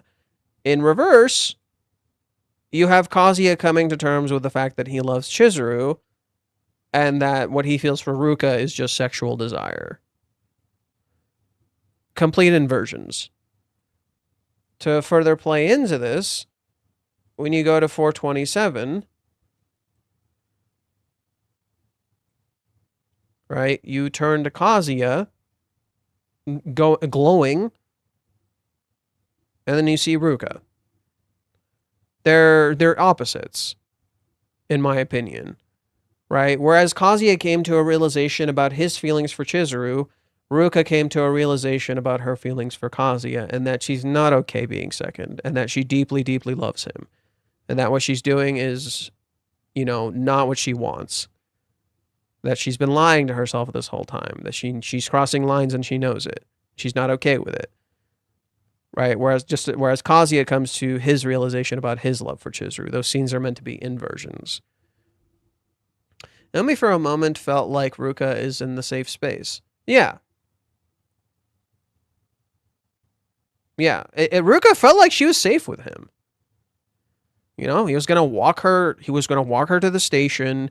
He wasn't touching her. He sat next to her. He just kind of listened and talked. Notice how he never tries to intentionally touch her at any point until she almost falls over. He's literally creating a safe space.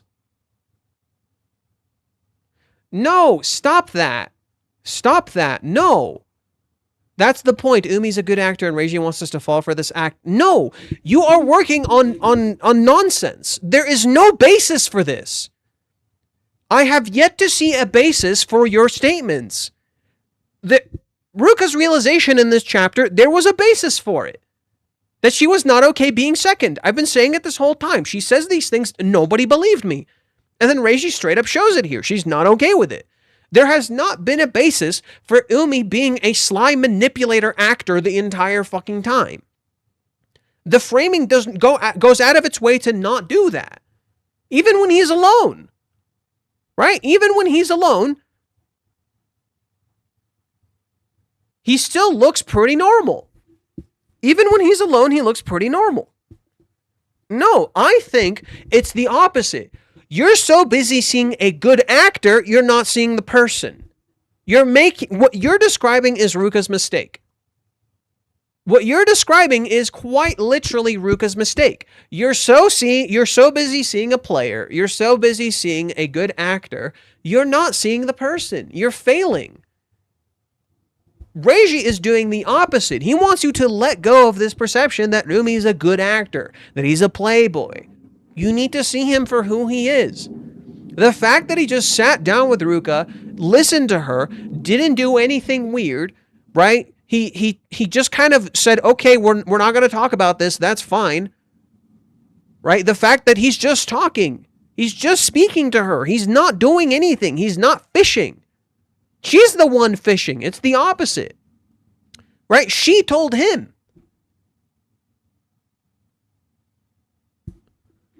Now imagine how Ruka would feel if she learned she could potentially be a third behind Chizuru and Mami. Umi's meant to be deceptive. He looks like he's going to do something bad. Then it turns out to be the most normal and somewhat helpful thing there is. The only time I have seen him do something straight up bad was in the movie arc. And we still don't have context for that. We still don't know what the fuck was going on with him then. And I think to me, there is a small tell in this chapter when he talks about Ruka's mental health and that she's been at this for a year. I think that to me is a hint of his past relationship. Maybe he had his relationship with Nanaho. Maybe either his mental health was impacted, or maybe Nanaho's mental health in the relationship was impacted, or maybe both. And the fact that Umi talks about mental health is a big tell for me. Mental health is a big talk here. Kazuya's mental health is in fucking shambles.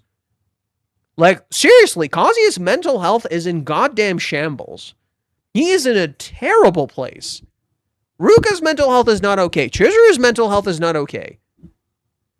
Right? These characters are falling apart.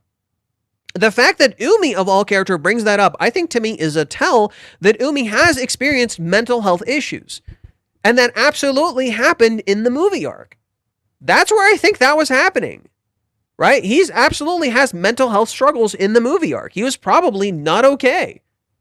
He's probably in a really shitty fucking place. Because that's how the series started. The series started with Kazuya being in a terrible place. Right? The series deals with depression. Social anxiety. Kazuya is much closer to rock bottom than people realize. Yeah, and nobody can tell, not even his closest friends. Nobody can clock that Kazuya is in a terrible place. He is doing horrible.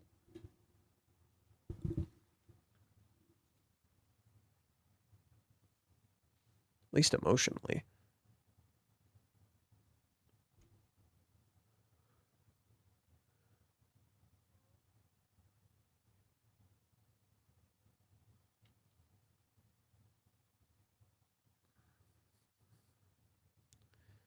Right? Umi is seeing signs here, right? Like when he sees like this, he's like, oh, okay, I'll tell you. And she's just like, no, never mind. I forget I asked. And he's like, okay, the more I think about it, this really can't be good for you. Right? This is clearly not good for you. And she doesn't clock it. Right? She's not processing what he just said. He's like seeing something completely different. Ruka-chan, well, you see.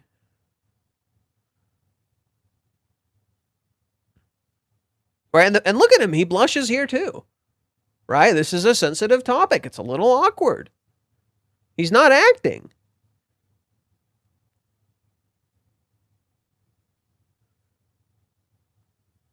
Since this is a trial, I doubt the two have done anything physical. Well, for him as well, it's hard to believe he's lived like this for a year and a half, right? And he's starting to process, wait, there might be a problem with Kazuya too. Wait a second, there might be a problem for him too. Right? Even Umi starts clocking it. Wait, this might be an issue for him too, actually.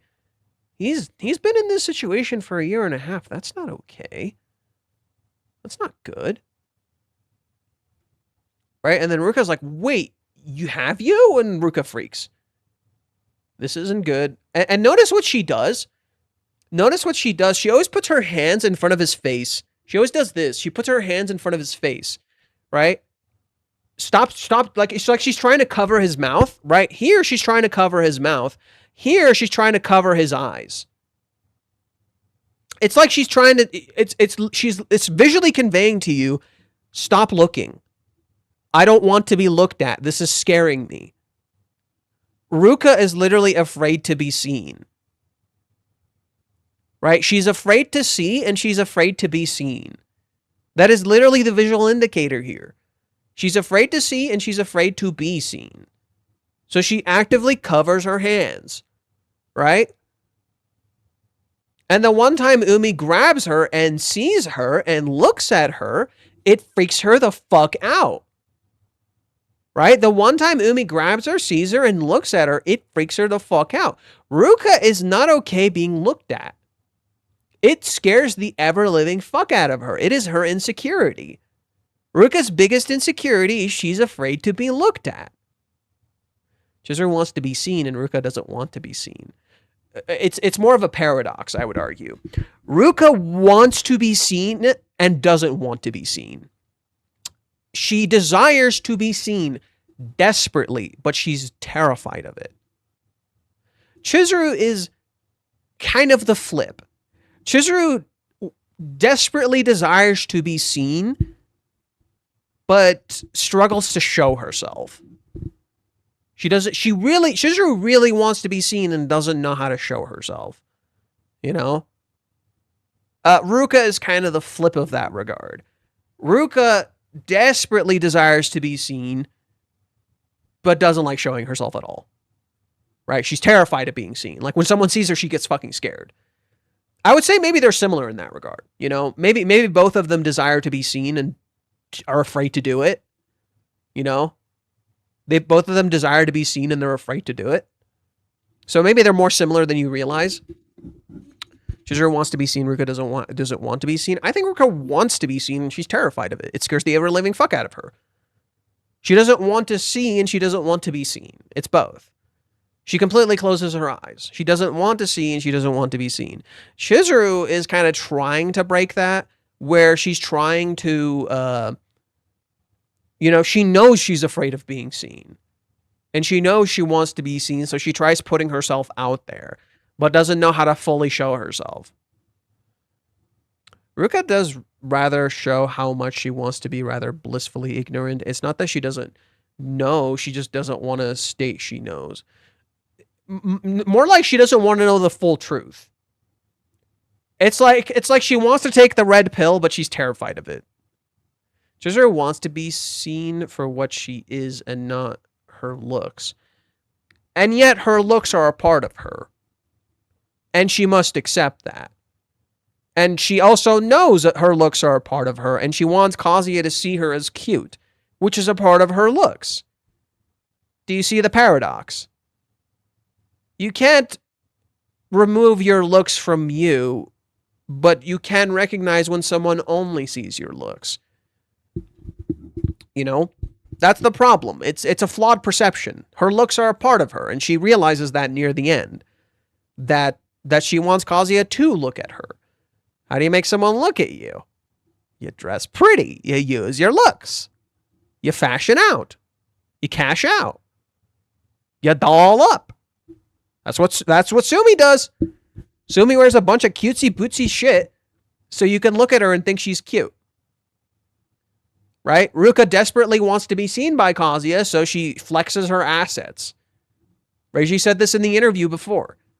Right? Ruka literally flexes her assets so that she'll be looked at because she desperately wants to be seen by Kazuya. One could also say that she wasn't willing to see. Ruka doesn't want to see, but she wants to know. And she's afraid to see, and seeing is painful. Right, you literally see it right here. Her eyes are closed. Even when she's crying, her eyes are closed. Even when she stands here, she's in shadows. I think one of the things I like about this particular shot is up until this point, Reiji has been drawing Ruka with this like hourglass shape, right? So the hourglass shape, for those who don't know, like maybe you do, most women are drawn with this like hourglass shape. The hourglass shape is very like kind of ridiculous. It's not really like real. It's kind of pretty fucking ridiculous. But Ruka up until this point has been drawn with that hourglass shape to look very seductive and attractive. But look at how he draws her here. This is like the most human, normal body build Ruka I've seen. She literally looks like a normal ass person. Like the body build here looks right. She looks like a normal person. The waist, the legs, the center of the body, even her arms. They look like everything looks properly sized. Suddenly Ruka feels a lot more human. You know, suddenly Ruka feels a lot more human. Right? Even here you can kind of see the hourglass shape a little bit. Right? Even here you can kind of see the hourglass shape a little bit.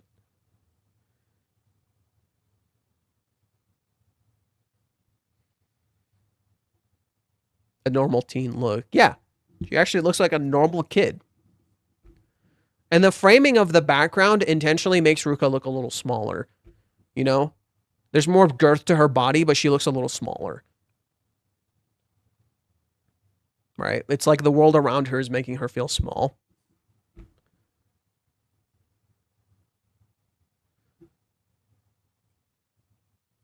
I bet Jaws is happy that she's crying. That's my bet, bro. I bet Jaws is having the time of his life that Ruka is crying, and I hate it. I hate it. I hate it when people take pleasure in others' pain. I've never liked that. Never been a fan. Never liked it.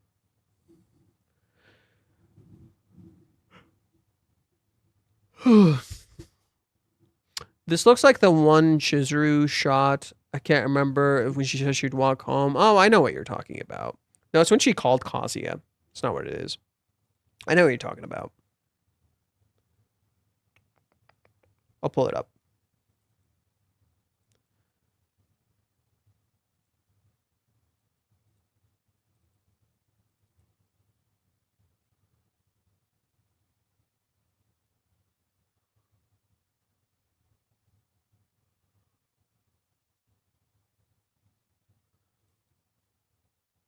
This is probably what you're thinking of.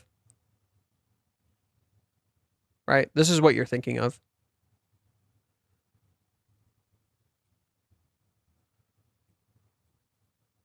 They're kind of inversions in a way. Ruka stands in a world of light, and she's in shadows. Chizuru stands in a world of shadows, literally in the night, and she's in light. They're complete opposites. They're literally yin and yang. Right? They're literally yin and yang. Right? Chizuru has her phone in her arms. Her eyes are wide open. And she stands in the night. She has a bag she's holding with her arm. Right? They're even dressed differently. Chizuru's wearing black. She's fully sleeved, but it's a dress. Ruka's wearing pants, no sleeves, and her bag is in her shoulder. In another way,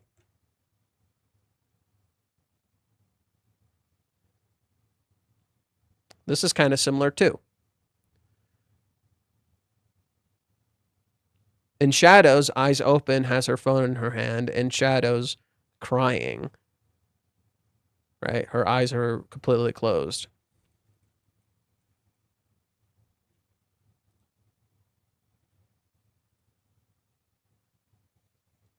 There's these two shots. Ruka looks down from the sky, and it's the night sky. Or no, sorry, Ruka looks down from the sky, and it's a fully normal sky. Chizuru looks up at the sky, and the sky is a night sky, and she sees the moon. Yeah. These scenes are like totally reversed. That's cool. And then the chapter ends with Chizuru walking ahead while Ruka is crouching down. Chizuru looks up, right? Chizuru is wide awake in the night. Ruka is asleep in the day. Ruka crouches down, Chizuru walks up. They're total opposites. Ruka gets a call. Chizuru puts her phone away, right? Ruka gets a call. Chizuru puts her phone away. Total inversions. Cool. So whereas the call with Kazuya ended up ending well, I think this call with Chizuru is going to go horribly. And I think a huge part of it has to do with the fact that Ruka has a cold screen on her, she's going to talk to Chizuru through a phone, a cold screen. Oh, the camera's off? Why? Wait, why? What the hell? But the phone is charging. Yeah, the phone's fully charged. What the hell? Why did it turn off? Oh, I got a call? Who did I get a call from? Okay, so it sounds like someone called. Give me a sec. I gotta see what the dealio is.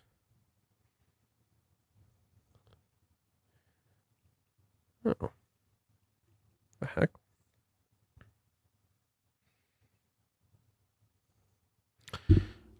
Give me a sec, gang. I'm gonna just turn off the volume for just a moment. I'll be back in a sec. I'm just turning off.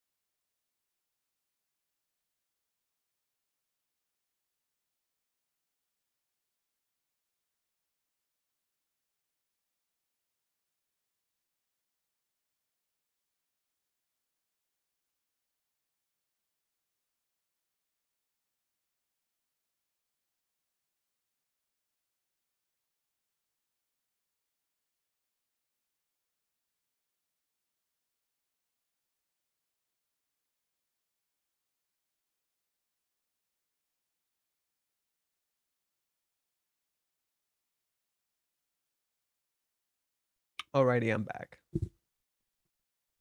Made some adjustments. Even changed my shirt. Got a little more comfortable. So what was I saying? Oh, so I saw that Crumpy sent me something. So let me pull that up really fast. I saw Crumpy sent me something. So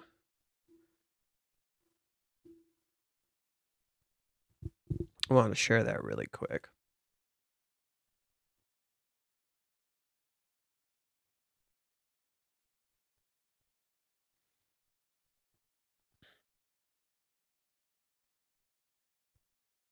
So Crumpy says that the word Kazuya uses in chapter 405 for sexual assault thing with Kazuya is this. He uses this word, overbearing, corrosive, pushy, forcible, high brand, or high-handed. Okay, so he doesn't say sexual assault. However, it is pronounced the same way as rape and sexual assault.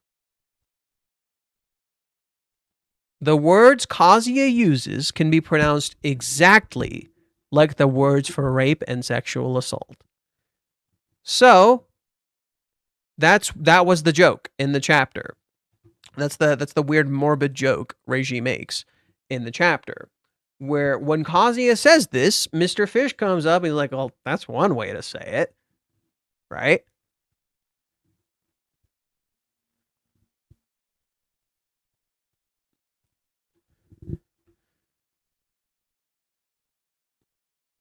That's one way to phrase it.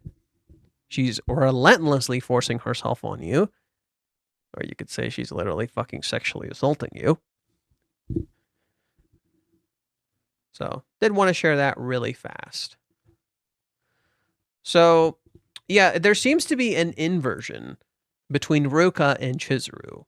You know, whereas Ruka looks down and cries, Chizuru looks up and hopes.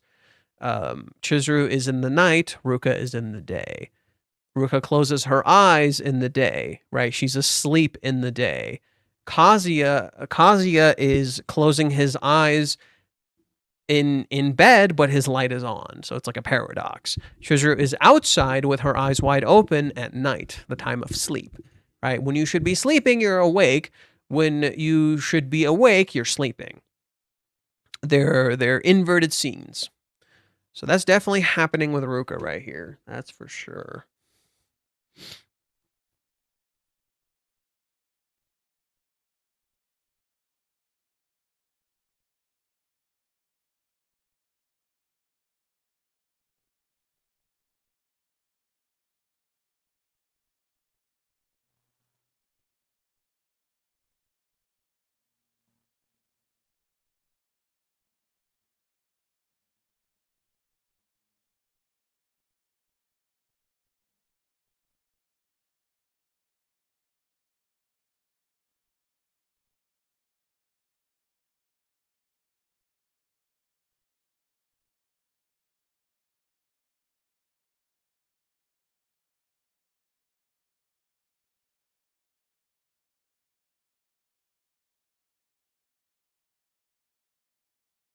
Tomorrow anime reaction stream. So tomorrow, I don't leave work until 11, but at 1 o'clock I have a doctor's appointment. So I'm not sure if I should just save it after the doctor's appointment, so like 2 o'clock or something, when it might be when I do the stream. That might be the plan, like around 2 o'clock is when I do the stream, so after the doctor's appointment. Which would be later than I had hoped, but not too bad necessarily.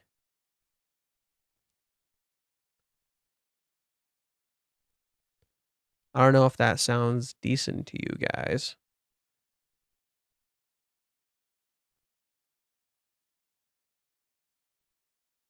The anime finale, and I can't even take the time to watch it. And we'll probably get an announcement for season 6. I wouldn't be surprised.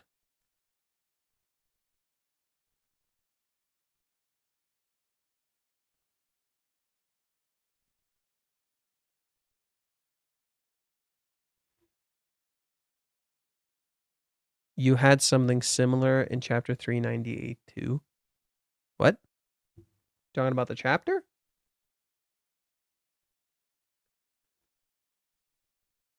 Season 6, Kohan's 7th date. Oh, yeah, season 6 is the cohabitation. Season 7 is the date. Probably.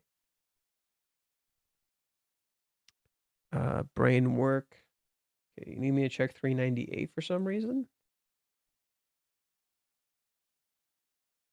Oh. It's not quite the same, but I see what you're talking about. It's not quite... The heart beating, for sure. These kind of look like inversions, if you look at it closely. Yeah, you can kind of see something similar, huh? Huh. That's kind of cool. Even that has something similar, so let me pull up that inversion again.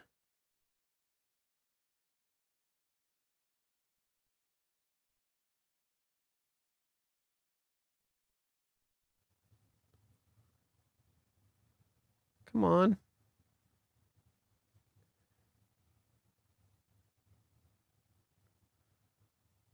Brother, please. Be better. Yeah, so there is something similar here. It's not quite the same, mind you, but it's similar.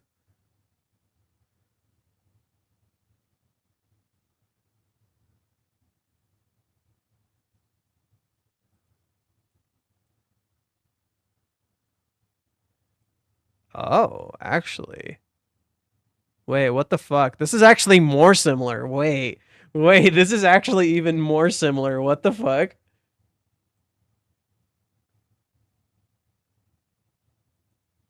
Wait, this is even more similar. What the fuck? Wait, that's kind of trippy. Wait, that's actually kind of trippy. This is even more similar. Wait, this is even closer. That's kind of trippy. That's even closer.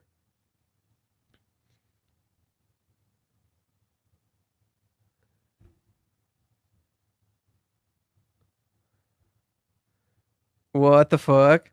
That's even more trippy. Wow. Tell me, Johan, what you think the meaning when Ruka or Chizuru close one eye while talking. It's a partial lie. Usually, the immediate assessment is that it's a partial lie. So... Is there a scene where Ruka does that here?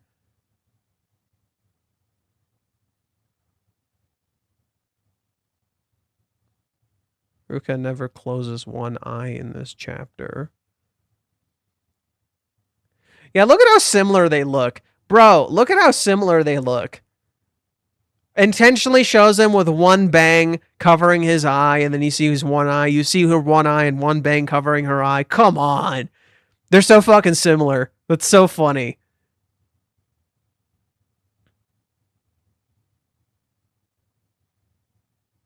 I like how he puts his hands in his pockets here again. Once she slaps him and shit and runs away. That's so funny.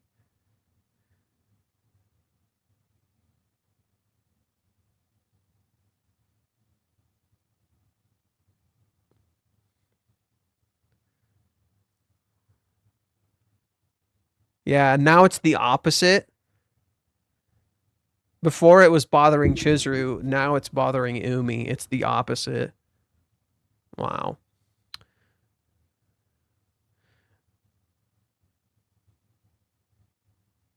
Yes, she does that for the first time when asking him how many girls he loves last chapter. Yeah, she's partially lying.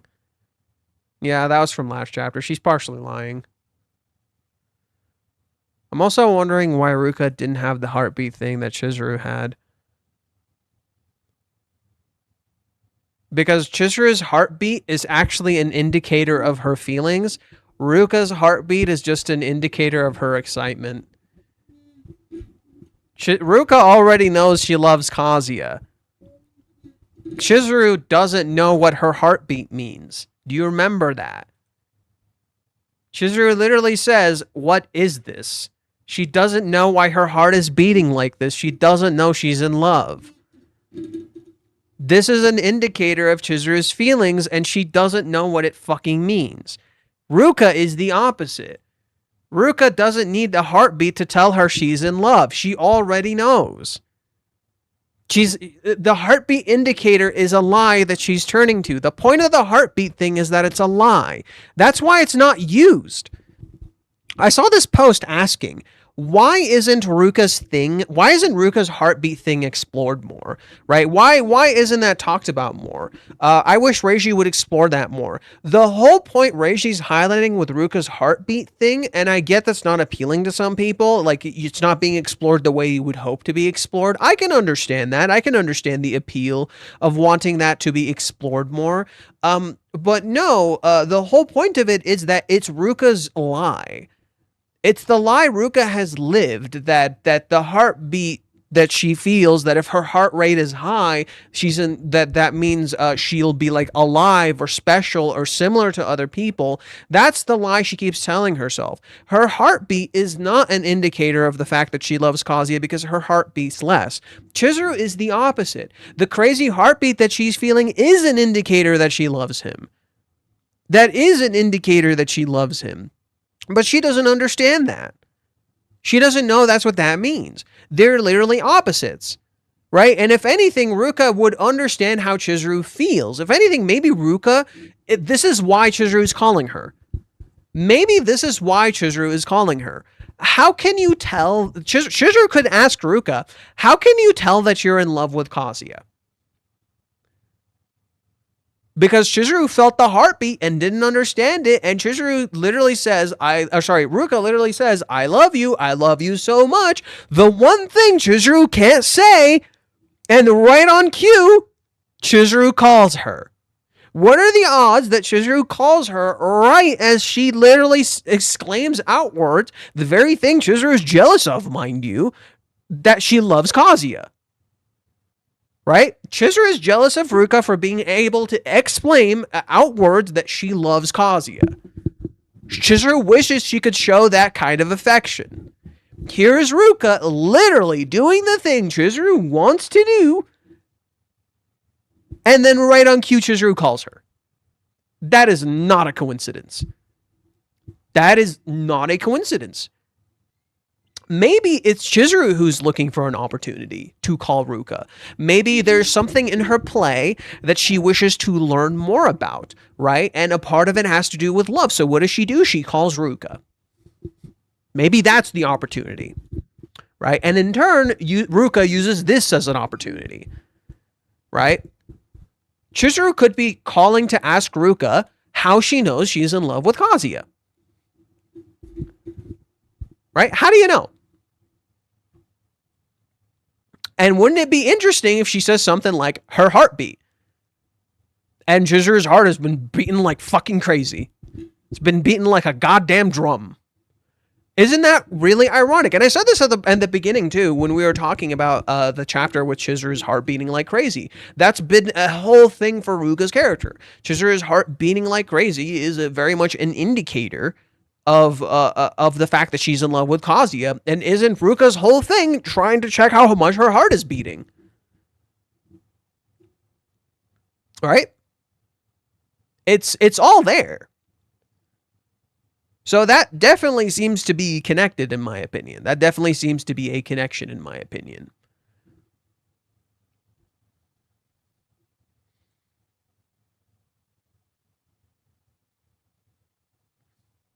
Season 67. Oh, my brain. The stupid 67 number. Been stuck with it since we started. Since it started. Oh, hey, let me see if I can. I don't think there's anything on Twitch. Yeah, Twitch has been quiet. So what I'll do is I'll pull up my analysis that I made regarding Ruka's heartbeat. Because I'm pretty sure I talked about it. Heart beat.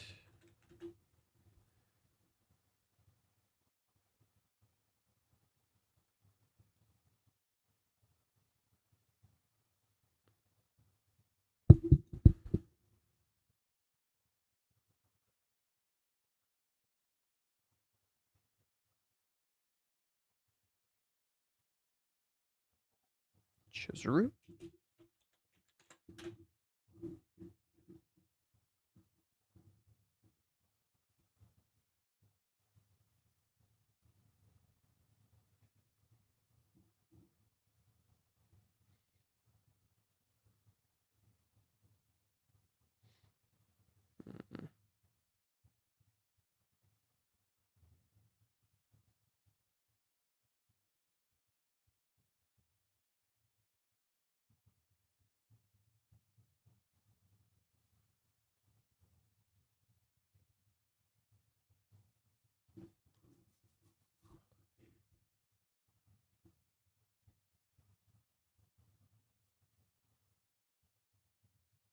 Could have sworn I wrote something. Where'd it go?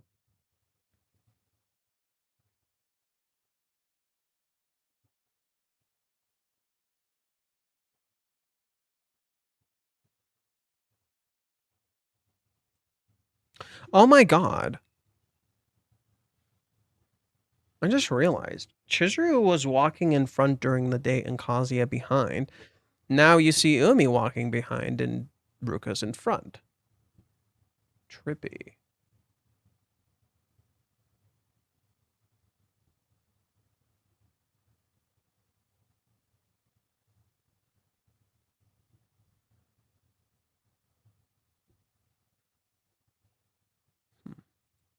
Let's try this.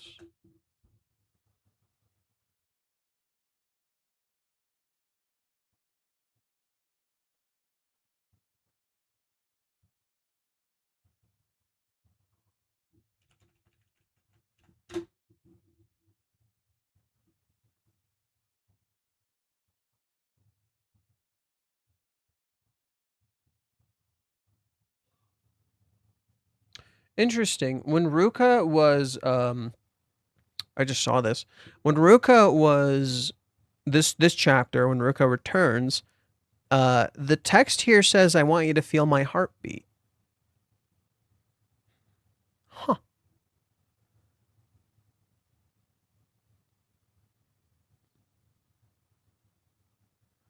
Okay. Chizuru is the real love that Ruka does not understand.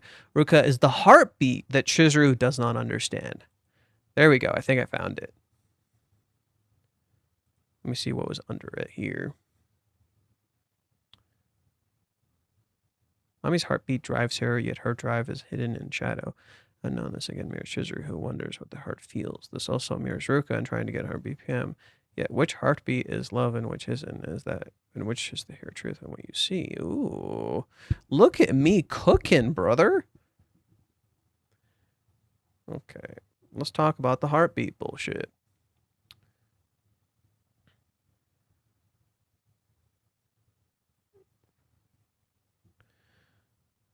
Okay.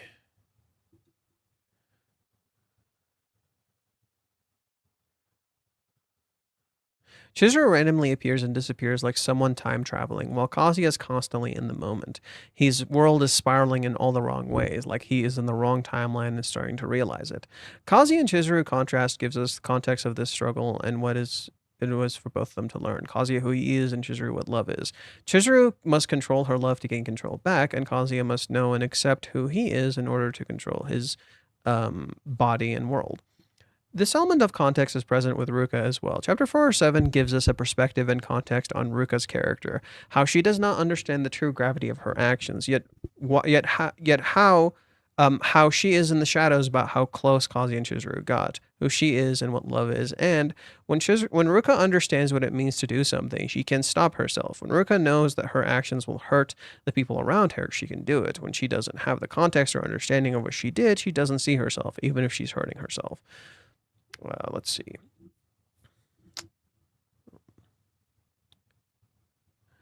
By the midpoint, Ruka attempted to do something bad to get what she wants, thinks of what it actually means and stops. Her words are no longer in her head but spoken loud. She is active now. Words on the floor say stop as a pickup artist tries to hit on her and gets shut down. It even looks like She's angrily telling the pickup artist to leave her alone if you don't read the words. She is no longer passive. Ruka is between Chizuru and Kazuya. She time traveled like Chizuru, and she feels the heartbeat she does. She may understand Chizuru more than anyone knows. She is like Kazuya in that she seeks control. She is trapped between passivity and activity. One moment lost in time and not fully processing what she did, the next awake and actively choosing. Ruka appears like the problem. She may very well be the solution, the answer Chizuru seeks. Ruka is the other half of the coin. Chizuru is the real love that Ruka does not understand. Ruka is the heartbeat that Chizuru does not understand. But this matters to Kazuya too. It's understanding what he is doing wrong with Ruka. Kazuya can understand what's happened with Chizuru. Kazuya is experiencing two things with Ruka, trauma and desire. Kazuya has repressed a lot of his desires out of fear of them. He tries to separate his lust from his love, which are two sides of the same coin. On the other hand, he feels betrayed by his body and by Ruka. This betrayal acts twofold. When he feels guilty for Chizuru, he also secretly feels guilty for Ruka, because he already did before Ruka did what she did. When he feels desire for Ruka, he feels betrayed by his body, which makes him hate himself and not recognize that he was hurt. Chapter 4 and 5 lays it out for us in detail. Kazuya first wishes to erase what happened, viewing himself as guilty and wiping his underwear like it's a bloody knife. But he can't actually erase it. He feels guilt for Chizuru and says sorry. He also feels lust for Ruka and then anger at himself. So where is the part where... okay, we talked about the hero's journey. Where is the heartbeat thing? I felt like there was more to the heartbeat thing.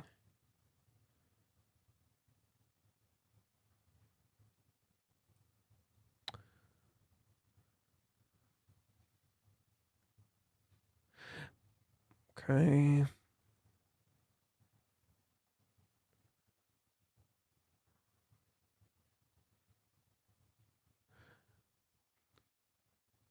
Chizuru literally falls over, literally falling in love, fitting considering her heartbeat is a reference to Kazuya in 17, which was after Chizuru literally fell in the water and Kazuya jumped in to save her. To me, this holds a double meaning. On one hand, Chizuru is actually confused about her actions and is literally acting weird, barely able to keep up normal tasks and thus confessing without realizing. On the other hand, she's also aware she is in the midst of love and is new to it. Chizuru literally sits under a tree when she feels her heart beating. That's Kazuya's last name, under the tree. When we first cut to Chizuru, again, she is under a tree, and you'll notice the ground near her is cracking from the roots. Her very footing is unstable as she is. This matches how Kazuya is literally deep in the heart, that is destabilize the very foundation of her footing. Okay.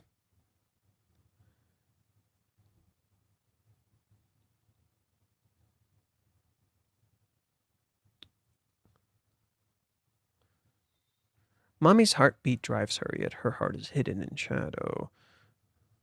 Okay.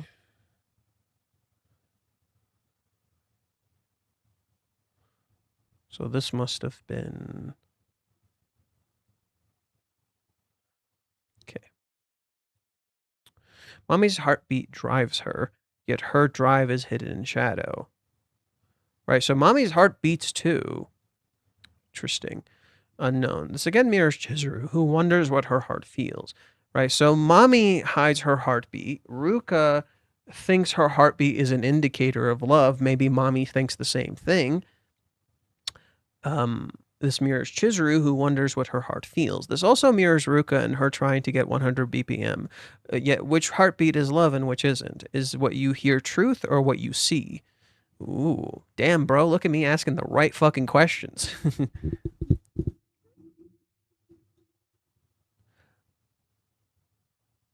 Mommy's home has people, yet it is but shackles to her loss.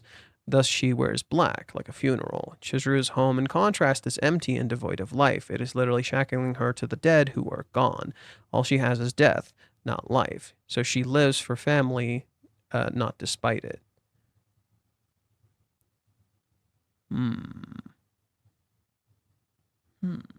Okay, so the 100 BPM thing, like I was talking about that earlier. So there is a connection between Ruka and Chizuru. Absolutely. Let's see. Oh, should go back to Twitch. Oh, someone is in Twitch. Oh yeah, by the way, if you guys haven't followed me on Twitch, please do so. I think there's like there's something that needs to be done so I can get the affiliate status. I forgot what it is. I gotta double check like what they wanted me to do so I can get the affiliate status. I'm missing like one thing, I think. Yo, what's up? How are you doing, man? Men? Okay. So let me check what they want from Twitch so I can get the weird affiliate status. Creator dashboard, I think.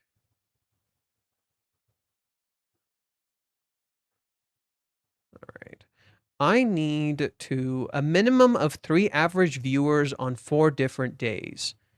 Okay, so I need at least 4 of you on my Twitch stream. I need at least 4 of you guys on my Twitch stream every time I stream. Is that possible, gang? Is that possible, gang? I'd appreciate that.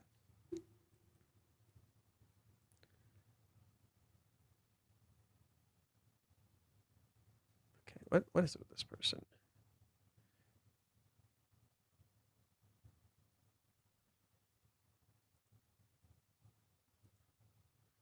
I'm Twitch side every time. Yes, but I need at least 4 people, apparently.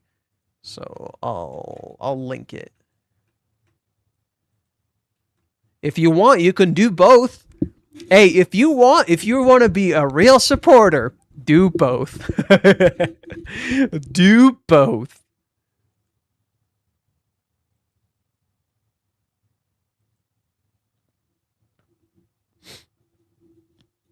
I would appreciate it if more of y'all can hop in to the Twitch side. We need to do it for at least 4 days. Okay? We need to do it for at least 4 days. So I need at least 4 to 5 of you on Twitch side.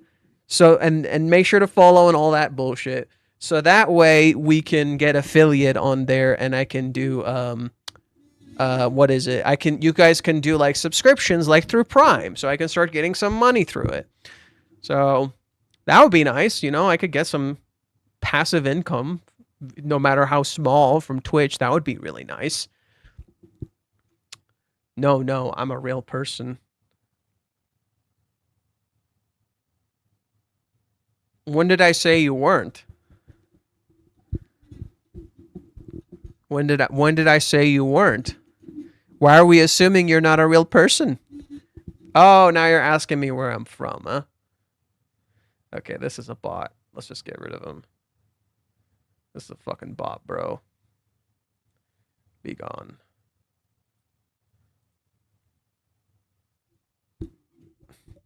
No. I'm a real person. No, guys. I'm a real person. Let me double check how long it's supposed to be. Like, how long people are supposed to be in the chat. Okay. So how long do they want me to keep people in the chat? Like, are they supposed to stay a while?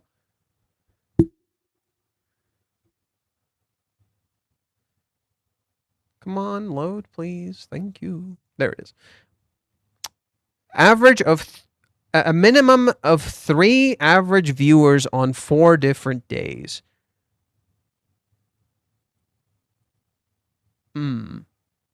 Okay. So it's 3 actually on 4 different days. Stream 4 hours a month? 4? That's it? Just 4 hours? Really? Minimum of 3 average viewers a month. So does that mean they have to stay a while? I think that means you guys got to stay a while. Right? So I think the idea is for some of y'all to stay a while. What the fuck is happening here? I don't know. What is happening. Marcelo was a bot. Yeah, I wouldn't be surprised. How did you know he was a bot? We haven't seen him in ages. I banned the shit out of him. So how do we know he was a bot?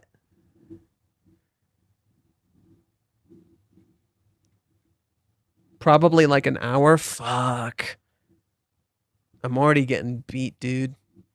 Okay, so in the future, I'd like at least like 5 of you to just be on Twitch.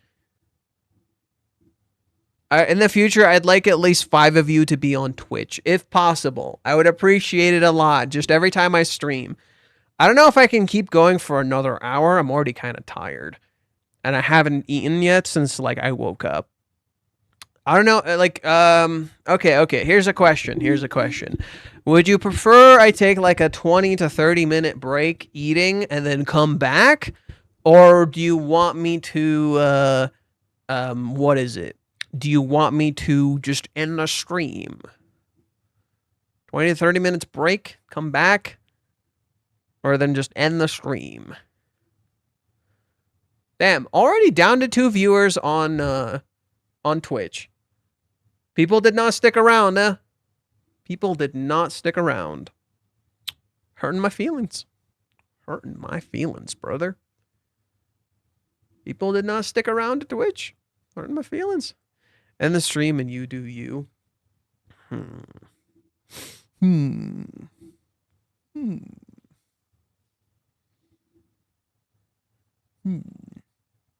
If you stream, I can be there. That's not a problem. Prometheus. Do I know you, Prometheus? Are you from Twitch side? Or sorry, from YouTube side? Is Prometheus from YouTube side? Prometheus. Promathia. Yeah, I was doing the Final Fantasy 14 raids that are a reference to Final Fantasy 11. And they're like the god of that world is like called Promathia. So that's cool. You know me, right? Yeah, Goku. Goku-da. Goku-da. Prometheus. Oh, you're Jorg. Oh, you're Jorg. I think I saw. Yeah, I think that's your name on. Yeah, it is. It's your name on Discord. Yeah, Prometheus is Jorg. Okay.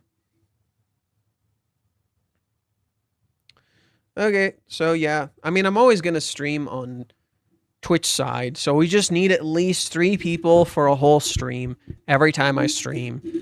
If possible, I would really appreciate that. Just at least 3 people. Consistently.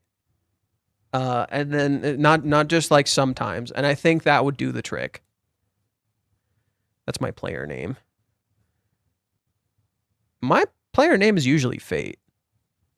Yeah. My YouTube name is my player name. It's usually Fate. Okay, I think what I'm going to do is I'm going to take a small break. And I'll come back in a bit. And then I'll decide once I come back if I'll stream a little longer or if I'll end it. Okay? I have 3 phones in home. I could watch the streams in that always. Jesus. Oh my god, why does it bump up to 6? It bumped up to 6. I think the only time I've seen like 100 on Twitch was when that random Twitch streamer who had like a lot of followers rated me and they all dipped. They're like, oh, I don't care. You're not my streamer. You talk about stupid shit. I don't care. Bye. Fate scratches his head when he saw my Discord. I have 4 different names. Nothing matches up. Lol. Probably. Okay. Okay. So I'm gonna take a small break. I'll be right back. I'm gonna go eat something. I'm a little tired. And then we'll see where we go from there. BRB.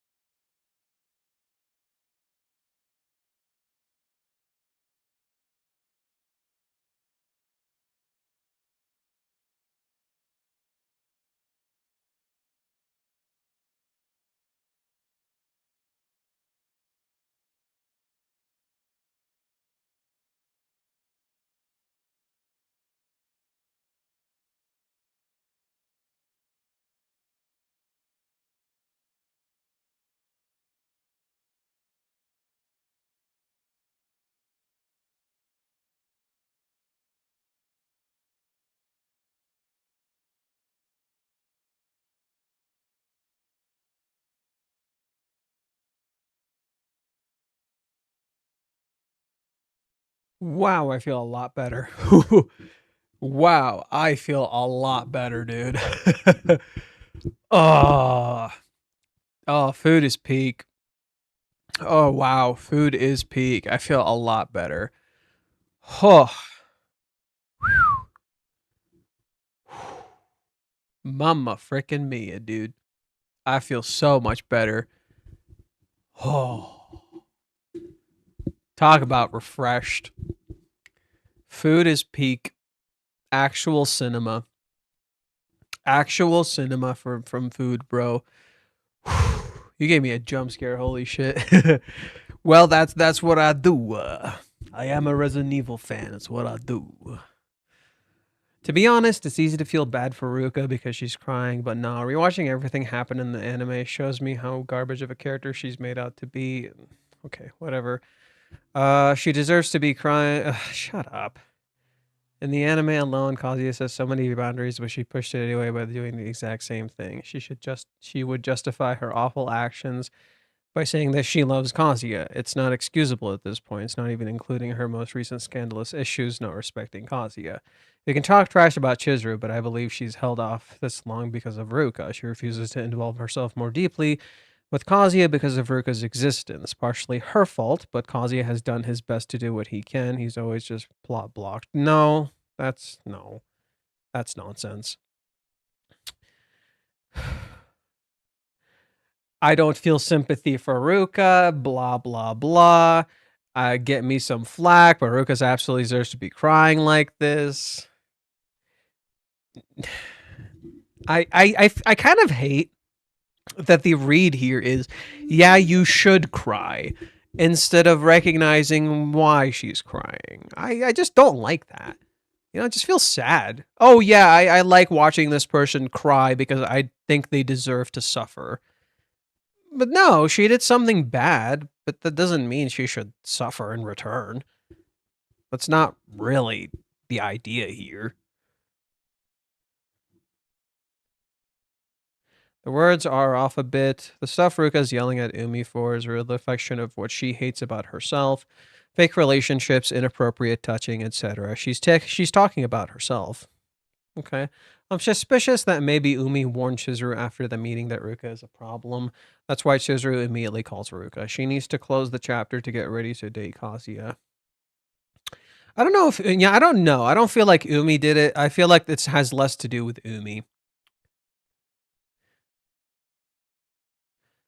Kanokari is really fond of that. Maybe it's the same about Kazuya, and I'm not talking about him wanting to do it with Ruka or not, because he only wants to do it with Mizuhara, but with that single targeted sexuality and his troubles to get a hold of himself, maybe that's why he rejects Ruka constantly, because the way he behaves is the same as he does, and not and Kazuya actually hates the part of himself. Yeah, we already know this. And people tend to get repulsed or feel rejection as things get projected at. Meanwhile, Chizuru envies Ruka for the bright part of her gung-ho behavior, not considering the poisonous part. I'm just joining on Twitch too from the tablet, YouTube on the TV. Thanks. Thanks, I guess. Okay. I could also be speaking about the psychological mirror. In this case, Kazuya is aware of the negativities of being impulsive and obsessed, but gets repulsed at people being like that towards him because it's a reflection of his own behavior. I could speak about the psychological mirrors in a deeper way because I found some other mirrors: Kazuya Ruka, Umi Chizuru, Mami. I need to work. It's making me feel way relieved that Kazuya and Chizuru, as well as even Ruka, because the seeds are being sown. Even if Ruka gets repulsed at Umi's psychological, physical touchness, Umi's psychological polar opposite of him. Okay. Man, people really need to work on their sentence structures. Man, people really got to work on their sentence structures, brother. Y'all got to practice writing, bro. More of you need to start practicing your writing, bro. We got to improve our sentence structures over here. I bet those same douchebags were hating Chizuru after the rejection. No, it's Ruka's turn to get hate. They said there's Chizuru supremacists, so, you know, shipping wars and all that. Wow, true words from Umi. No matter what his intentions are, he isn't wrong in his assessment that this situation can't be good for Ruka. She is getting kind of a reality check where here and him making it clear that she long overstepped the boundaries of what a trial is supposed to be. She behaved suspiciously when he mentioned that anything physical wouldn't be appropriate for a trial. That more or less confirmed to Umi that something physical happened, but he can't know whether it was Ruka or Kazuya who pushed for that. Umi got his own reality check. I think he treats Ruka like any other girl, and he might not even be fully aware that what he does can be interpreted as him flirting. Yeah, this chapter really gave me that read. I'm not gonna lie. This chapter really gave me that read that Umi is not aware of how he looks or how he constantly comes off like he's doing this stuff to girls, not meaning to do that. Like he's not, I think he's just so used to it. It's just become so natural to him that he doesn't consider that what he's doing might come off as like flirting or touching or like crossing boundaries. I think he just literally doesn't think of it. Like he just does it unconsciously. You know, and I think that's going to be Umi's own reality check. Ayo, you got to like be a little more conscious of like how you interact with people and shit like that, you know? I think Umi's just like not aware of that. Like that's the read I got. Like literally it's the thing Kazuya was saying before when he was talking to Umi. Umi's literally just not conscious of like what he has and what he's doing. He's literally like not as aware of it as he looks, you know? Like, and I think that tells me a lot. Because with Chizuru, it was a lot more direct. Like with Chizuru, it was very, very direct. With Ruka, it just felt unconscious, just natural. Okay. He's not even fully okay. I think he treats Ruka like any other girl, and he might even be fully aware that what he does can be interpreted as him flirting. Ruka tells him to his face that he doesn't respect personal space, that he touches people without their consent, and that he gets to a first name basis without asking. Did she say that? Wait. Did she say that? I didn't even notice that. Hold on. Maybe let go of me. It's rude to touch a girl you barely even know. Maybe you've forgotten, but I don't find you attractive in the least, and your lack of personal boundaries honestly creeps me out. That's the kind of shallow personality I hate the most. Also, don't think you can get away with calling me by my first name. Oh, he did do it. Oh, okay, so Ruka was aware of that. Okay. Don't think I'm like other girls. Okay, so Ruka did say that. I was like reading so fast I didn't notice that. Okay, good catch. I wasn't paying attention. That's my fault. Isn't it ironic that Ruka wants Umi to ask for consent first? Right? He calls her by her first name without her saying it's okay. Ruka did that to Kazuya. But she did ask to call him without honorifics. Right? What else? Respect personal space. Ruka absolutely doesn't fucking do that. And touches people without their consent. Ruka doesn't fuck them. It's so funny. He must usually be getting away with it. But like it was more of an accident. Right? The first name thing, it didn't feel malicious. He just kind of did it. You know, it didn't feel particularly malicious. He just kind of did it. Getting into personal space, she sat right next to him. What more do you sat right next to him. You chose to sit right next to him. You could have just stepped away. You could have said, don't sit next to me. You chose to sit next to him. When he fell and grabbed you, it was a fucking accident. All he did was grab you to stop you from falling. You were about to fall. What was he supposed to do? But what triggered Ruka was the line he said. Your slender arms save the day. He was complimenting her. You know? He was giving her a compliment. Right? Because you're slender, you're attractive, that kind of shit. So he's just giving her a compliment, and it's the compliment that triggered her. Right? And I think that was the mistake. Whereas if he said, "Are you all right?" I think should have been less reactive.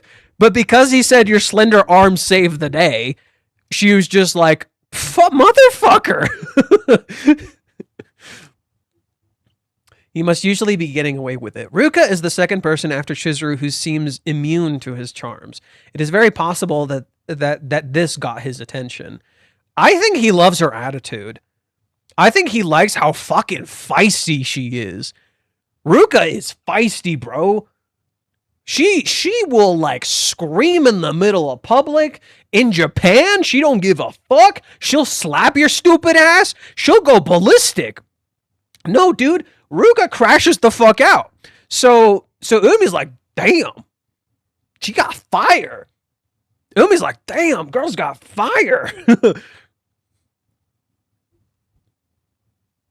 He must usually be getting away with it. Ruka is the second person. It's very possible that got his attention. I think what got his attention is absolutely that she's fire. Ruka is now concerned that Umi might talk to Chizuru and that Kazuya might come to hate her if he found out about it. Ruka met Umi because she was curious. The teaser referred to her. Called it. Called it. But even though he didn't tell her much, it still hurt to get confirmation of how close Kazuya and Chizuru were. And the interesting development, Chizuru called Ruka. I don't know how this could be anything but Kazuya. I didn't expect that, but I won't complain. I have said that Chizuru and Ruka need to talk for the longest time, so I'm happy that probably will. It means Chizuru must have some kind of plan for what to tell her, and I can't wait to find out.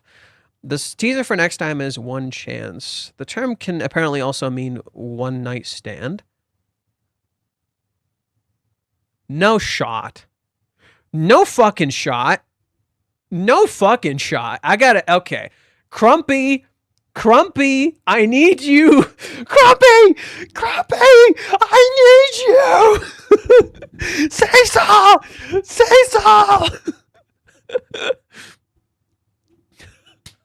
I'm sorry. So apparently the teaser for next time can also be read as one night stand. Is this true? Say so, Grumpy! Grumpy would have said something if that was true. He might just not know. He might just not know. He might not just know. He can not know things. That's normal. He can not know things. That's normal. It doesn't. This could have just completely gone over his head.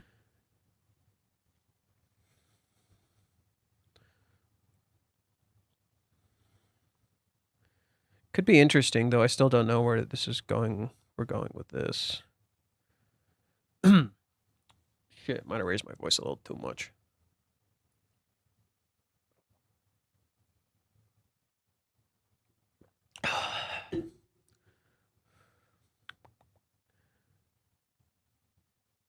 Oh, yeah, this is the dude who has that Urishima theory.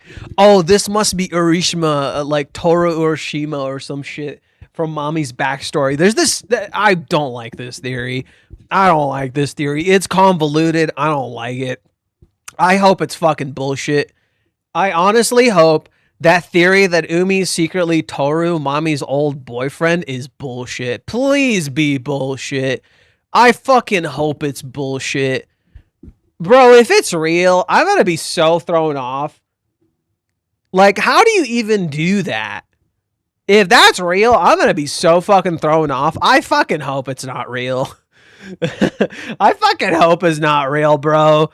Like, bro. Official thumbnail for the chapter. The start of a beautiful friendship.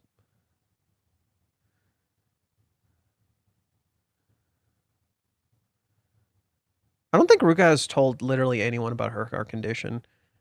She's told, so I think her friends from high school know, her mom knows, so like her family and her high school friends know, no one else knows.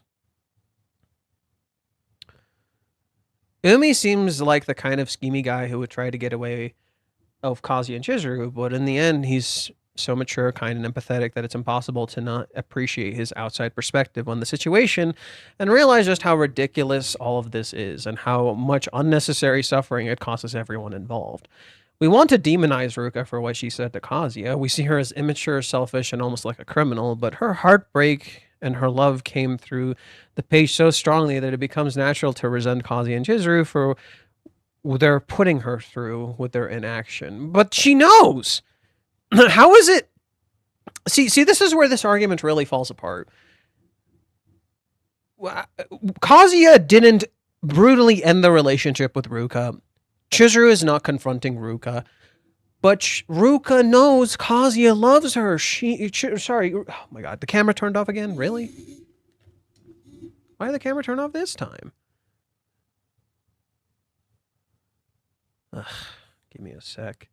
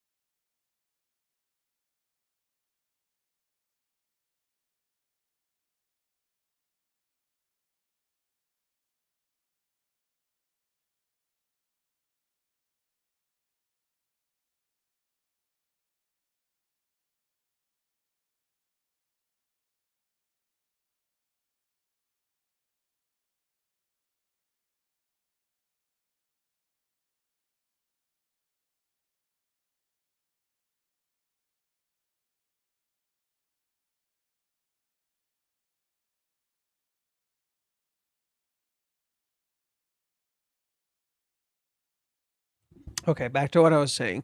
The problem with this argument with Kazuya and Chizuru hurting Ruka falls apart very quickly when you recognize Ruka knew all along that Kazuya loved Chizuru. Okay? So it's neither of their fucking fault.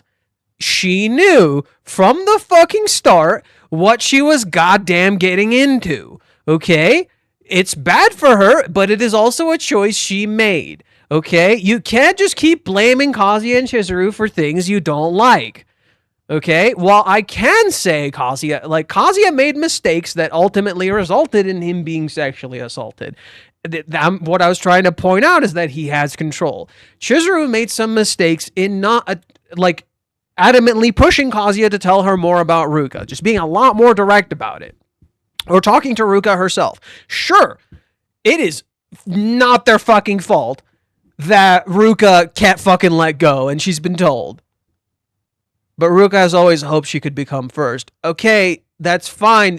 That doesn't change anything. She can hope all she wants. It doesn't change anything. Yeah, they're not confronting her head on. Abso-fucking-lutely. They're not. It is not their fucking fault. And I'm not that mad at them. I'm gonna be real. I'm not mad at them. I'm not mad at Kazuya for Ruka. At one point I thought I was, and then I looked at it with like a clearer vision, and I'm just like, I'm kind of not really upset. Nor do I really blame Chizuru for any of this. Like, sorry, bro. Like, I understand she feels a lot, and that's fine. But she knows. Not just for Kazuya, she knows about Chizuru. She knows Chizuru likes him. She's known from the get-go Chizuru fucking likes him. She knows Kazuya likes her. It's so fucking obvious. Everybody can see it. Fun fact, Chizuru is contacting everyone except Kazuya. Yeah, I said that at the start when we read the chapter. I already said that. I find myself thinking, it's not like Chizuru would cry that hard over Kazuya. She probably would. No, she fucking would. You saw her in the date. Kazuya literally said when she rejected him, he thought she was crying.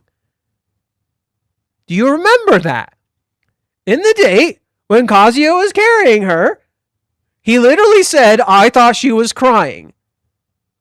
Oh, Chizuru didn't cry enough over Kazuya, but she went through a 9-hour day with bruises in her legs and didn't say a goddamn word for him. Oh, Chizuru wouldn't cry this much for Kazuya. Yeah, but apparently she would literally endure physical torture for him. And then cry in his shoulder while hating herself for rejecting him. Oh yeah, Chizuru totally wouldn't fucking hate herself, cry over him this much. Yeah, totally. Not like the anime went out of its way to be like, look at how much she cried over him. Like, I can't wait for Reishi to shit all over y'all's opinions. I can't wait. The dude's gonna be like, yeah, y'all's opinions are fucking stupid.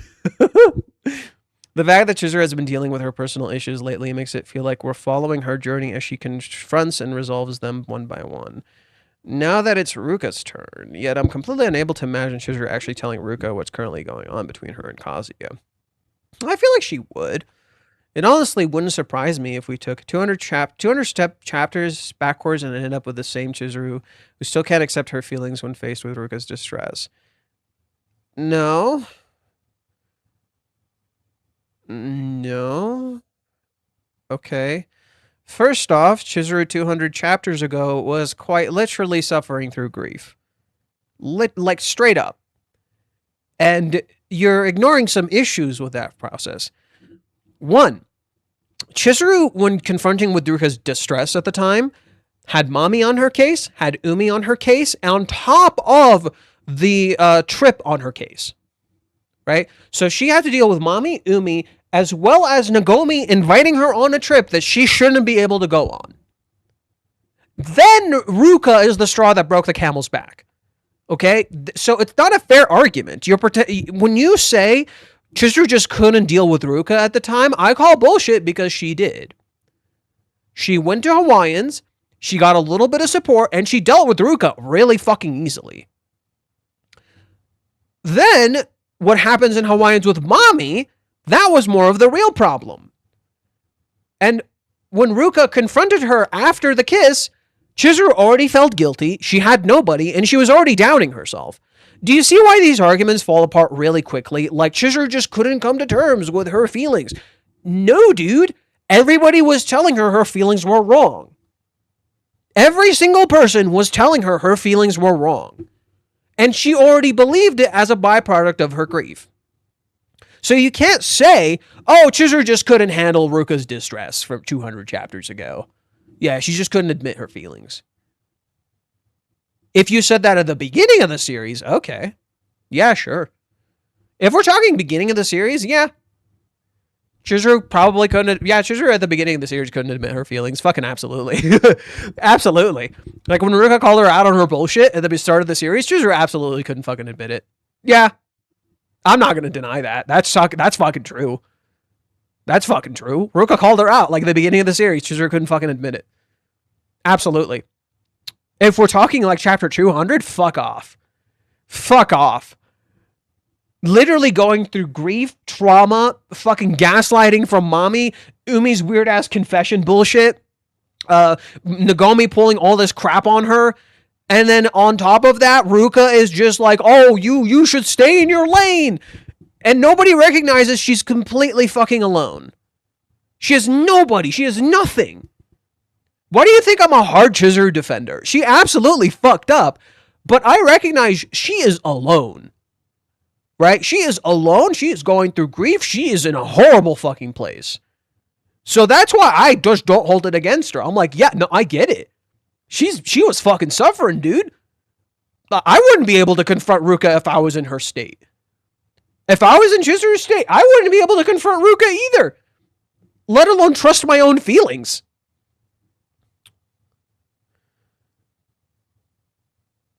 Okay. In any case, I have very little hope that anything significant will happen over the phone. If Chizuru wants to discuss something serious with Ruka, it will have to happen face to face, and that's the case, then it probably won't happen in the next chapter. It also highlights Kazuya and his inaction. I don't really understand the point of making us dislike the protagonist while growing more sympathetic towards characters who are once portrayed as antagonists. Have we heard of... You do realize there are villain protagonists, right? That is a thing. You don't have to like your protagonist.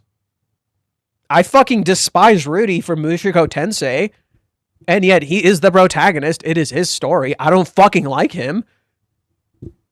And yet the story works, and it's popular, and there are people who like him.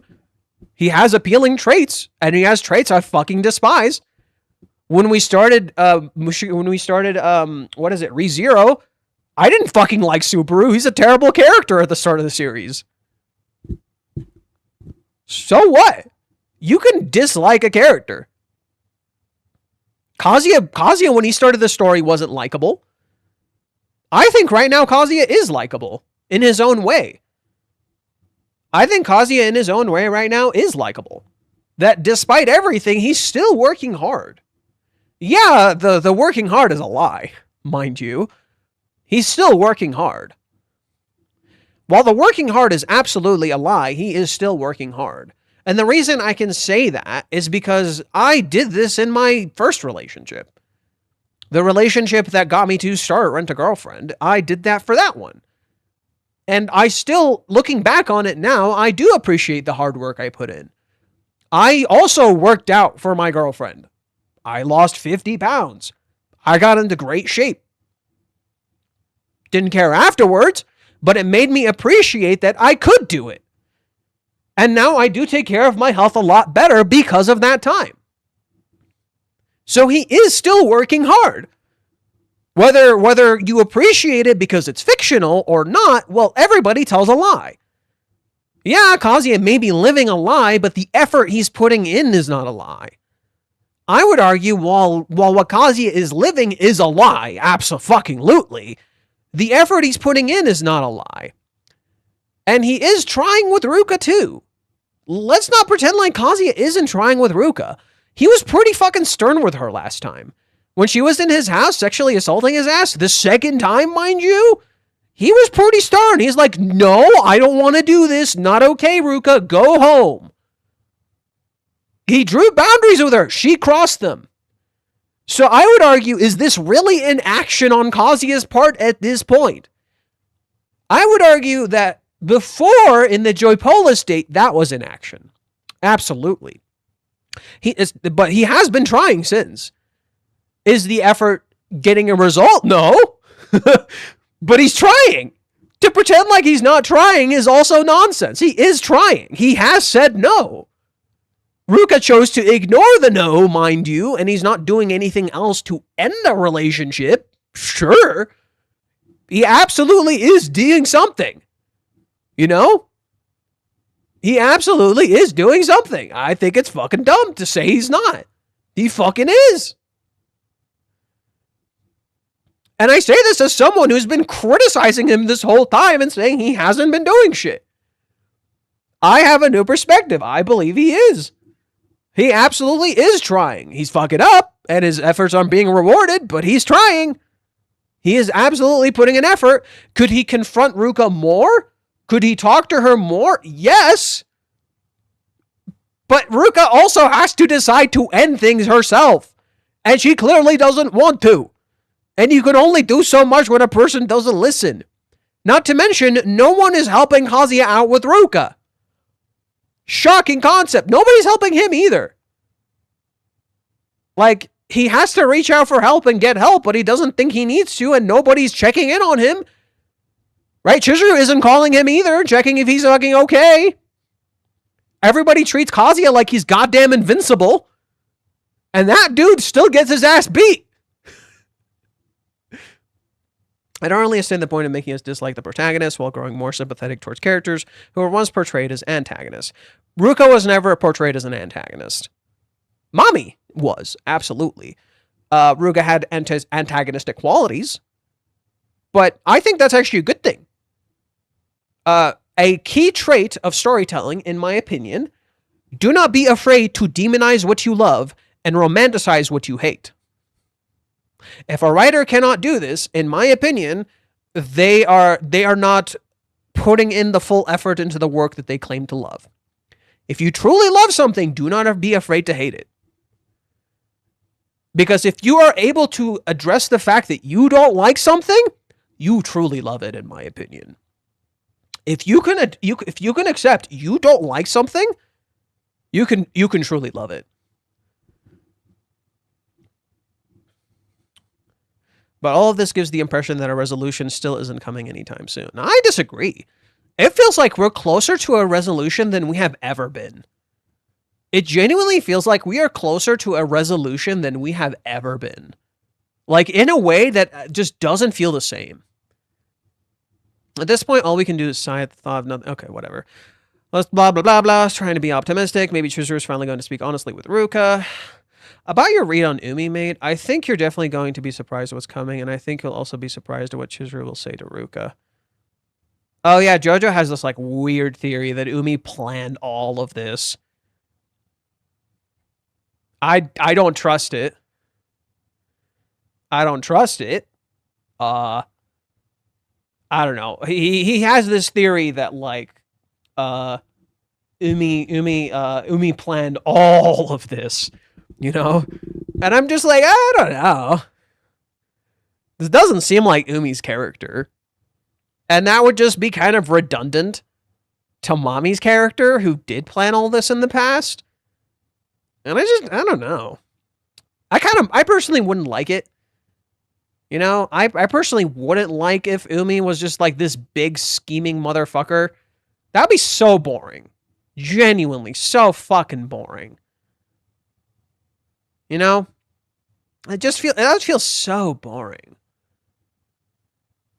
Like, I don't want that. I don't fucking want that shit, dude. I don't want that shit, dude. Yeah, I'm not saying he can't have a semblance of a plan to something, because he clearly had a plan when he approached Ruka. But I just don't like the idea of Umi, like, just having this big, insane fucking plan. Because we already saw that with Mommy. That already happened with Mommy. Like, straight up. So it'd be stupid to do it again. And why would Umi just be Mommy 2.0? That's a horrible writing choice. That makes Umi nothing more than a copycat. Like, Mommy is your evil goat. She's your evil goat. She's the greatest to ever do it. And then you just have Umi just replicating that. Umi who's barely been a character. Umi who has never been outright framed as a villain, even in the movie arc. Feels fucking random. No sympathy for Ruka, early panels, blah, blah, blah, blah. What does the banner title say? It says Ice Cream Cafe. Okay, cool. Ice Cream Cafe.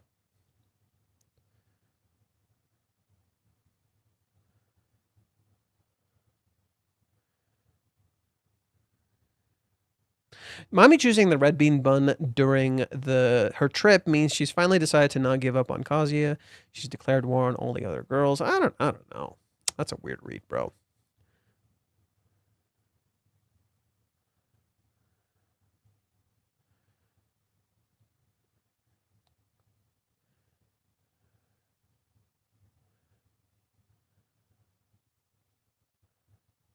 Umi saying the shit Kazuya should have said 100 chapters ago. Oh, Kazuya should have said it 100 chapters ago, huh? Ooh, Kazuya should have said what Umi said 100 chapters ago. They say. They say.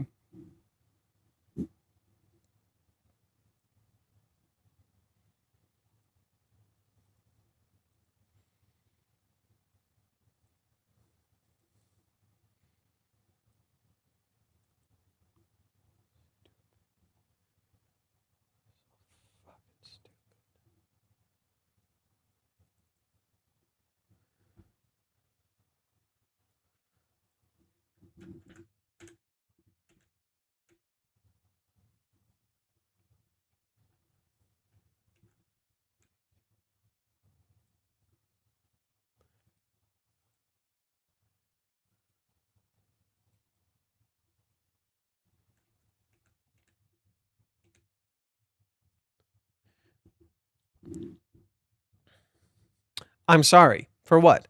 Us ending up in this trial thing. It all started because I lied, really. And the thing with the film trip, it's obvious that really got under your skin. And today, I've had to make you work for everything. This is all because of me. You shouldn't have to try so hard. Seriously, I don't feel that way at all. Huh? Give me some credit. Yeah, it's hard to believe you and Chizuru didn't do anything. And yeah, seeing you together is a bitter pill to swallow. But that's not what today was about. Okay, then why? It was just a dream of mine. Is that so wrong? I'm a girl, so I've always wanted to be a princess even just for my birthday. You're my soulmate, Kazi. I've always wanted to be with you. Okay. He felt bad, so he tried to give her a little bit of what she wanted.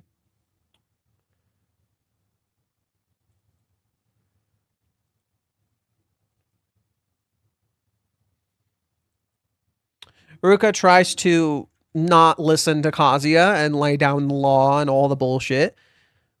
Kazuya says this. Look, I've been thinking about this for a while now.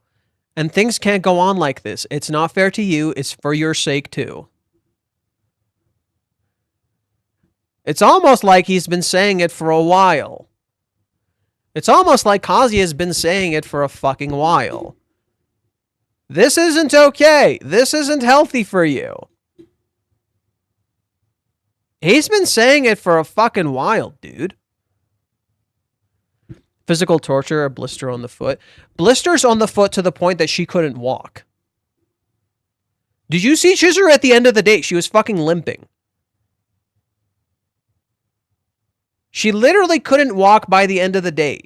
She was fucking limping. She was hopping on one fucking foot, dude.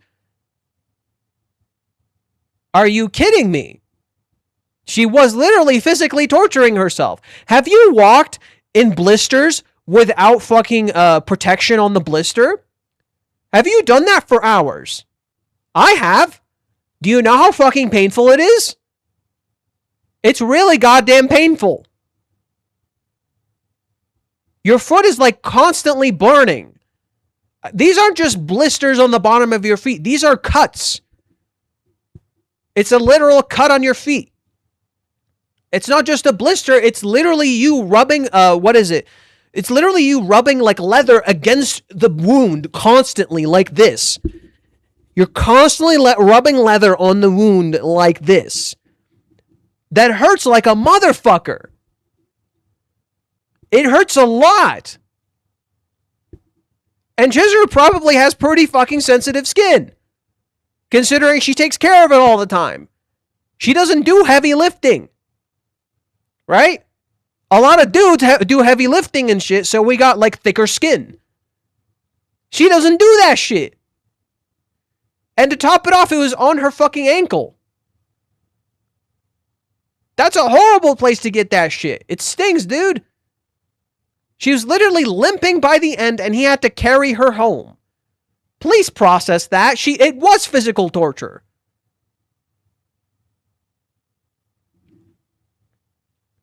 And no, Kazuya has been also saying this to Ruka the whole time. Hope someone says he did. Ruka is trapped. She's stuck between her unsatisfying trial relationship, her loyalty to Kazuya, and concern about Chizuru. But interestingly, not a hint of guilt about her actions towards Kazuya. She still doesn't even register that what she did was wrong. She's trapped like... If you've seen Anchorman, this is pretty fucking funny. At first, it looks like she might spill every last thing, but once the topic turns to intimacy, she stops and backs off fast. Umi clearly notices, but doesn't press it. Also, interestingly, is that she's definitely curious about the state of Kazuya and Chizuru, but then decides she doesn't want to know. I thought for sure that Umi would be the one to tell her about the kiss and the cohabitation, and oh yeah, Chizuru's full on in love with Kazuya, but not today, I guess. Yeah, right? It is interesting that never gets to revealed, right? That was like one hell of a hoodwink. That was one hell of a hoodwink. So it'd be cool if Chizuru reveals it. You know, you're like, oh, you get the impression Umi's gonna reveal it. Plot twist, Chizuru does. It ends on the very unexpected note of Ruka demanding Umi tell nobody anything about this conversation, and then she trips. Umi does his gallant man-saving girl move, and she's pretty flustered for a second, but only a second, because as soon as he says something, she slaps him in the face for touching her. Once she's clear of Umi, she has a full-on breakdown, sobbing in the middle of the park. Poor messed up little girl. And then the twist. She gets a call from Chizuru. Actually, a twist number 2. The opening page shows Mommy in Taiwan, visiting Taipei, but still thinking about the Kazuya bean buns. Carrot beans buns. Kazuya is quite the snack, apparently. Why is she in Taiwan? Because Reiji went on this trip. Back to Chizuru's call, a Chizuru-Ruka conversation could be pretty interesting at this point. Why would Chizuru reach out? Is this part of her attempt to face her feelings for Kazuya? Is she moving to help end the trial? Is this her feelings, Is this her feeling out where Kazuya and Ruka are really at to make sure there's no complications? No. Yeah, the Taiwan trip we already know.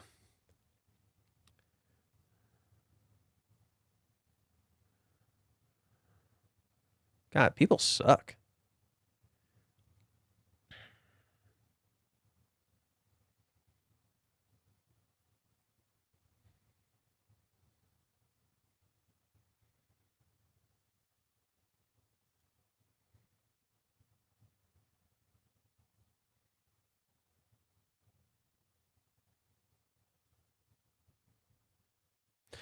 Jojo, I'm gonna need you to relax, bro. Jojo, please. Bro, you sound like a fucking conspiracy theorist, brother. Bro, you sounded like a fucking conspiracy theorist, brother. Nah, man.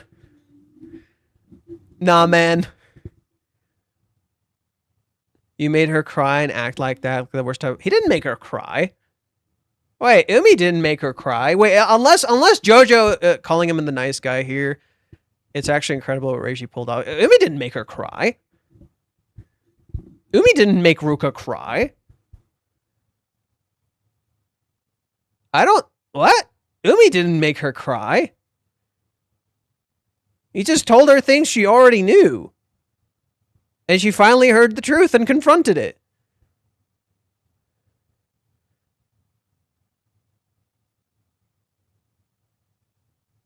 What? What? Bro, what are we on? Bro, are we on something? What the fuck is going on?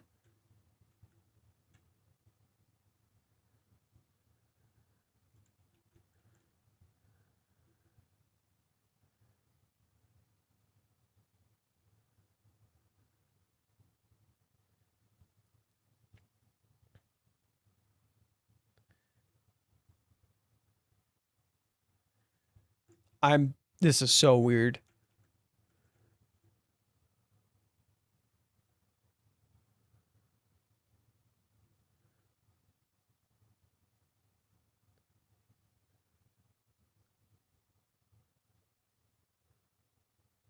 You know, it's pretty interesting. At the beginning of the series, it would be Chizuru constantly asking what Kazuya and Ruka are doing. Now it's the opposite. Did you notice that? Now it's the opposite. Now Ruka asks what Kazuya and Chizuru are doing. Isn't it ironic? Right? Isn't it ironic? And then she can't handle hearing about it.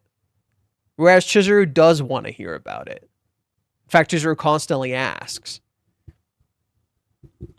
Hey, Ruka, you're starting to learn how Chizuru feels. Hey, Ruka, you're starting to learn exactly how Chizuru feels. Seeing you and him constantly together. Right? Reiji's literally making Ruka feel exactly what Chizuru fucking felt. Straight up, exactly what Chizuru fucking felt. Right? Chizuru constantly had to see Kazuya and Ruka together. And she constantly had to see that and ask about it and want to know what the fuck is going on. It constantly fucked with her insecurity. And now Ruka is in that same exact position. And it's like, how does it fucking feel, Ruka? Not so fun, is it? When the person that you seemingly love is being taken by another person. It's not so fun, is it? Right? Not so great when it happens to you, is it? Fucking sucks ass, huh? Right? Pretty fucking ironic of Ruka. I can't believe I didn't clock that. That's been a thing she's always wanted to know. As for Umi, I don't know, man. I'm just not clocking negative shit from him. I'm just not clocking negative shit him. Now, is there something still hidden? Yes. 1000%. There absolutely is something still hidden here. 1000%. The fact that one of Umi's bangs is still covered, there's something still being hidden here. 1000%. We are still only seeing half the picture with Umi. However, I am not clocking this as Umi is some sus playboy motherfucker. That is not how I'm reading this.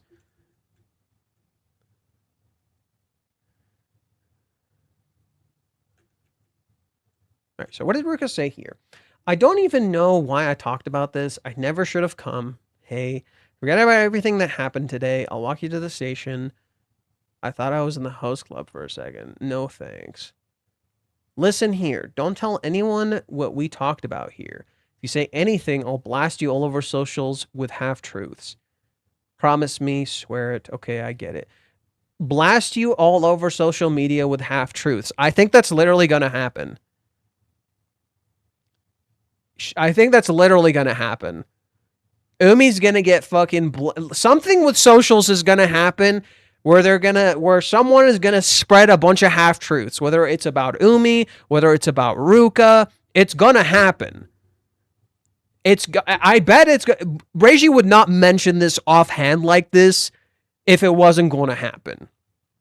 I think it makes sense for Umi's character. Right, a bunch of half-truths could be spread about him. Maybe half-truths could be spread about Chizuru.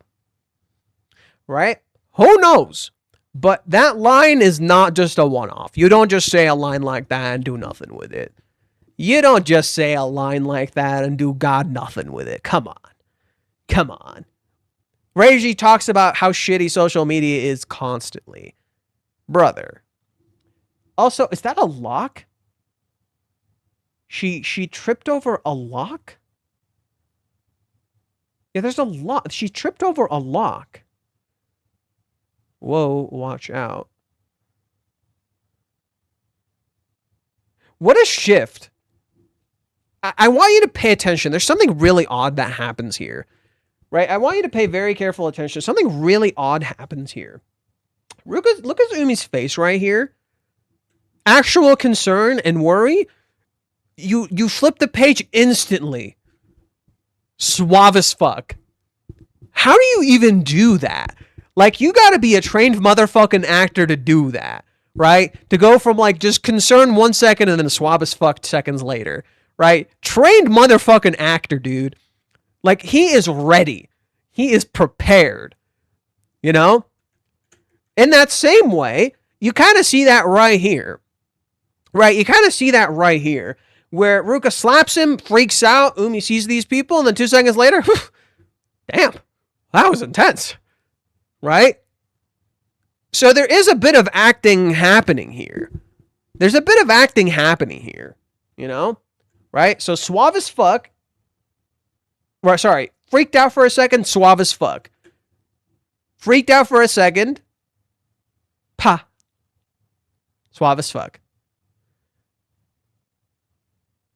But, I don't know. I think he put on a bit of an act, but it's not the act that you think.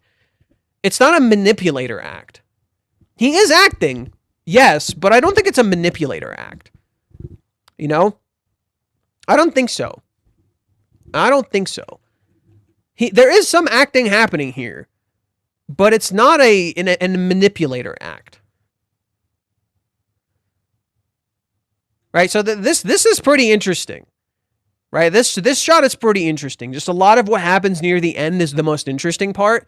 It's like this mask coming off kind of moment. But it doesn't feel particularly negative. Nothing about this feels like it felt pretty positive. Nothing about this felt particularly negative. So that's why I just don't like clock it in a weird way. You know? Even the positive, like, yeah, there's a bit of acting here, absolutely. There's a bit of acting here, absolutely, but it doesn't clock me as negative. You know? So from the top,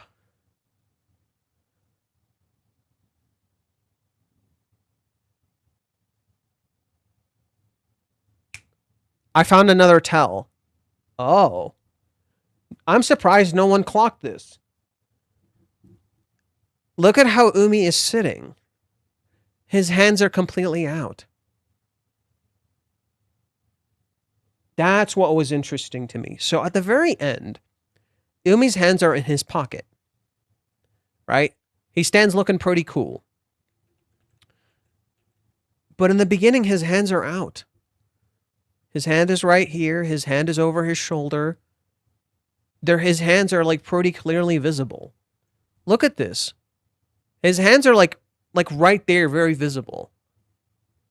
It's like he's not hiding. His body language conveys something completely different. Up until the end of last chapter, his hands were always in his pocket. Now his hands are not in his pocket anymore.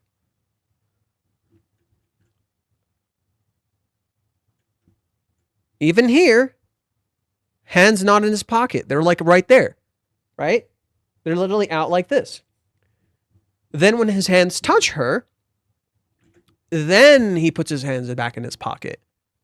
Did you notice that? She said, "Don't touch me." Puts his hands back in his pocket.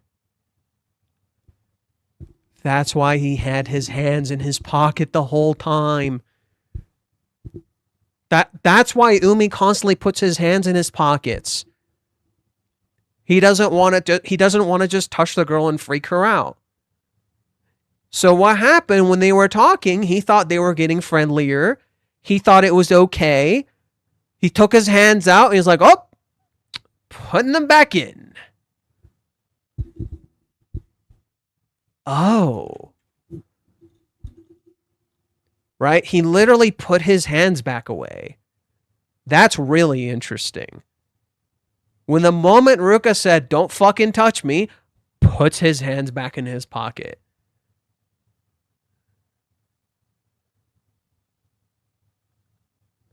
Interesting. Wow, isn't that Umi Nakano? Right? He's pretty popular. The girls just know him.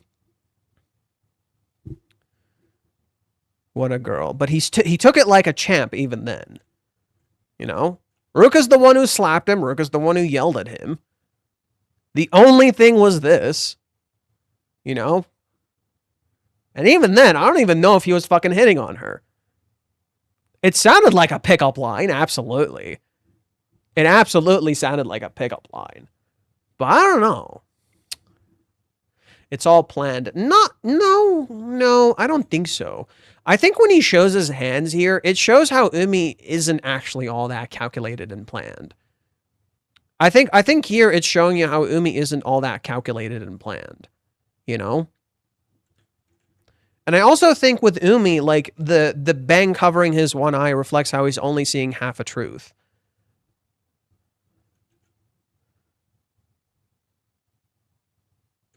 There's a fence here, as if they're literally barred from talking about this. Ruka brings him up, but then Umi still covers it up. Or sorry, she still says no. Here, it's like she just got caught red-handed, while also like he just said something.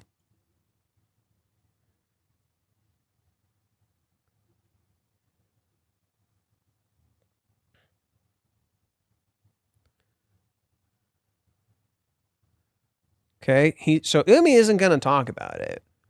At least he promised Ruka he would.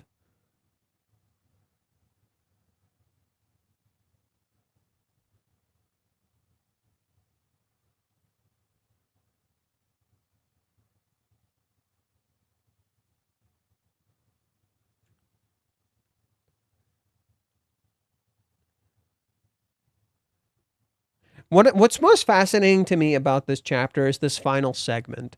Ruka being in shadows the whole time. That's the most interesting part to me. People are going to be busy looking at Ruka's tears and what's going on. I'm trying to see what more Reiji wants to say.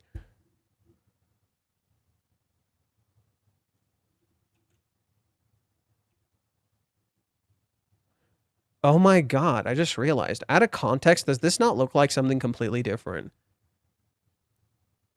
Out of context, does this not... Oh my god. How did my brain not process this? She slaps Umi, she rejects him.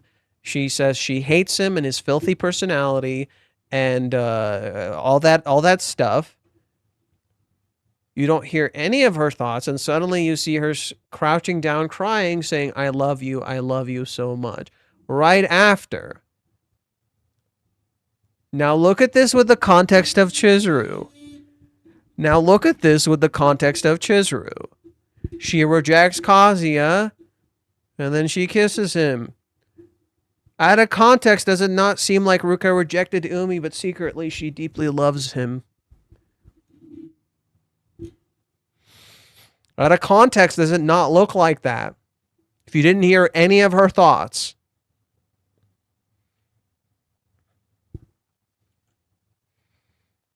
Brother.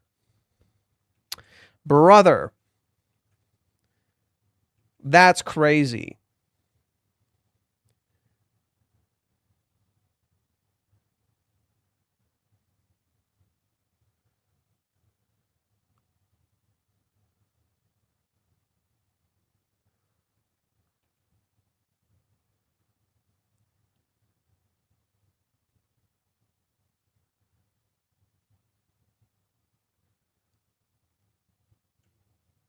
Some things I'm like not clocking here.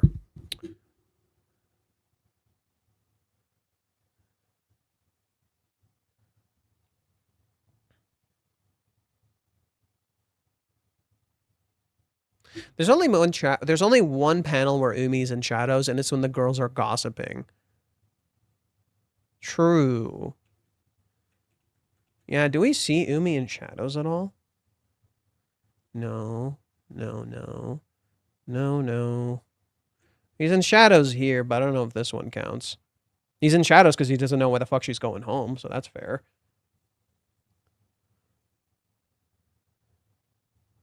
Yeah, this is the only panel where Umi is in shadows. And he does look like actually kind of, oh shit, when the girls look at him and they're gossiping.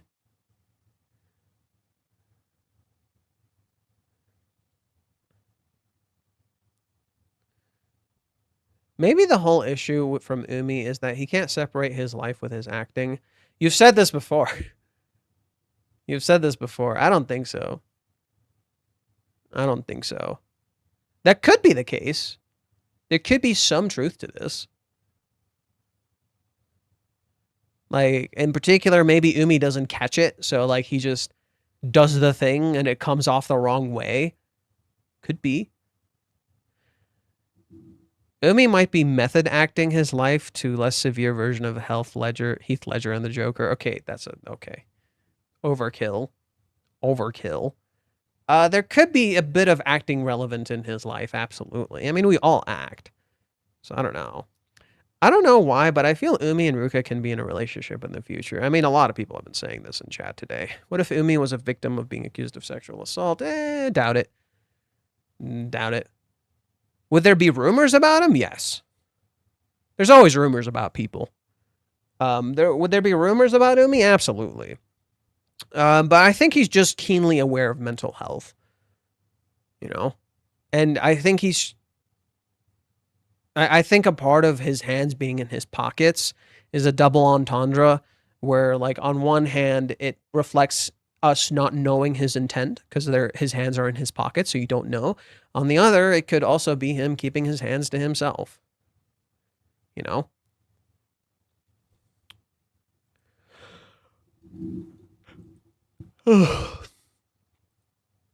Okay. Getting a little tired. Streaming for 6 hours and 30 minutes. I think that's a good spot to stop for now. Yeah, I think I need a bit of a break. Johan, could chapter 425 be connected to Chizuru's call? Okay, let's look at that real quick. Before I end it. I mean, probably. It's when Chizuru was thinking about her stuff, so she could be apologizing to Ruka. I know Jojo sent me something from this chapter where he said this looks like a camera. And then a person shows up and Chizuru jumps for like a second. But then she goes and hides. I don't know if this is a camera. Like, does that look like a camera? It looks like just like a light. Like, does that look like a camera? Doesn't look like a camera to me. And even if it was, she's literally acting on camera. It's a light. Yeah, I thought it was a light. It looks like a light. It doesn't look like a camera. It looks like a light. Like, that does not look like a camera. Okay, good. It's not just me then. It's a camera? Is it? I can't tell. Cameras tend to be a little more like... It's a little more clear it's a camera.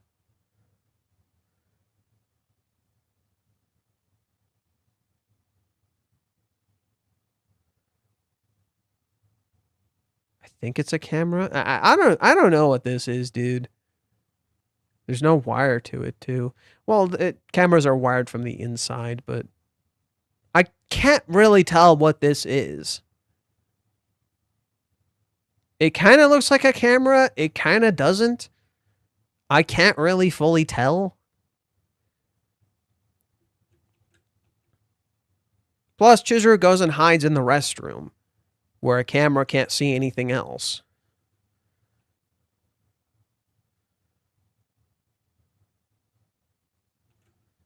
So what would the camera have caught? Oh, she's excited. Cool. The camera didn't really catch anything. Whereas when she's in the restroom, the real thoughts come in and only we can hear it. Okay, so here she says, I'm sorry, Mommy-san. I'm sorry, Ruka-san. Or Ruka-chan. We see both in this chapter. Right? We see both of them in this chapter. Despite that, I'm so lucky he even asked me out again. I don't think I'm someone all that special. I'd be acting too spoiled if I messaged him first. I'll wait until later to give him a ticket. Maybe she wants to give Ruka a ticket? Maybe she wants to tell Ruka. It has to do with her love for Kazuya. So she's going to talk to Ruka regarding that. That's my bet, at least. There's also this. There's also this.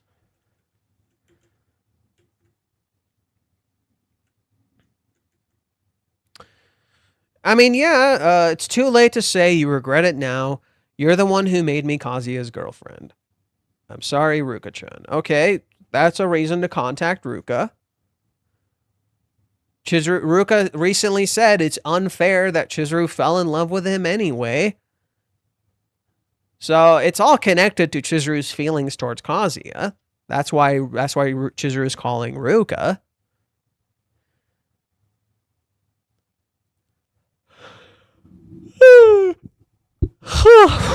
Shit. Shit, man. I'm getting sleepy. I am getting sleepy.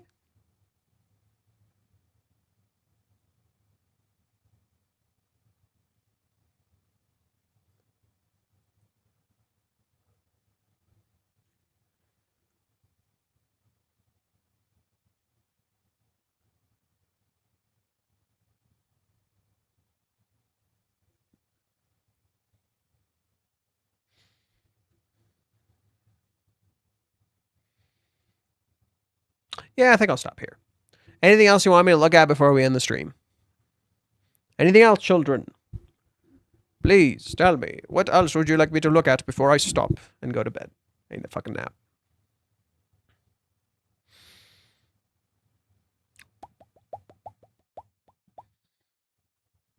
No. No. Be gone. Get the fuck out, bro. Get the fuck out, bro. Be gone. Okay, well, I'll do my outro for now. If you guys enjoyed this, please subscribe, hit the like button, hit the bell icon, keep up with the uploads, all that fun stuff. Support me on Patreon. If you'd like to tune in for the streams, I stream Tuesday and Wednesday. For now, it's going to be Tuesday. Next Wednesday is the end of the anime, so we're going to stop watching that. For now, Wednesday might become something different. I'm not sure right now. Please join the Discord where we talk about certain things. Just be respectful and don't be a fucking dick. The link should be down below. Okay. Well, with that said, God, I need to go get some sleep. Let's mosey. Let's see. The new episode for tomorrow. Yep. The last episode of the season for tomorrow. Oh, shit. You're right. Let me add that in. Also, make sure to follow me on Twitch. I stream on Twitch, too.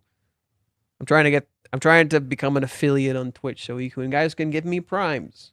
That'd be nice. So consider watching me on Twitch. You know, I might pay more attention to you if you're on Twitch because there aren't that many people on there. You might stand out more in the chat. There you go. That's the incentive. You guys might stand out more in the chat if you go to Twitch because I'll pay more attention to you because there's too many people on YouTube. Let's see. The new episode for tomorrow. Yeah, tomorrow I might stream around 2. So that's probably when I might stream. I might stream around 2. Fuck, dude, I keep like smacking myself on the things. I'm so tired. Perhaps Umi is, in a sense, Ruka's dream changing that Kazuya set in stone. They can separate because Ruka has found somebody that is intriguing. That'd be stupid. That'd be stupid.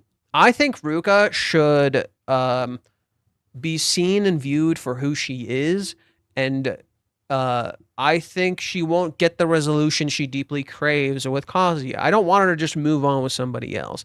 I want Ruka to experience loss, experience that sadness and suffering that everybody has experienced, and just accept it can happen. She can't do that. She must accept that. Then, if what she finds with Umi is him truly seeing her and wanting to get to know her, cool. I don't know about Curry. Curry seemed like a thing at the time. Maybe Curry is a path too. Who knows? Great stream, Johan. Have a great day, everyone, and see you all tomorrow. Bye-bye. I'm gonna go fucking sleep. I already stand out my name. Great stream today. Bye-bye.